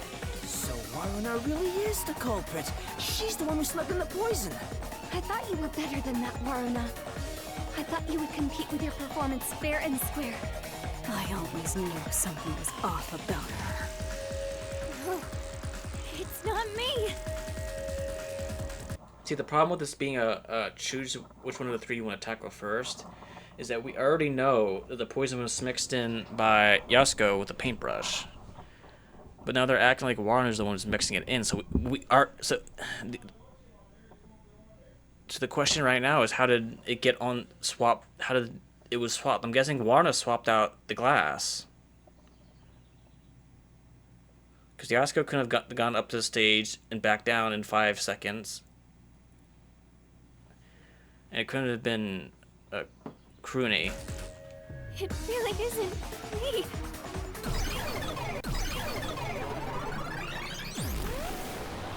Liar.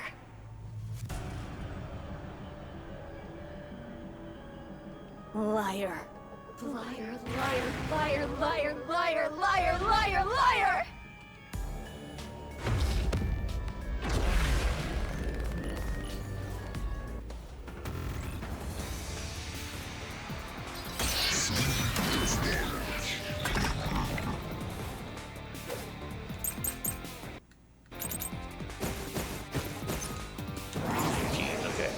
costumes were given a final check, the right wings of the performance would have been possible to hide things under them, and if Kermit was his idea, and probably gonna be this. Aruna's the culprit. I'm trying to dispute that she hid it in a costume. She had a chance to add the poison herself. She moved to the shelf in one scene. Her back was to Cotton and the audience. She added the poison from her pocket. No. This is the truth.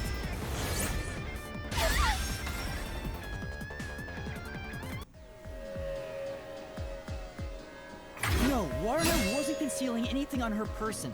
The costumer confirmed it. So it wasn't possible for Warner to have brought the poison with her on stage.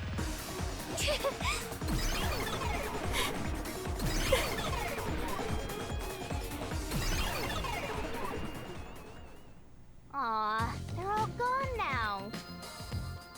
Wait, so Waruna wasn't the culprit? Does that mean she didn't add the poison to the glass? It's a fact that she didn't bring the poison on stage. So naturally, she couldn't have poisoned the glass.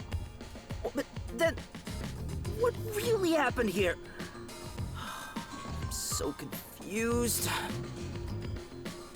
Let's think about it and keep going.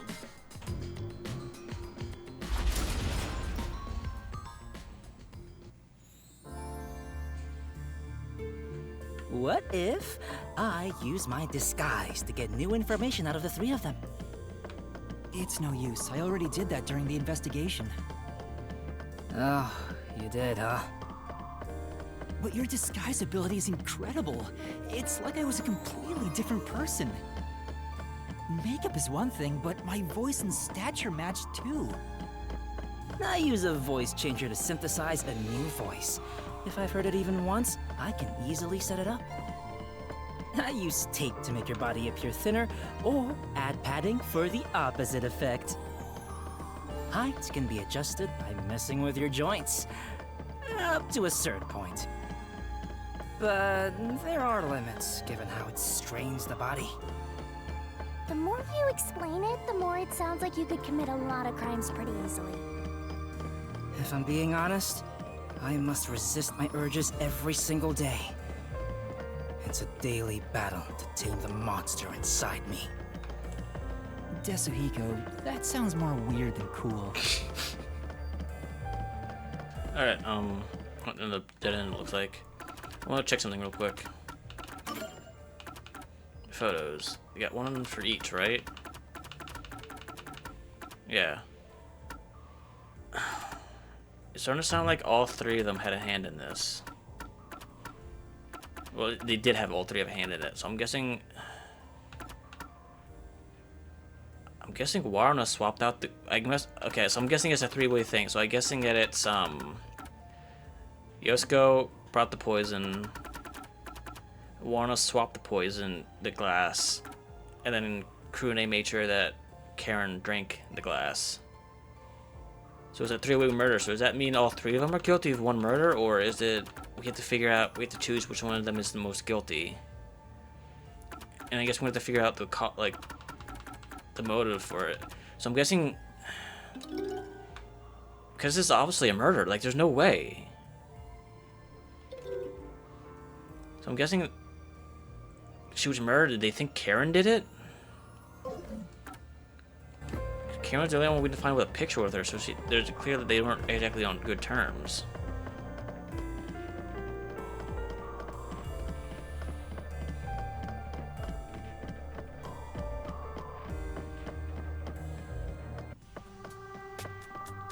Huh? A dead end? What are you doing, Desuhiko? I'm pissed about this path being blocked, so I tried to just ignore it. Damn, it didn't work. Doesn't seem like a question is gonna appear. I thought you could walk into a brick wall. Completely dead end. I guess we can't reach the truth by answering how was the poison mixed into the glass. So this whole route was a waste? Well, we did eliminate one of the possibilities. Sometimes the journey is just as important as the destination. The journey. And Desuhiko's gonna eat it up. I like the sound of that. I'll use that for lyrics in my next song. You won't remember this. Anyway, let's use my convenient magic spell to return to where you select roots.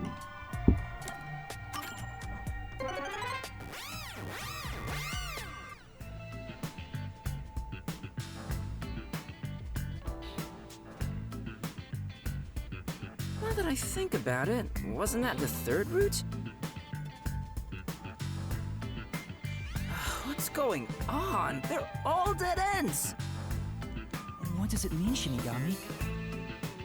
It seems that even though we tried to solve every how, we can't figure out who the culprit is. Oh, come on! Then what was the point of our great adventure? I've told you this a dozen times already. Even dead ends are precious clues. Because of them, you figured out that examining the murder method won't lead you to the culprit. I see.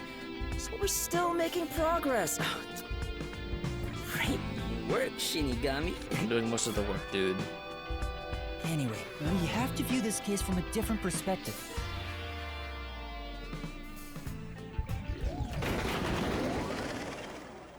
What's that?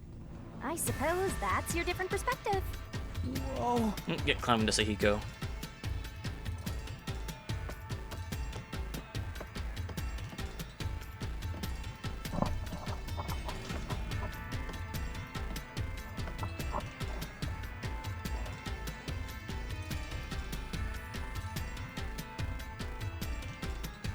We're really walking on another side.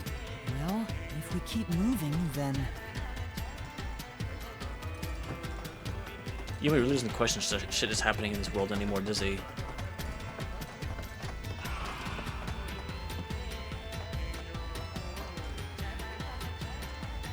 Look, it's a new route!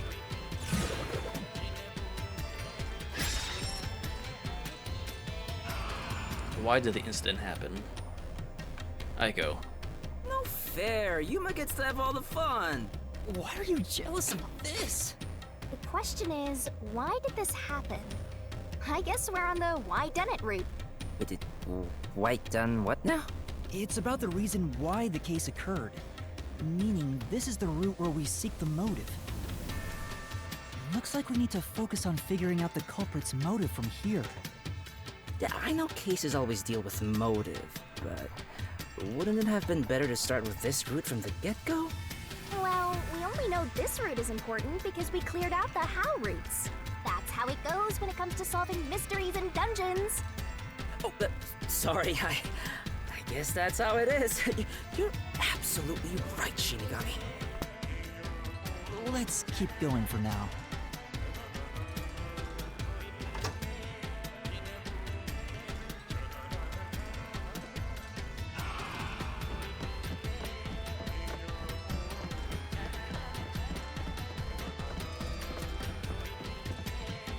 Before we figure out the culprit's motive, what kind of person was Karin anyway?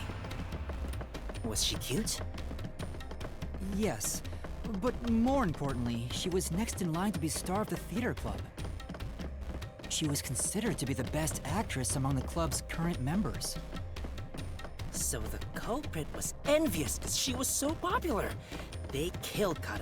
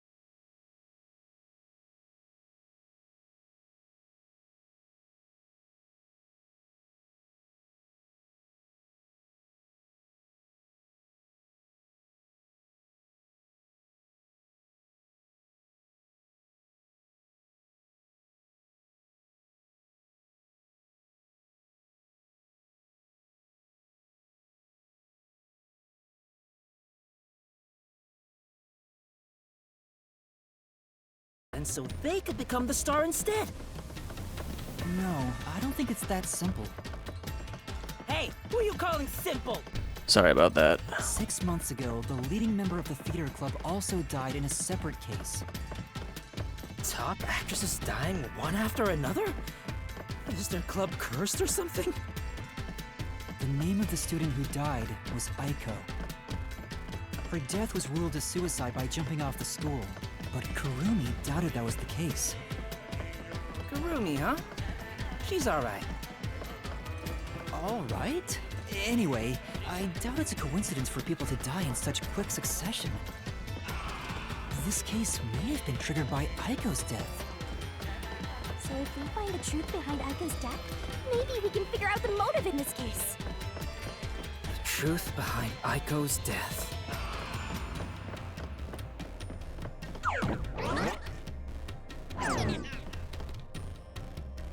Hey, look! Is that Aiko? Whoa, she's cute too! Let's go talk to her! She's dead. She's about to get a taste of my full and undivided attention. You can already tell women will be his downfall. Oh well, it's not like you're any better off with yours truly, Master.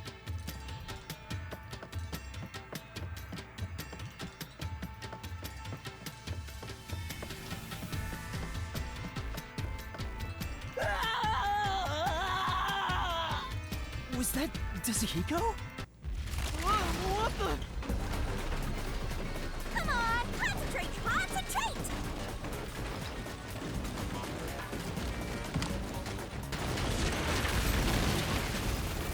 Yuma, this is bad. The ground's giving way beneath our feet. Yeah, I can tell. Aiko!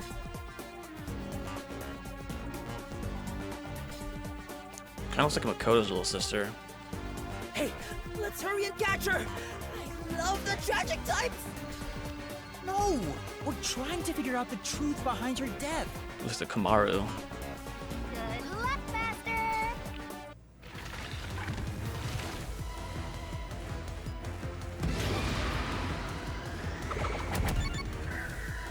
Outside. Aiko's death 6 months ago was actually a result of murder.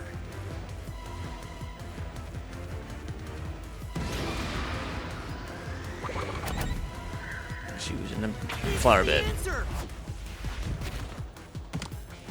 The location of Aiko's murder is the flower bed.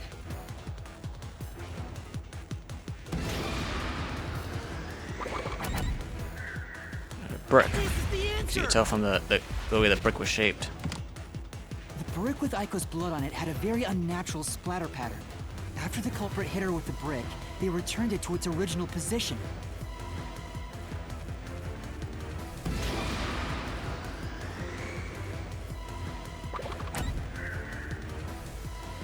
Karin.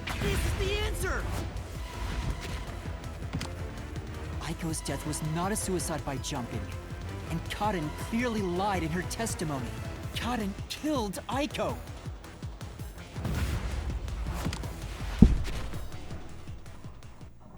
All right, let's keep following her, Yuma.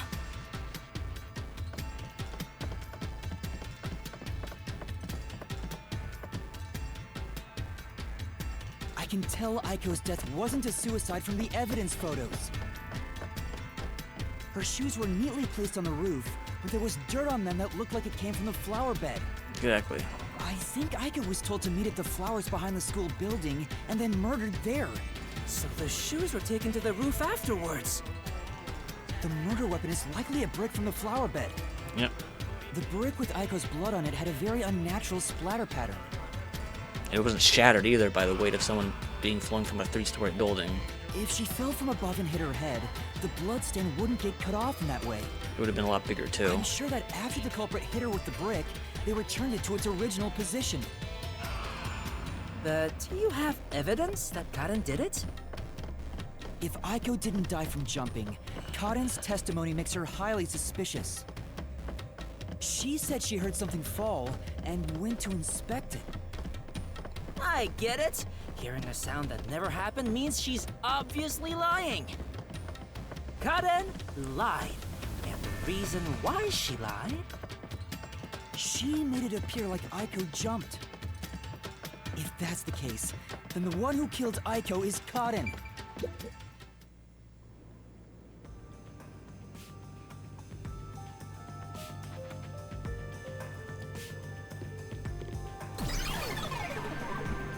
She disappeared? Damn it! I can't even help the girl who needs it most! Help her? She was dead long before you could help her. Anyway, this must be the roof Aiko supposedly jumped from. Hey. Why did Karen kill Aiko? I thought an all-girls school would be more sunshine and rainbows than murder. If a brick was used as the murder weapon, then it could have been an impulsive crime. So Karen might not have been planning to kill Aiko when she called her there. You mean they were talking and it turned into a crime of passion? That's so cliche. Maybe they were discussing their acting careers. They had a disagreement, and it turned to violence. Well, if this caused the other murder case, then is the motive revenge? Yes. Yeah, they weren't fighting over Aiko's spot. They wanted to get back at Karen for taking it away. Meaning the culprit is whoever cares the most about Aiko? Then which of the suspects is it? All three. In fact, where do we even go from here? We got the motive, but there's still no path. This is different from the other dead ends. I think there's a mystery around here. Something must be hidden here.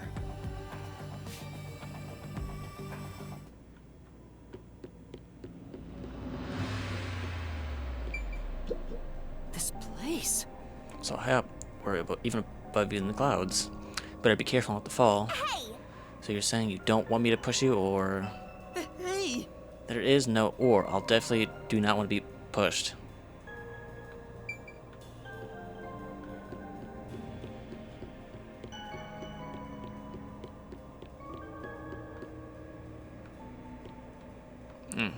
Are these the path I walked?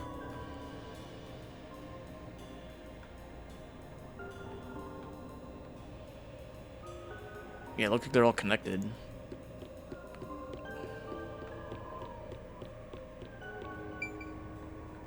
Over in the distance.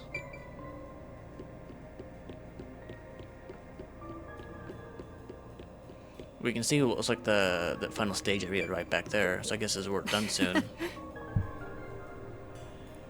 The wind feels so nice, it's hard to believe we're inside the mystery labyrinth. Whoa! One of these days, I'll have a concert on stage this high up looking out over my adoring fans. Alright, I guess this is it. Hey, check it out!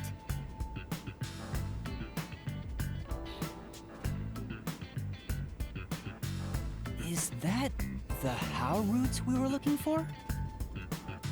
We're so high up. When did this happen? Master, look over there! What's that? It doesn't seem connected to anything else. Which means that could be the Who location. So the true culprit is over there then? But how do we reach it?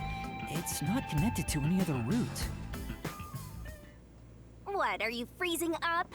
Scared of heights or something? Oh, it's not that. About those three routes.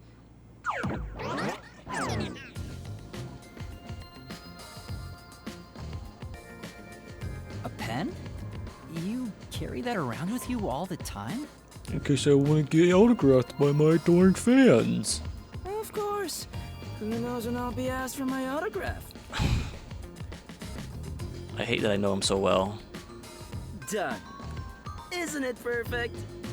I'm just as good at drawing maps as I am at remembering a pretty face. This is the how route when seen from above, right? This secret path. Shit. Well, this is a dungeon, right? So maybe there are some secret paths in here. Alright. See? If you look at it this way, doesn't it all seem like the same road? Yes. You're right. The 3 How routes are connected into a single route all the way to the Who room. Wait, all 3 are connected? They're all That's it. accomplices. I think I've got it. That's the hidden truth behind the How route. They all killed her. There's only one explanation for how the victim could have been poisoned. What? Seriously? Not bad. You finally made yourself useful. Yay! Shinigami complimented me! I love you, Shinigami! Wasn't I a good boy? I deserve a treat, right?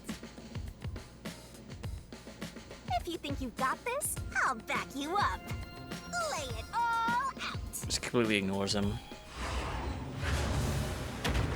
Huh. Fantastic.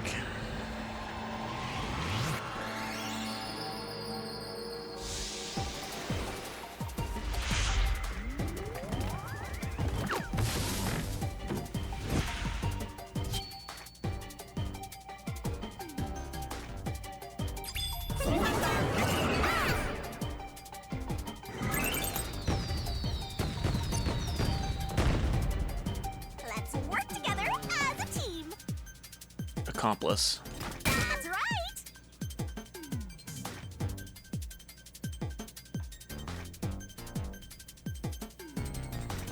Set up. Go, go. Go, go, go. Great.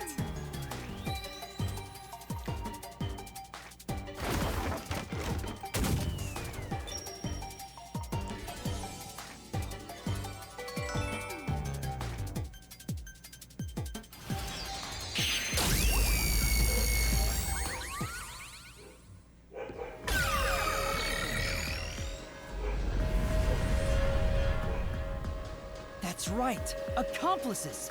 The truth of this case is that Yoshiko, Waruna, and Kurane were all accomplices and committed this crime together. Accomplices? But don't they hate each other's guts? Well, importantly, just Akiko, I'm surprised you were able to keep your cool over that Shinigami puzzle. It's the truth. I realized it once you drew this map, Yasuhiko. The 3 How routes that we explored were all dead ends. Each of them were suspects, but they were all ruled out because of certain details of the case. That makes sense. If we look at them separately, we get dead ends. But by connecting all 3 routes like this, and looking at it as a single criminal act, it clearly becomes one path forward. They were accomplices that committed a single crime. This murder would have been impossible to commit alone. We figured that out during the How route. But if the 3 of them worked together, they could make it possible.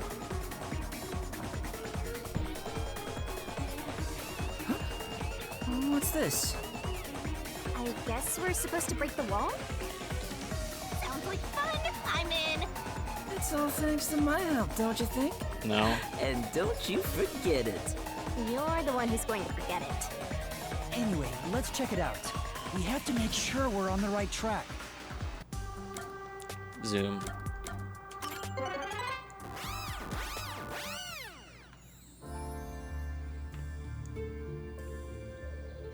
By separating the hows, the 3 of them divided up the tasks that needed to be done to pull off the murder.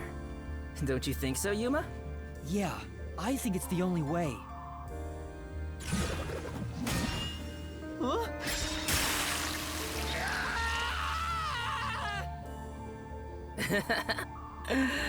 Huh? You sure sound confident. And now, there's a new problem to solve. We have to expose the secret behind their complicity. How exactly they cooperated together, and the timeline of the crime. Got it. The timeline, huh? Then the first thing to discuss is... Seeing how we already saw it from the top down, we already know this is going to be the How was first. the poison brought to the theater hall? Yes. Order was red, blue, yellow, so... Let's start with the poison being brought to the theater hall. Their conspiring began with how was the poison brought to the theater hall. It's a really already explored to the very end, so let's blast through it! Hey, wait!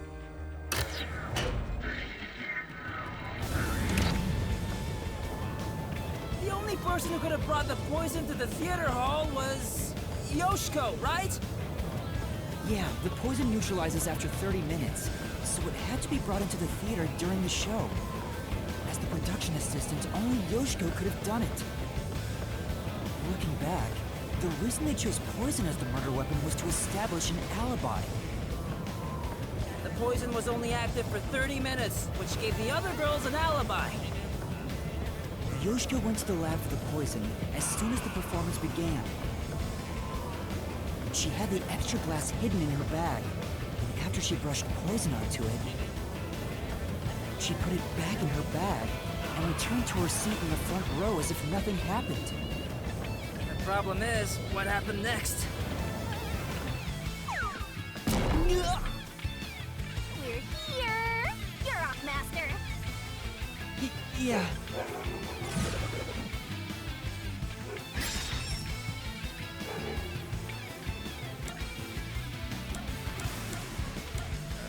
Handed it to Warna.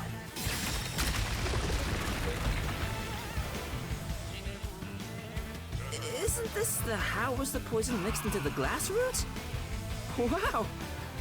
It really connected! Alright, let's keep going and reach the truth! Whoa! Hey, you said Yoshiko handed the poison glass over to Waruna, but Waruna was performing on stage, right? How could she receive the glass while on stage? The only time I can think of is when they turned off the lights. Yoshiko sat on the right edge of the front row close to the wings, where the actors enter and exit from scenes. She probably stood up when the lights went out and left the poisoned glass near the right wing. Even if she couldn't get on stage, she could at least do that within 5 seconds. Then, Warna picked up the glass and hid it under her costume. The costume check happens before the performance, so she got around that by receiving the cup during the performance.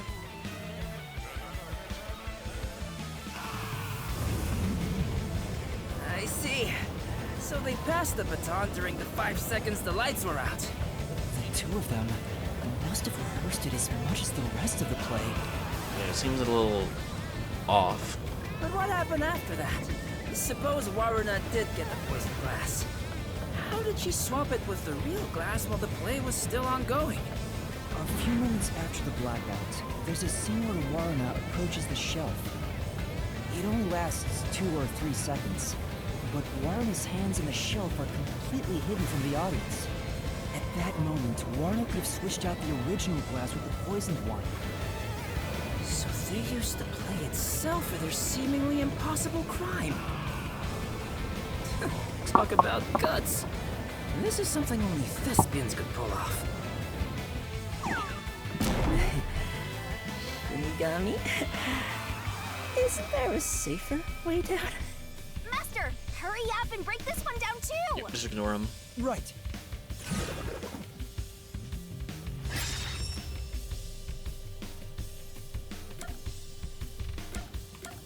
Guided by current name. Should we just walk right over there then? Alright, we got this one too. Only a bit more! Let's keep going! Wait, can't we take a break? This is the final one. It's the how was the poison glass chosen bit. From here, it's exactly as we solved it before. Kurone told Karin beforehand to take the glass the spotlight hits first. And then, after confirming the poisoned glass from the catwalk above, the spotlight was pointed directly at it. And that's the method behind the murder weapon. Method? Sounds more like madness if you ask me. That solves this mystery. We've almost reached the truth. Seriously? That's terrible.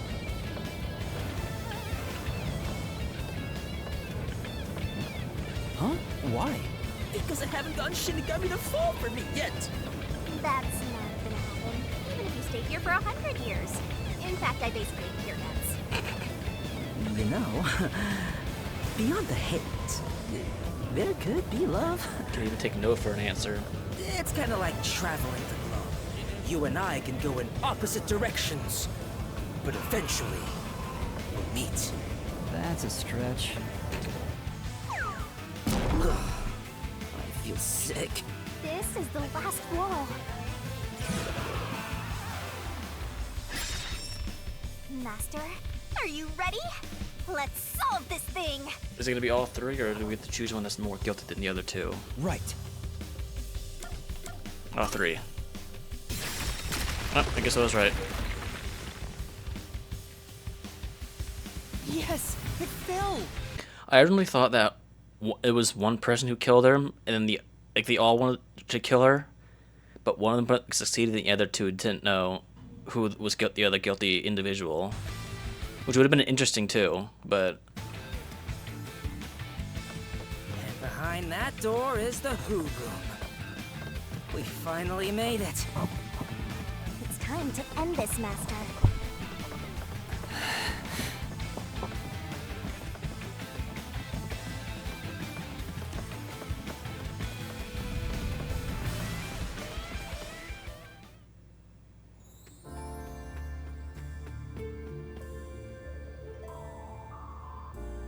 Looks like all the culprits are here.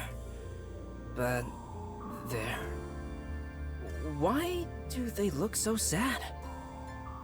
How boring! You call yourselves the final bosses of the Mystery Labyrinth? Then start acting like it. Might as well guard the truth till the end at this point. oh, I guess it's time for the fortress part. There.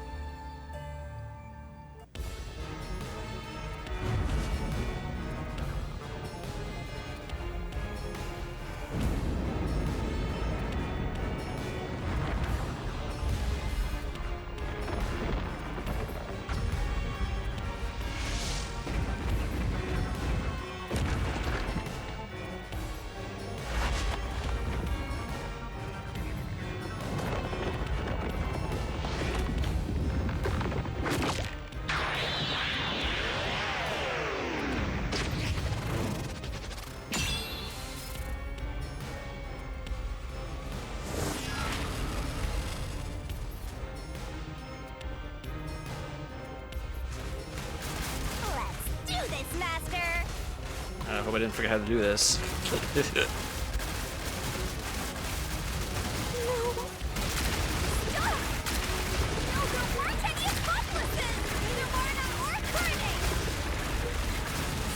Now they're covering for each other. There's no reason for us to team up!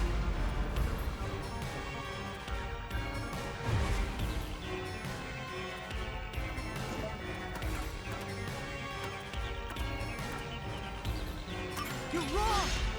Huh? Come on! You did it, Master! Yeah. Let's do it, Master!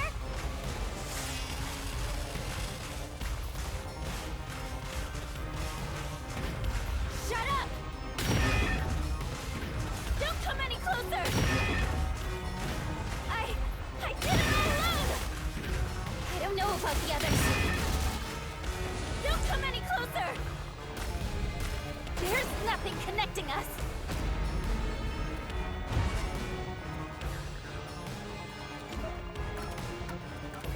You're wrong!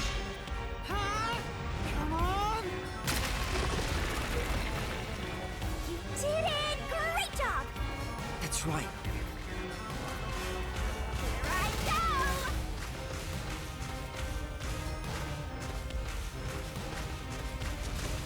Shut up! Go away! Stop telling lies! Please, leave me alone! Shut up! We had nothing to do with each other!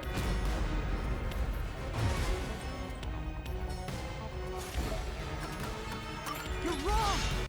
Can I talk about how I like the little smiling human in the corner? It looks like he's just calm and like complacent, like nothing's fucked up's happening right now. Like you thought they could make him look a bit more serious during this. What's going on here? I thought they hated each other. He really just looks like, yeah, I'm just on my way to kill someone today. You know, business as usual. No, that probably isn't true. Huh? What do you mean by that? If you put together the 3 photos they each have... What? So they're all in the same picture? You're not that very smart either, Shinigami. That's the truth. Truth is, you're a little bit smarter than Fubuki at some points. Yeah. No need for mercy! Let's do this, Master! No! No! No! Stay away! Stop messing with me! Oh no! Stop!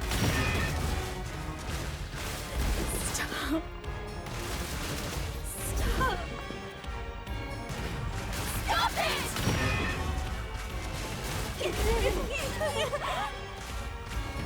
Get away from me!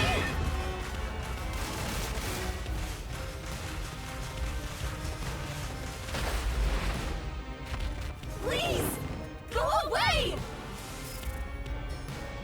There is no bond between us!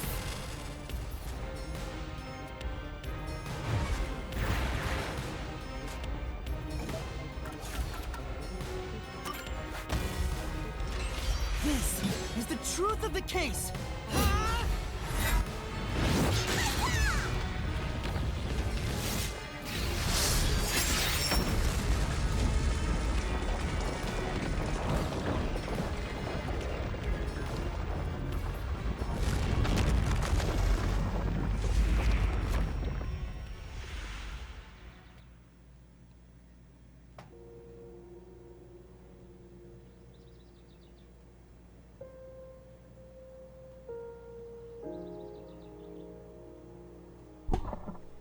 This is just a guess, but you 3 weren't actually on bad terms with each other, were you?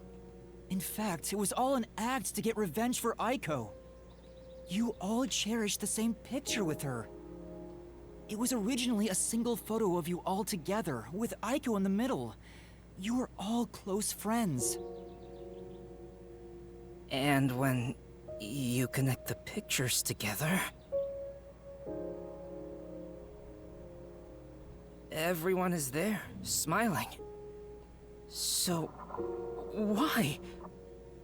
Come on, we've got work to do before you get all sappy. What I like about this case so far, I think this might be the best case so far. There might be a better one in the future, I don't know. Because the last one was just a bunch of random people who don't even have names. Like, can I even open up the... Okay, here we go. This was the last case. Only one person got a name, he wouldn't even appear on screen. And then you have these girls here.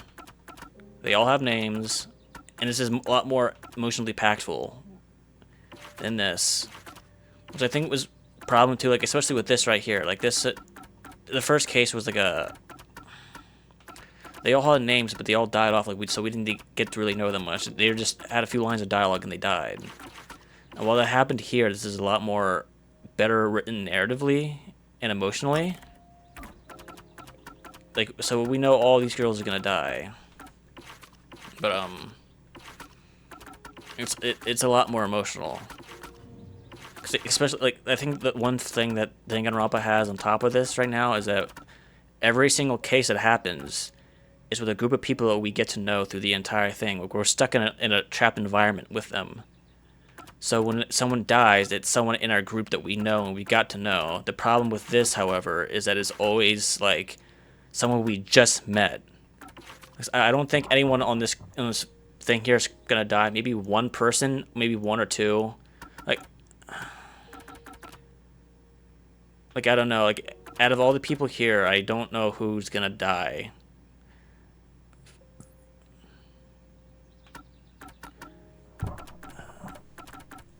I'm gonna probably go ahead on a limb and maybe say Yako, Only because it looks like, go from left to right, like we hang out with Hilara, we hang out with Destahiko. Maybe one of these two will die, or maybe someone we work with during a case will die. But it seems more likely it might be Yako, because he is the leader, and he's kind of like the guy who keeps everyone together. So I think that might be an obstacle they have to go down, they have to deal with later in the future.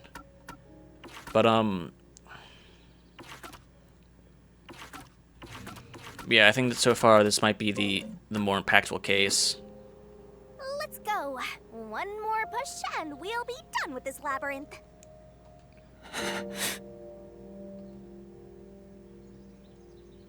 What would a hero do?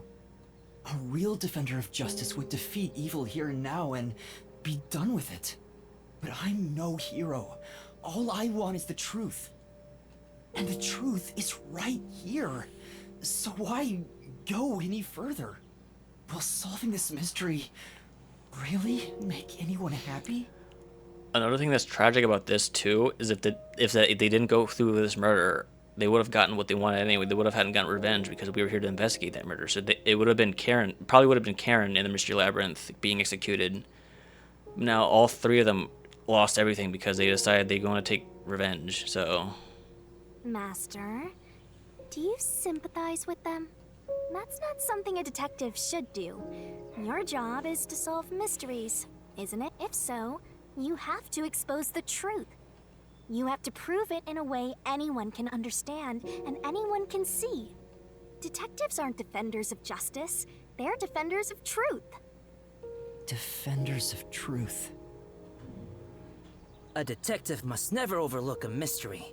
Any and all truths must be exposed. A detective must always prioritize solving a case. Emotions must be discarded to reach a perfect solution through a perfect deduction. It's easier said than done. Yuma, if you can't do it, I can take your place. No, I'll do it. I'll take responsibility. I'll see this through.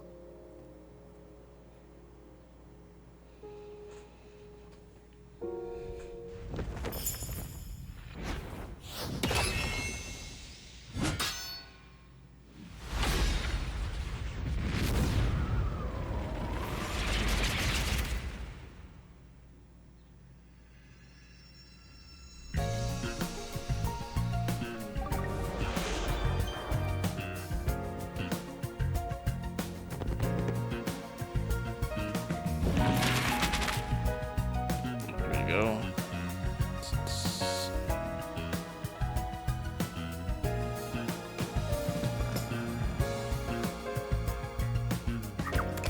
It was there? Yep.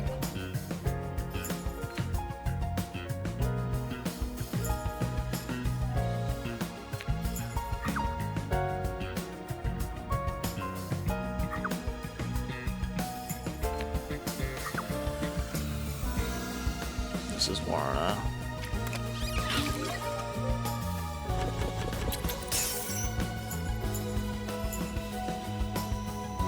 These are boots.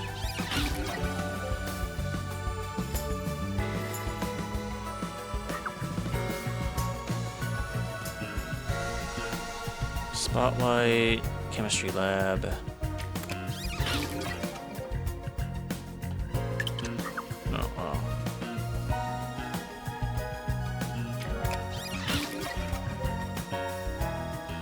She's even going with the Tudors with that same smile on their face. That must be really good acting, or they didn't bother to edit that.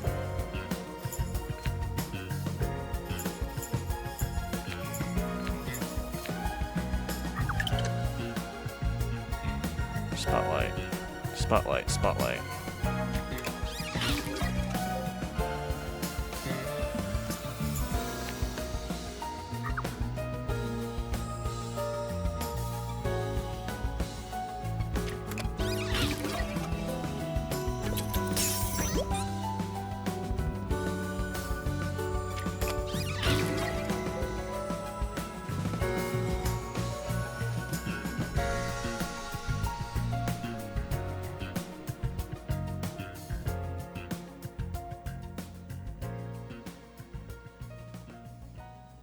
Step right up, step right up.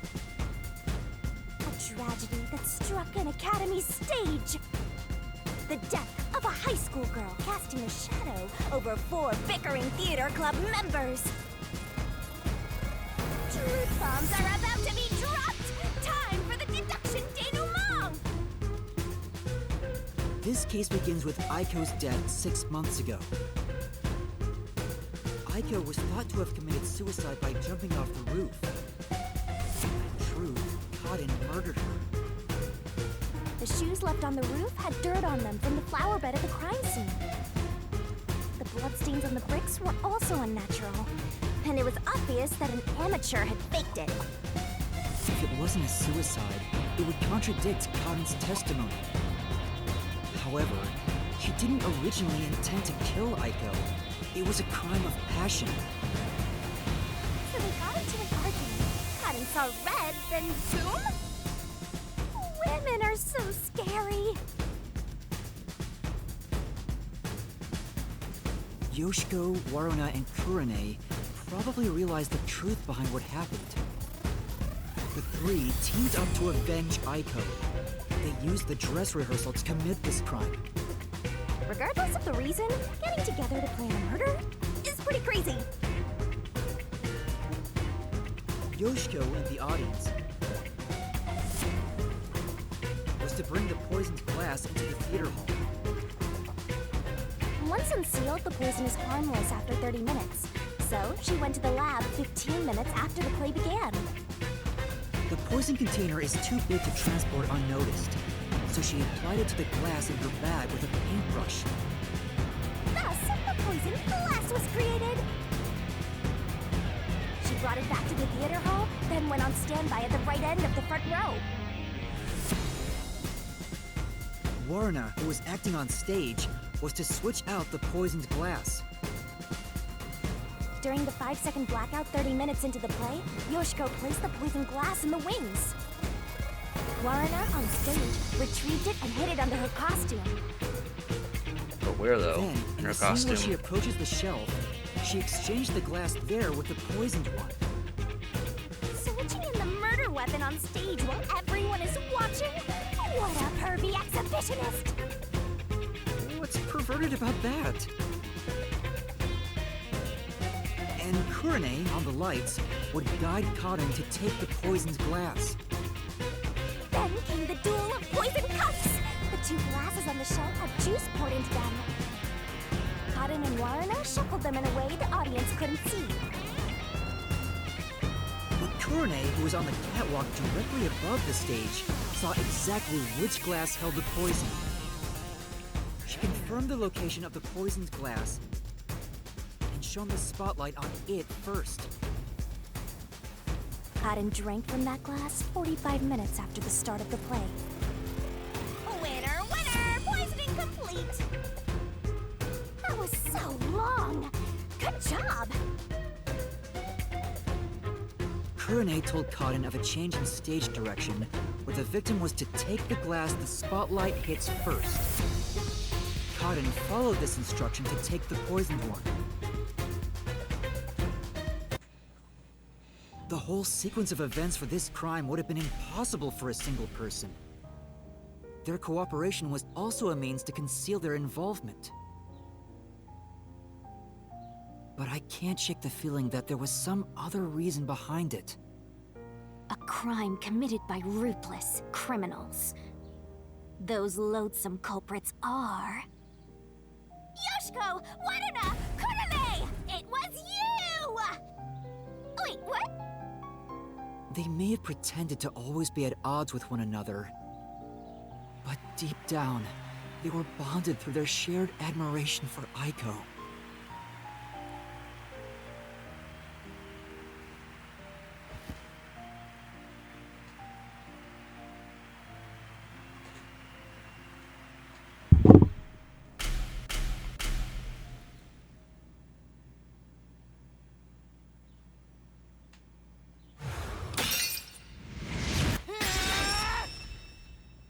This is my answer!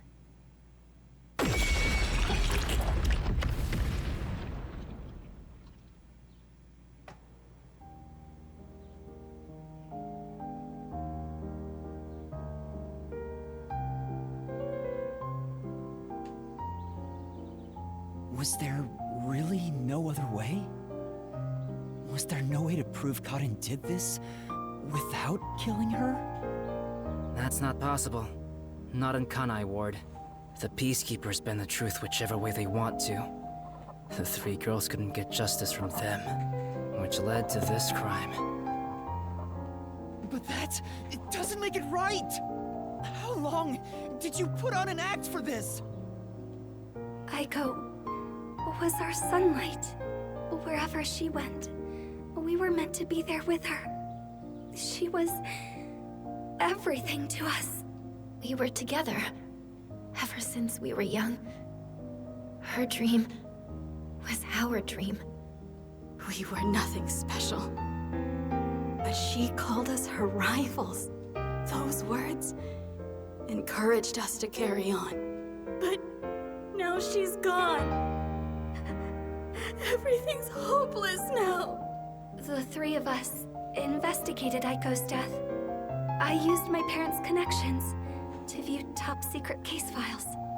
But no matter what we did, the Peacekeepers refused to reopen the case.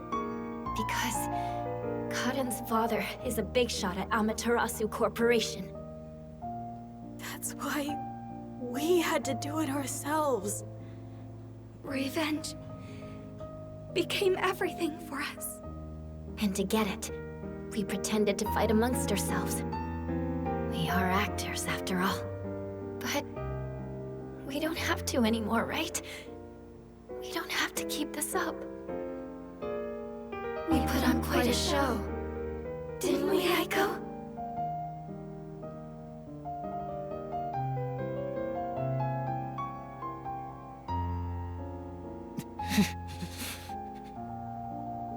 This leaves a bad taste in my mouth.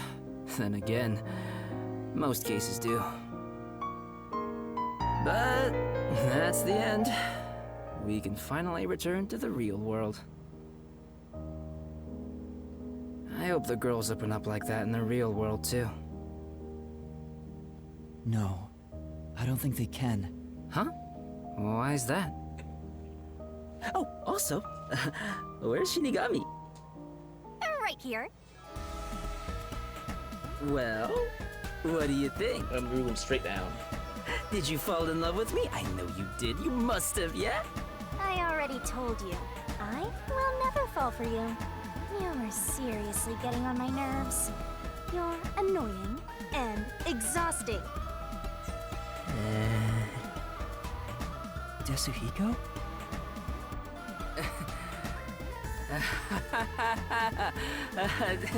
Did you think I was serious? I was just testing the bond between you two. Our bond? It's more like a curse, at least to me.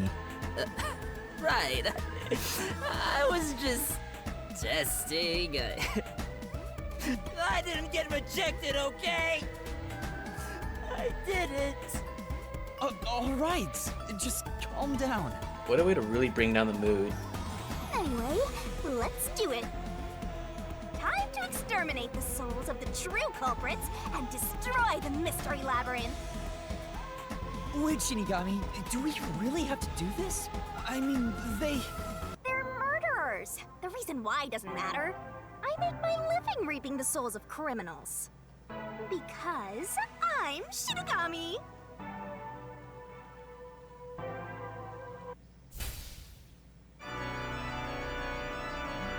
Surging bloodlust. Overflowing despair. The brilliant soul of Shinigami shall expunge this cursed case. Death to all deplorables. Ruin to the vile mystery labyrinth.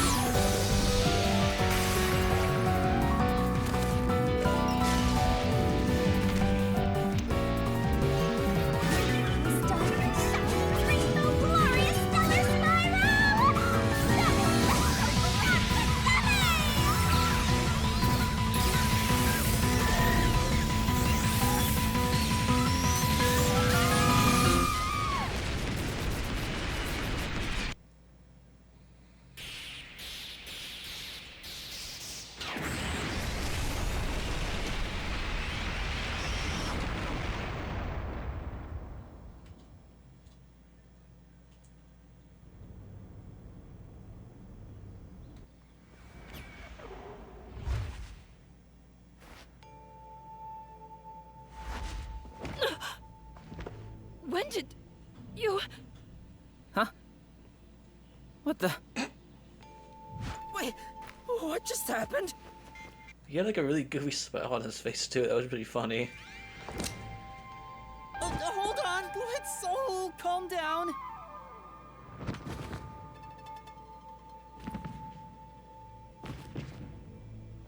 What? What's going on? I knew it. The evil murderers have been expunged once again! Oh, right. There's still one more job I gotta do.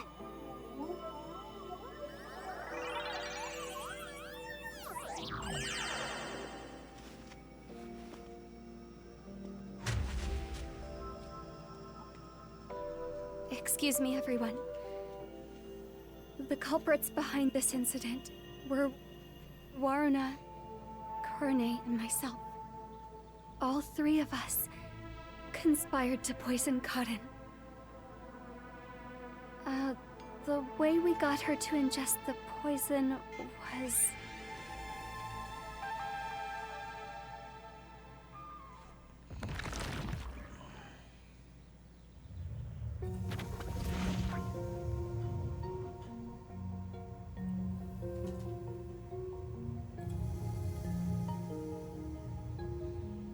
I don't know what you people have done, but next time it won't go your way.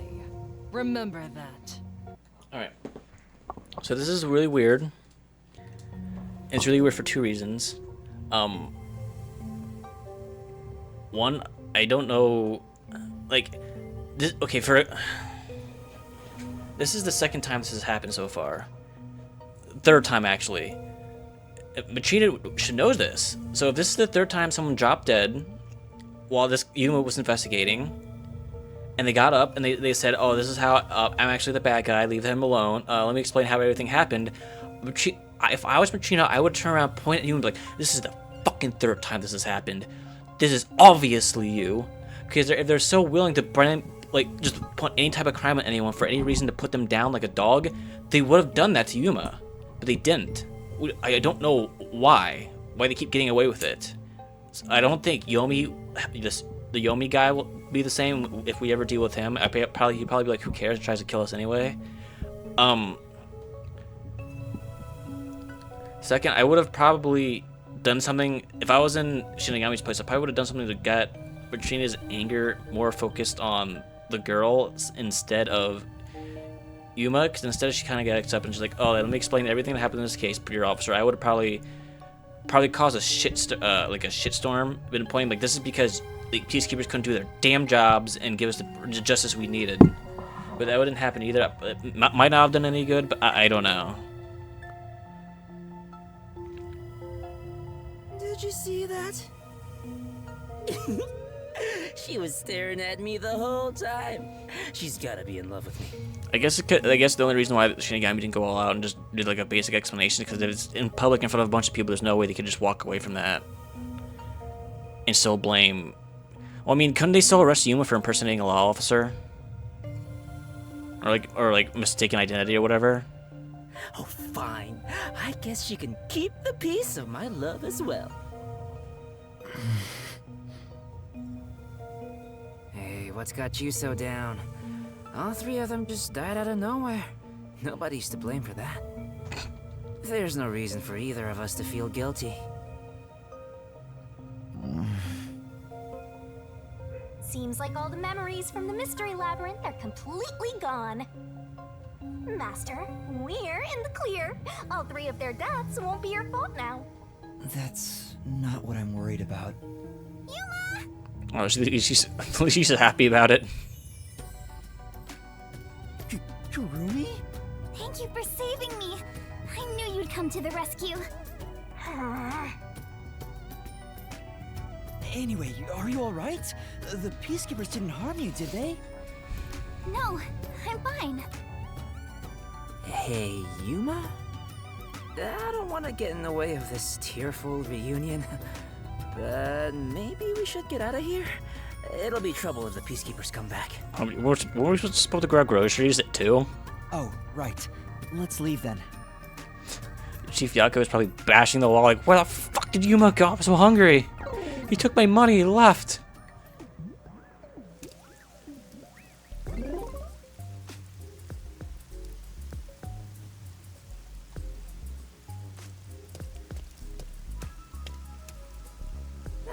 gonna head to the agency and put in a good word for you.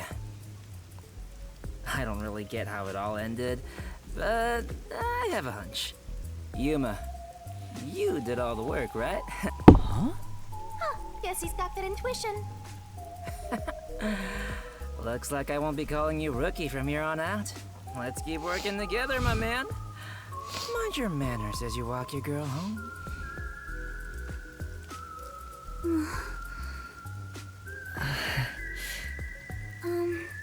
Yuma? Huh? What is it? This tension. Don't tell me. Is this where they make babies? Did something happen? You... Oh, well, although the case was solved, 3 lives were lost. Right. I didn't expect Yoshiko and the others to... Could it be that their deaths are related to your forte? Real good intuition on her. What? Wow, we've got another sharp one. Master, I hope you know this, but if you say anything about our contract... Oh, sorry for saying something so strange. I know I'm off, right? Even if that were the case, you'd never tell me. Hey, Kurumi, there's somewhere I want to go. Will you come with me? Uh-huh. Sure, I guess. She knows too much. We gotta take her down too. We gotta put her down.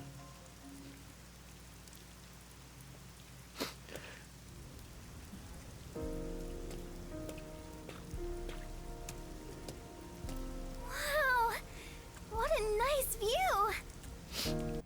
Brings her up here. It's like, hey, Kurumi, can you drop this rock from this roof real quick? Just real quick. She's like, oh, okay. I guess for you, Yuma. It drops the rock, hits someone in the hand. Yuma's like, oh God, I gotta figure this mystery out. Come on, Shinigami, mystery lamps. We gotta figure this out. And then she just plops over. It's like, oh, well, there's the mystery solved. I had to do what I had to do. It's like a secret hideout. I didn't know that Kamasaki had a place like this. Please, help me save this city. Save this city, huh? I managed to save Kurumi by solving the case, but I killed those 3 girls. I'm responsible for their demise. You and your friends snuck onto a all-girls school cross-dressing, and you murdered 3 girls and you got away with it. It's kind of fucked up, Yuma. You gotta reevaluate your life, man. If I had let the peacekeepers deal with it, at least their deaths could have been prevented. No, because an innocent person would have lost their life instead. What exactly did I even solve? It's not a true solution if we can't save everyone. What I gained in exchange for my memories isn't some convenient, mystery-solving tool. It's literally the power of a death god. What are you musing about? You can't reclaim the past, and you're not gonna get your memories back either. In the end, you just have to accept it. Accept it? Instead of believing in some vague thing like justice, just believe in the truth. They say there's only one truth, and there's only one type of person who can find their way to that truth. Detectives. Even if I have to sacrifice others to find it, I should let so many people die for the truth? Master, you keep going to extremes. It's part of why you're a greenhorn. Seems like you still have much to learn under my guidance. What is the truth? Why did I become a detective to seek it? Yuma? Huh? Oh, yes? I know I already said this, but... Thank you so much. You are exactly the kind of person I thought you were. I keep getting fucking text messages from the Domino app letting me know there's a deal going on. It's goddamn annoying. What do you mean by that? You're my hero. Hey, letting you know Domino's here. Letting you know, deal just for you. We'll give you a whole 50 cents off your next cheesy bread you order. I thought we'd let you know about this right now. I thought we'd send you an annoying little text that vibrates in your pocket to let you know about that. You're welcome. I'm no hero. I was just trying to expose the truth. But thanks to you, I was saved. If you weren't around, I wouldn't be here today. That's why a detective who exposes the truth is a hero in my book. If there were more detectives like you in this city, maybe Aiko's death would have been solved earlier. I'm sure things would have been different. Kanai Ward hasn't seen a hero like you in forever. That's why it's always been so dark here. So please, please continue to be our hero. A hero? Oh. Maybe before I lost my memories, I was trying to become someone's hero. This time, there was a steep price to be paid for exposing the truth. But even so, the truth must always be revealed. I want to believe I can save someone. I want to. No, I don't want continue fucking being the cheesy hero bread she Dominoes. says Leave me I am. alone. Still, I don't want to use Shinigami's powers again. Don't act like you don't like it, Master. Well, I'm just glad you seem more motivated now. Oh, yeah. We made a promise, didn't we? I said I'd tell you about Kanai Ward's ultimate secret after the case was solved. Huh? Oh, right. Hey, you seem like you weren't expecting much. But that's where you're wrong. Just between you and me, Alright, we're about to figure out something really big here, apparently. I am Kanai Ward's only informant. You? Informant? Are you serious? A high school girl informant? An information broker? I'm still a beginner, though. I started 3 years ago after taking over from my grandfather. And now that the Peacekeepers control the city, there isn't much of a demand for information anymore. No wonder you know so much about rumors. Besides... I haven't felt this nervous since I was chased by those Peacekeepers. That also explains why the Peacekeepers were after you. If Kurumi is an informant, maybe she does have some crucial information about Kanai Ward's ultimate secret. Alright, well, see you later, Kurumi. Just go ahead and save it first.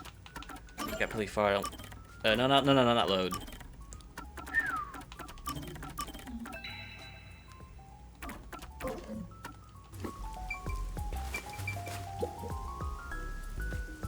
So, Kurumi, what do you know about Kanai Ward's ultimate secret? Well, it's likely connected to the top secret research that Amaterasu Corporation is conducting. How do you know what that is? I think it has something to do with why the unified government approved of Kanai Ward's isolation.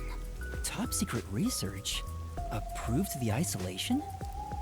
Kanai Ward has always been a city centered around Amaterasu. But there was a lot more freedom in the past.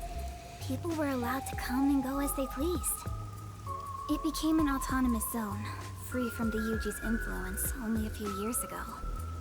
The reason behind it has to do with the top secret research that Amaterasu is conducting.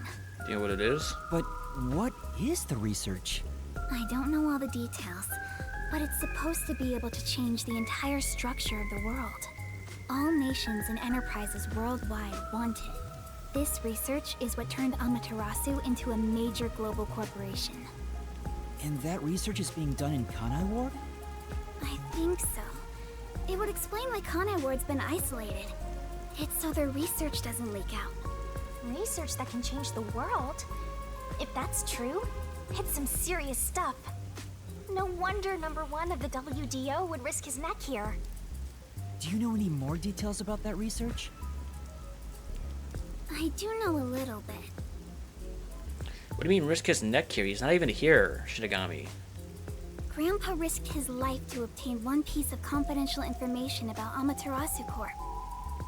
And I believe that somehow, it has to be related. What do you mean?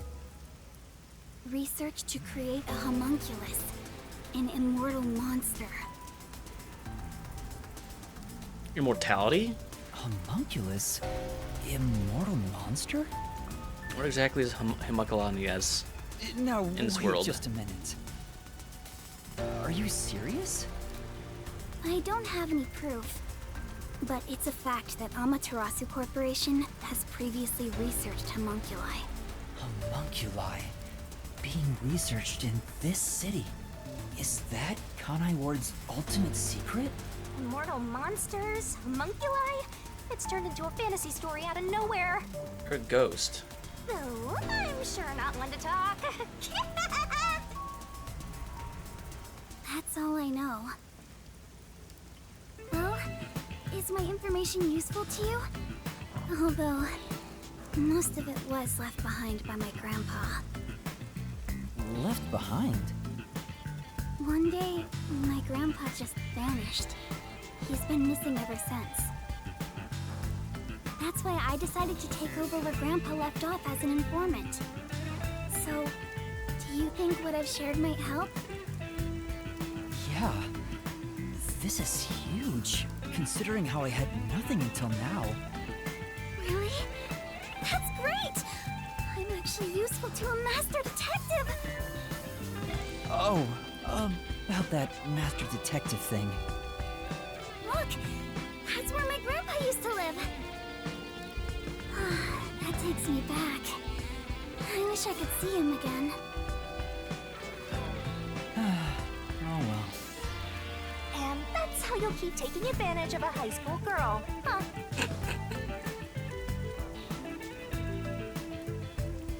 By the way, Kurumi, why do you think your grandfather disappeared? Could it be the Peacekeepers? No, I don't think the Peacekeepers have anything to do with it. Grandpa vanished before Kanai Ward became isolated. He was just suddenly gone. But I do believe I'll see him again someday. Master, forget about some geezer you don't even know. What about this homunculus stuff? The homunculus research. If Amaterasu Corporation is still researching some immortal monster in Kanai Ward, it makes sense why there'd be such tight security. They fear the secret leaking to the outside world. Maybe it even has something to do with the great global mystery that number 1 mentioned. Speaking of which, what could the great global mystery be anyway? There's too much stuff we don't know, but you're one step ahead of the other detectives now, yeah? Guess that flat-chested Uggo is kinda useful. Maybe I should stop calling her Uggo now. I'll just call her Flat. Still gonna hold on to that, huh? I guess this is technically an improvement. You're gonna keep this info to yourself, right? It'll help you get ahead of the other master detectives. And we need to pull information from the guy. No, That's I'll really report dumb. this to everyone. This isn't something I can deal with alone. Ugh, how lame. Couldn't you strike a pose and shout something like, I'm coming for you, Amaterasu? That's not my role. Says that and just gets his head blown off from like a sniper from 50 miles away. All I can do is investigate Kanai Ward's ultimate secret just a little bit further. The rest should be left to the real master detectives to handle. This is my fault as your mentor for babying you so much. You've become the kind of detective who only relies on others without trying to solve problems yourself. What's wrong with relying on others?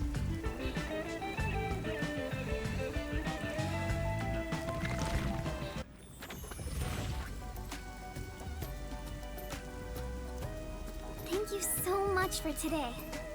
The pleasure is all mine. I'm kinda hungry. Maybe I should go buy a meat bun on the way home. You like those meat buns too, huh? Yes, I love them.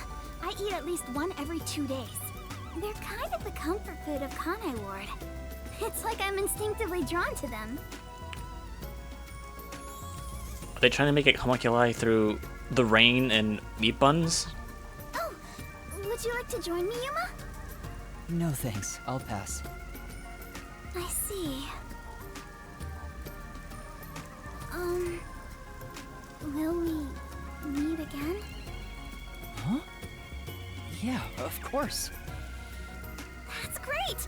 If you ever need any information, you can count on me. See you later. I hope she's okay on her own.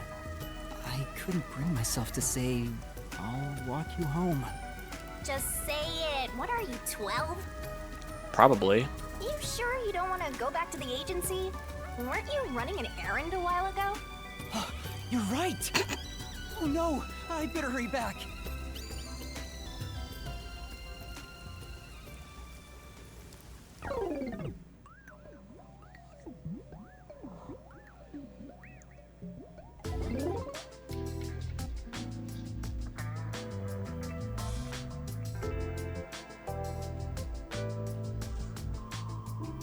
Homunculus research. I still can't believe it's true. Does it ring a bell, Chief? Unfortunately, I've never even heard of it. You sure it's not just some rumor? The way Kurumi explained it leads me to think it's true. Regardless, there's too little information. We lack anything definite at the moment. Still, it's better than having nothing at all. Well done, Yuma. Thank you.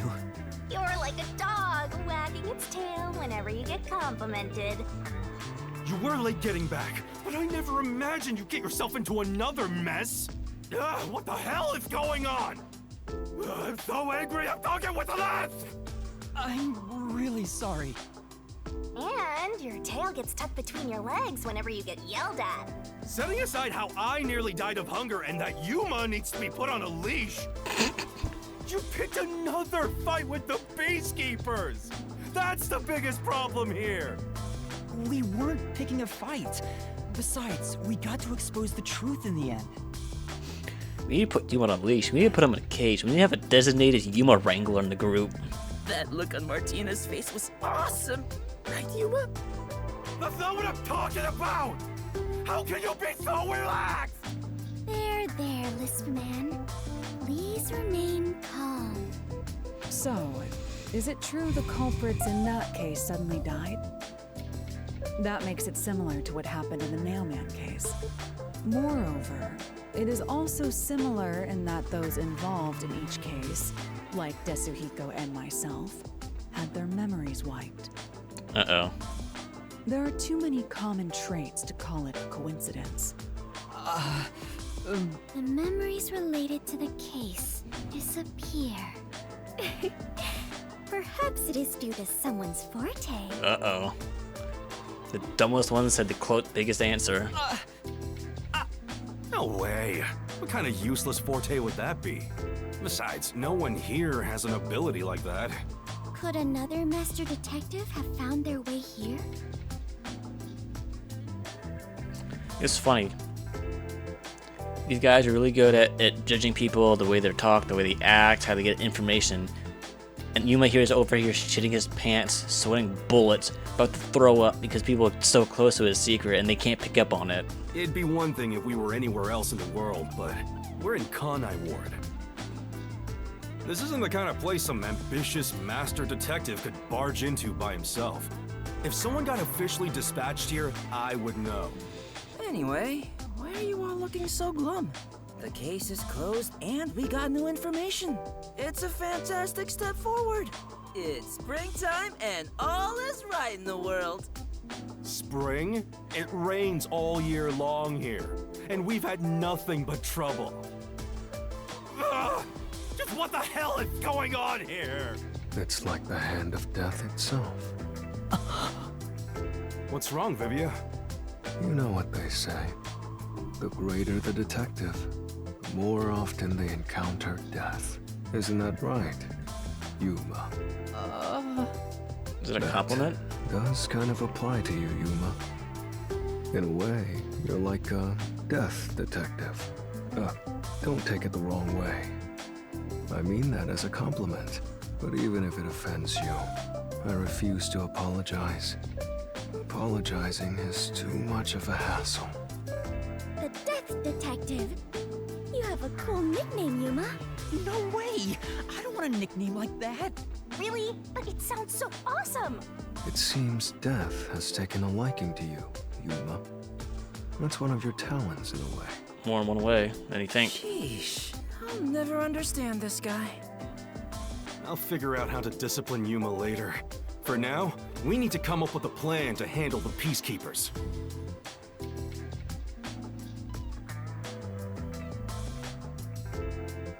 You said this case involved Vice Director Martina, right? She's Director Yomi's right-hand woman. I heard she's both his close advisor and his mistress. I'm sure they're gonna make a move somehow.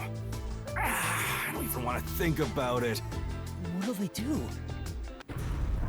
Uh-oh. See? This is what I'm talking about! Everyone, brace yourselves! Are you serious? This is so fun! Really brain dead.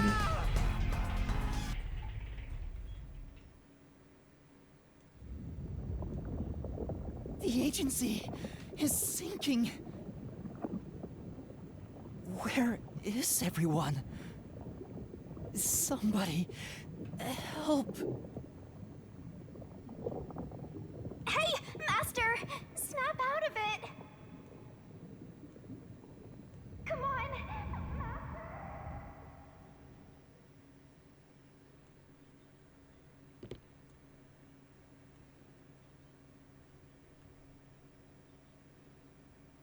Kaboom!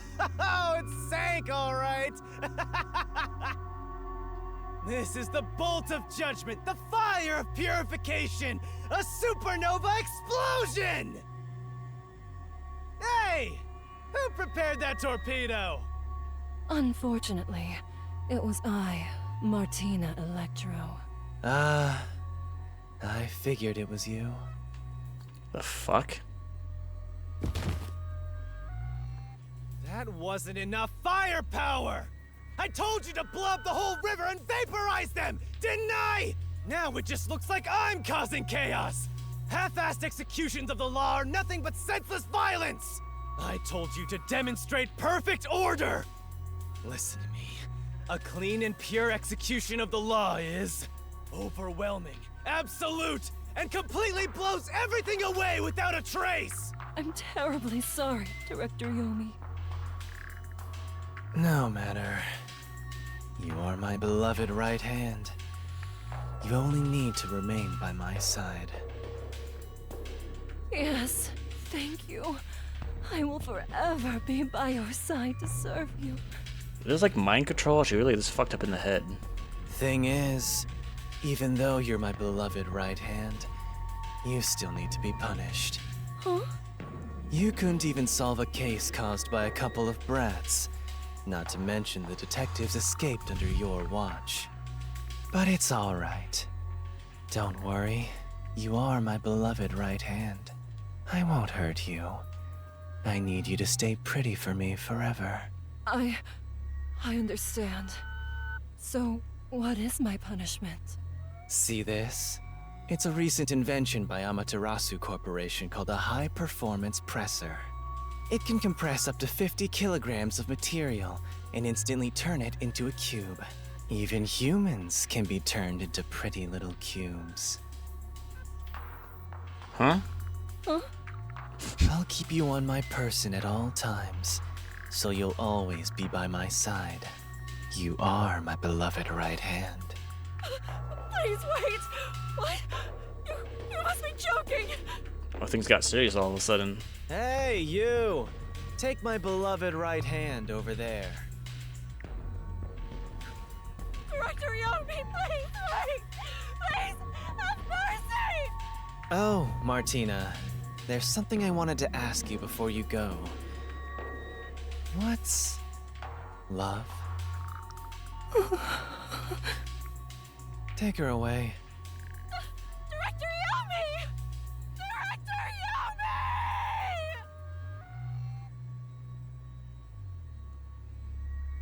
Yomi! All right. Now, let's go find the corpses of those detectives that got blown up. So is she dead now?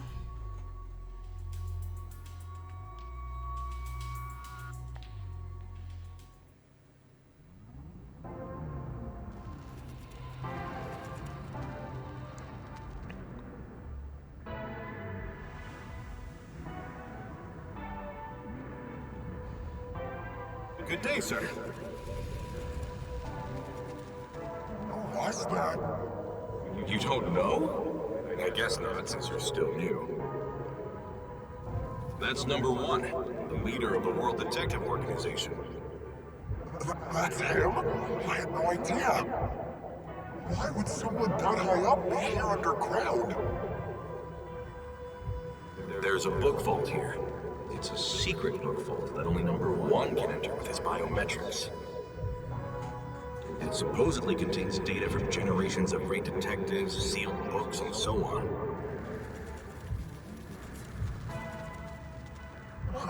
Didn't know that. Don't even think about going in there, newbie. I know. Wasn't number 1 carrying an old book just now? I wonder what that book was. You're curious? Well, how about you go investigate? You may be a trainee, but you're still a detective. Investigate? Me? Kidding. Don't take it so seriously, Yuma. What are we? Are we thief?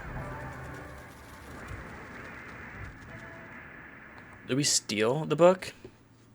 Or did he give it to us to investigate this? Huh?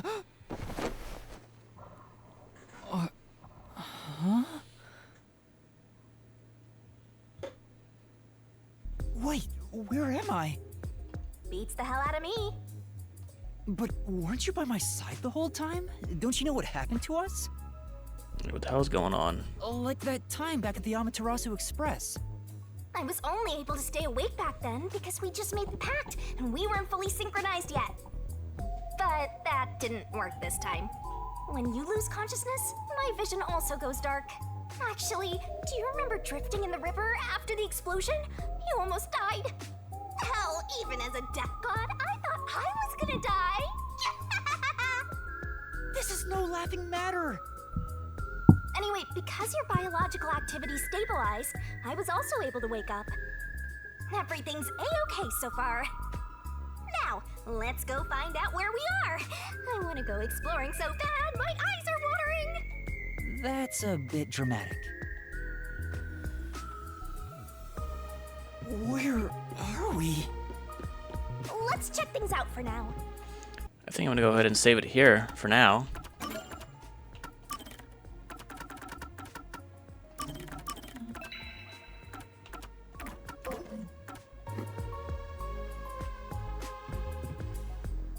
I usually go on a little further.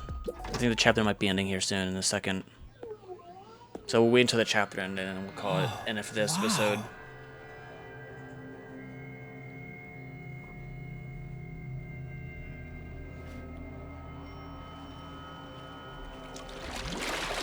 Who's there? Hi there. Nice to meet you. What the fuck? I sure look suspicious, huh? We found the homunculi. Oh, yep, that's the chapter end right there.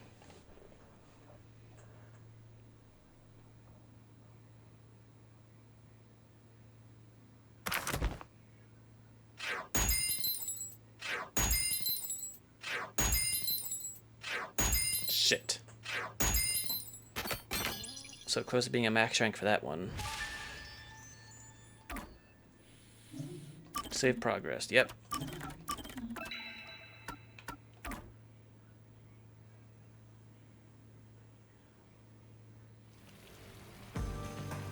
Someone's dream on the street corner. An unrealized ideal shattered. Like tears flooding the city.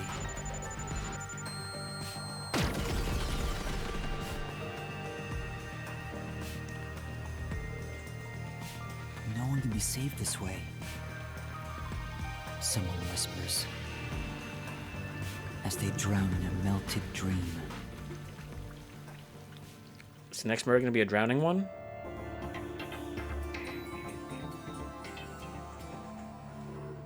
No longer a detective. Did we get fired? That was quite refreshing. A bath is like a fleeting dream. Yeah, this guy's a fucking crazy nutcase. This is definitely the homunculi. This is definitely the big boss, bad boss. Alright, well, I think I'm going to cut it off here. Thank you anyone for coming out to watch this whenever they get a chance to, if they are any. If you like any more of this, like, comment, subscribe. We'll definitely be back with this more at a later date. Thank you all, and have a good night.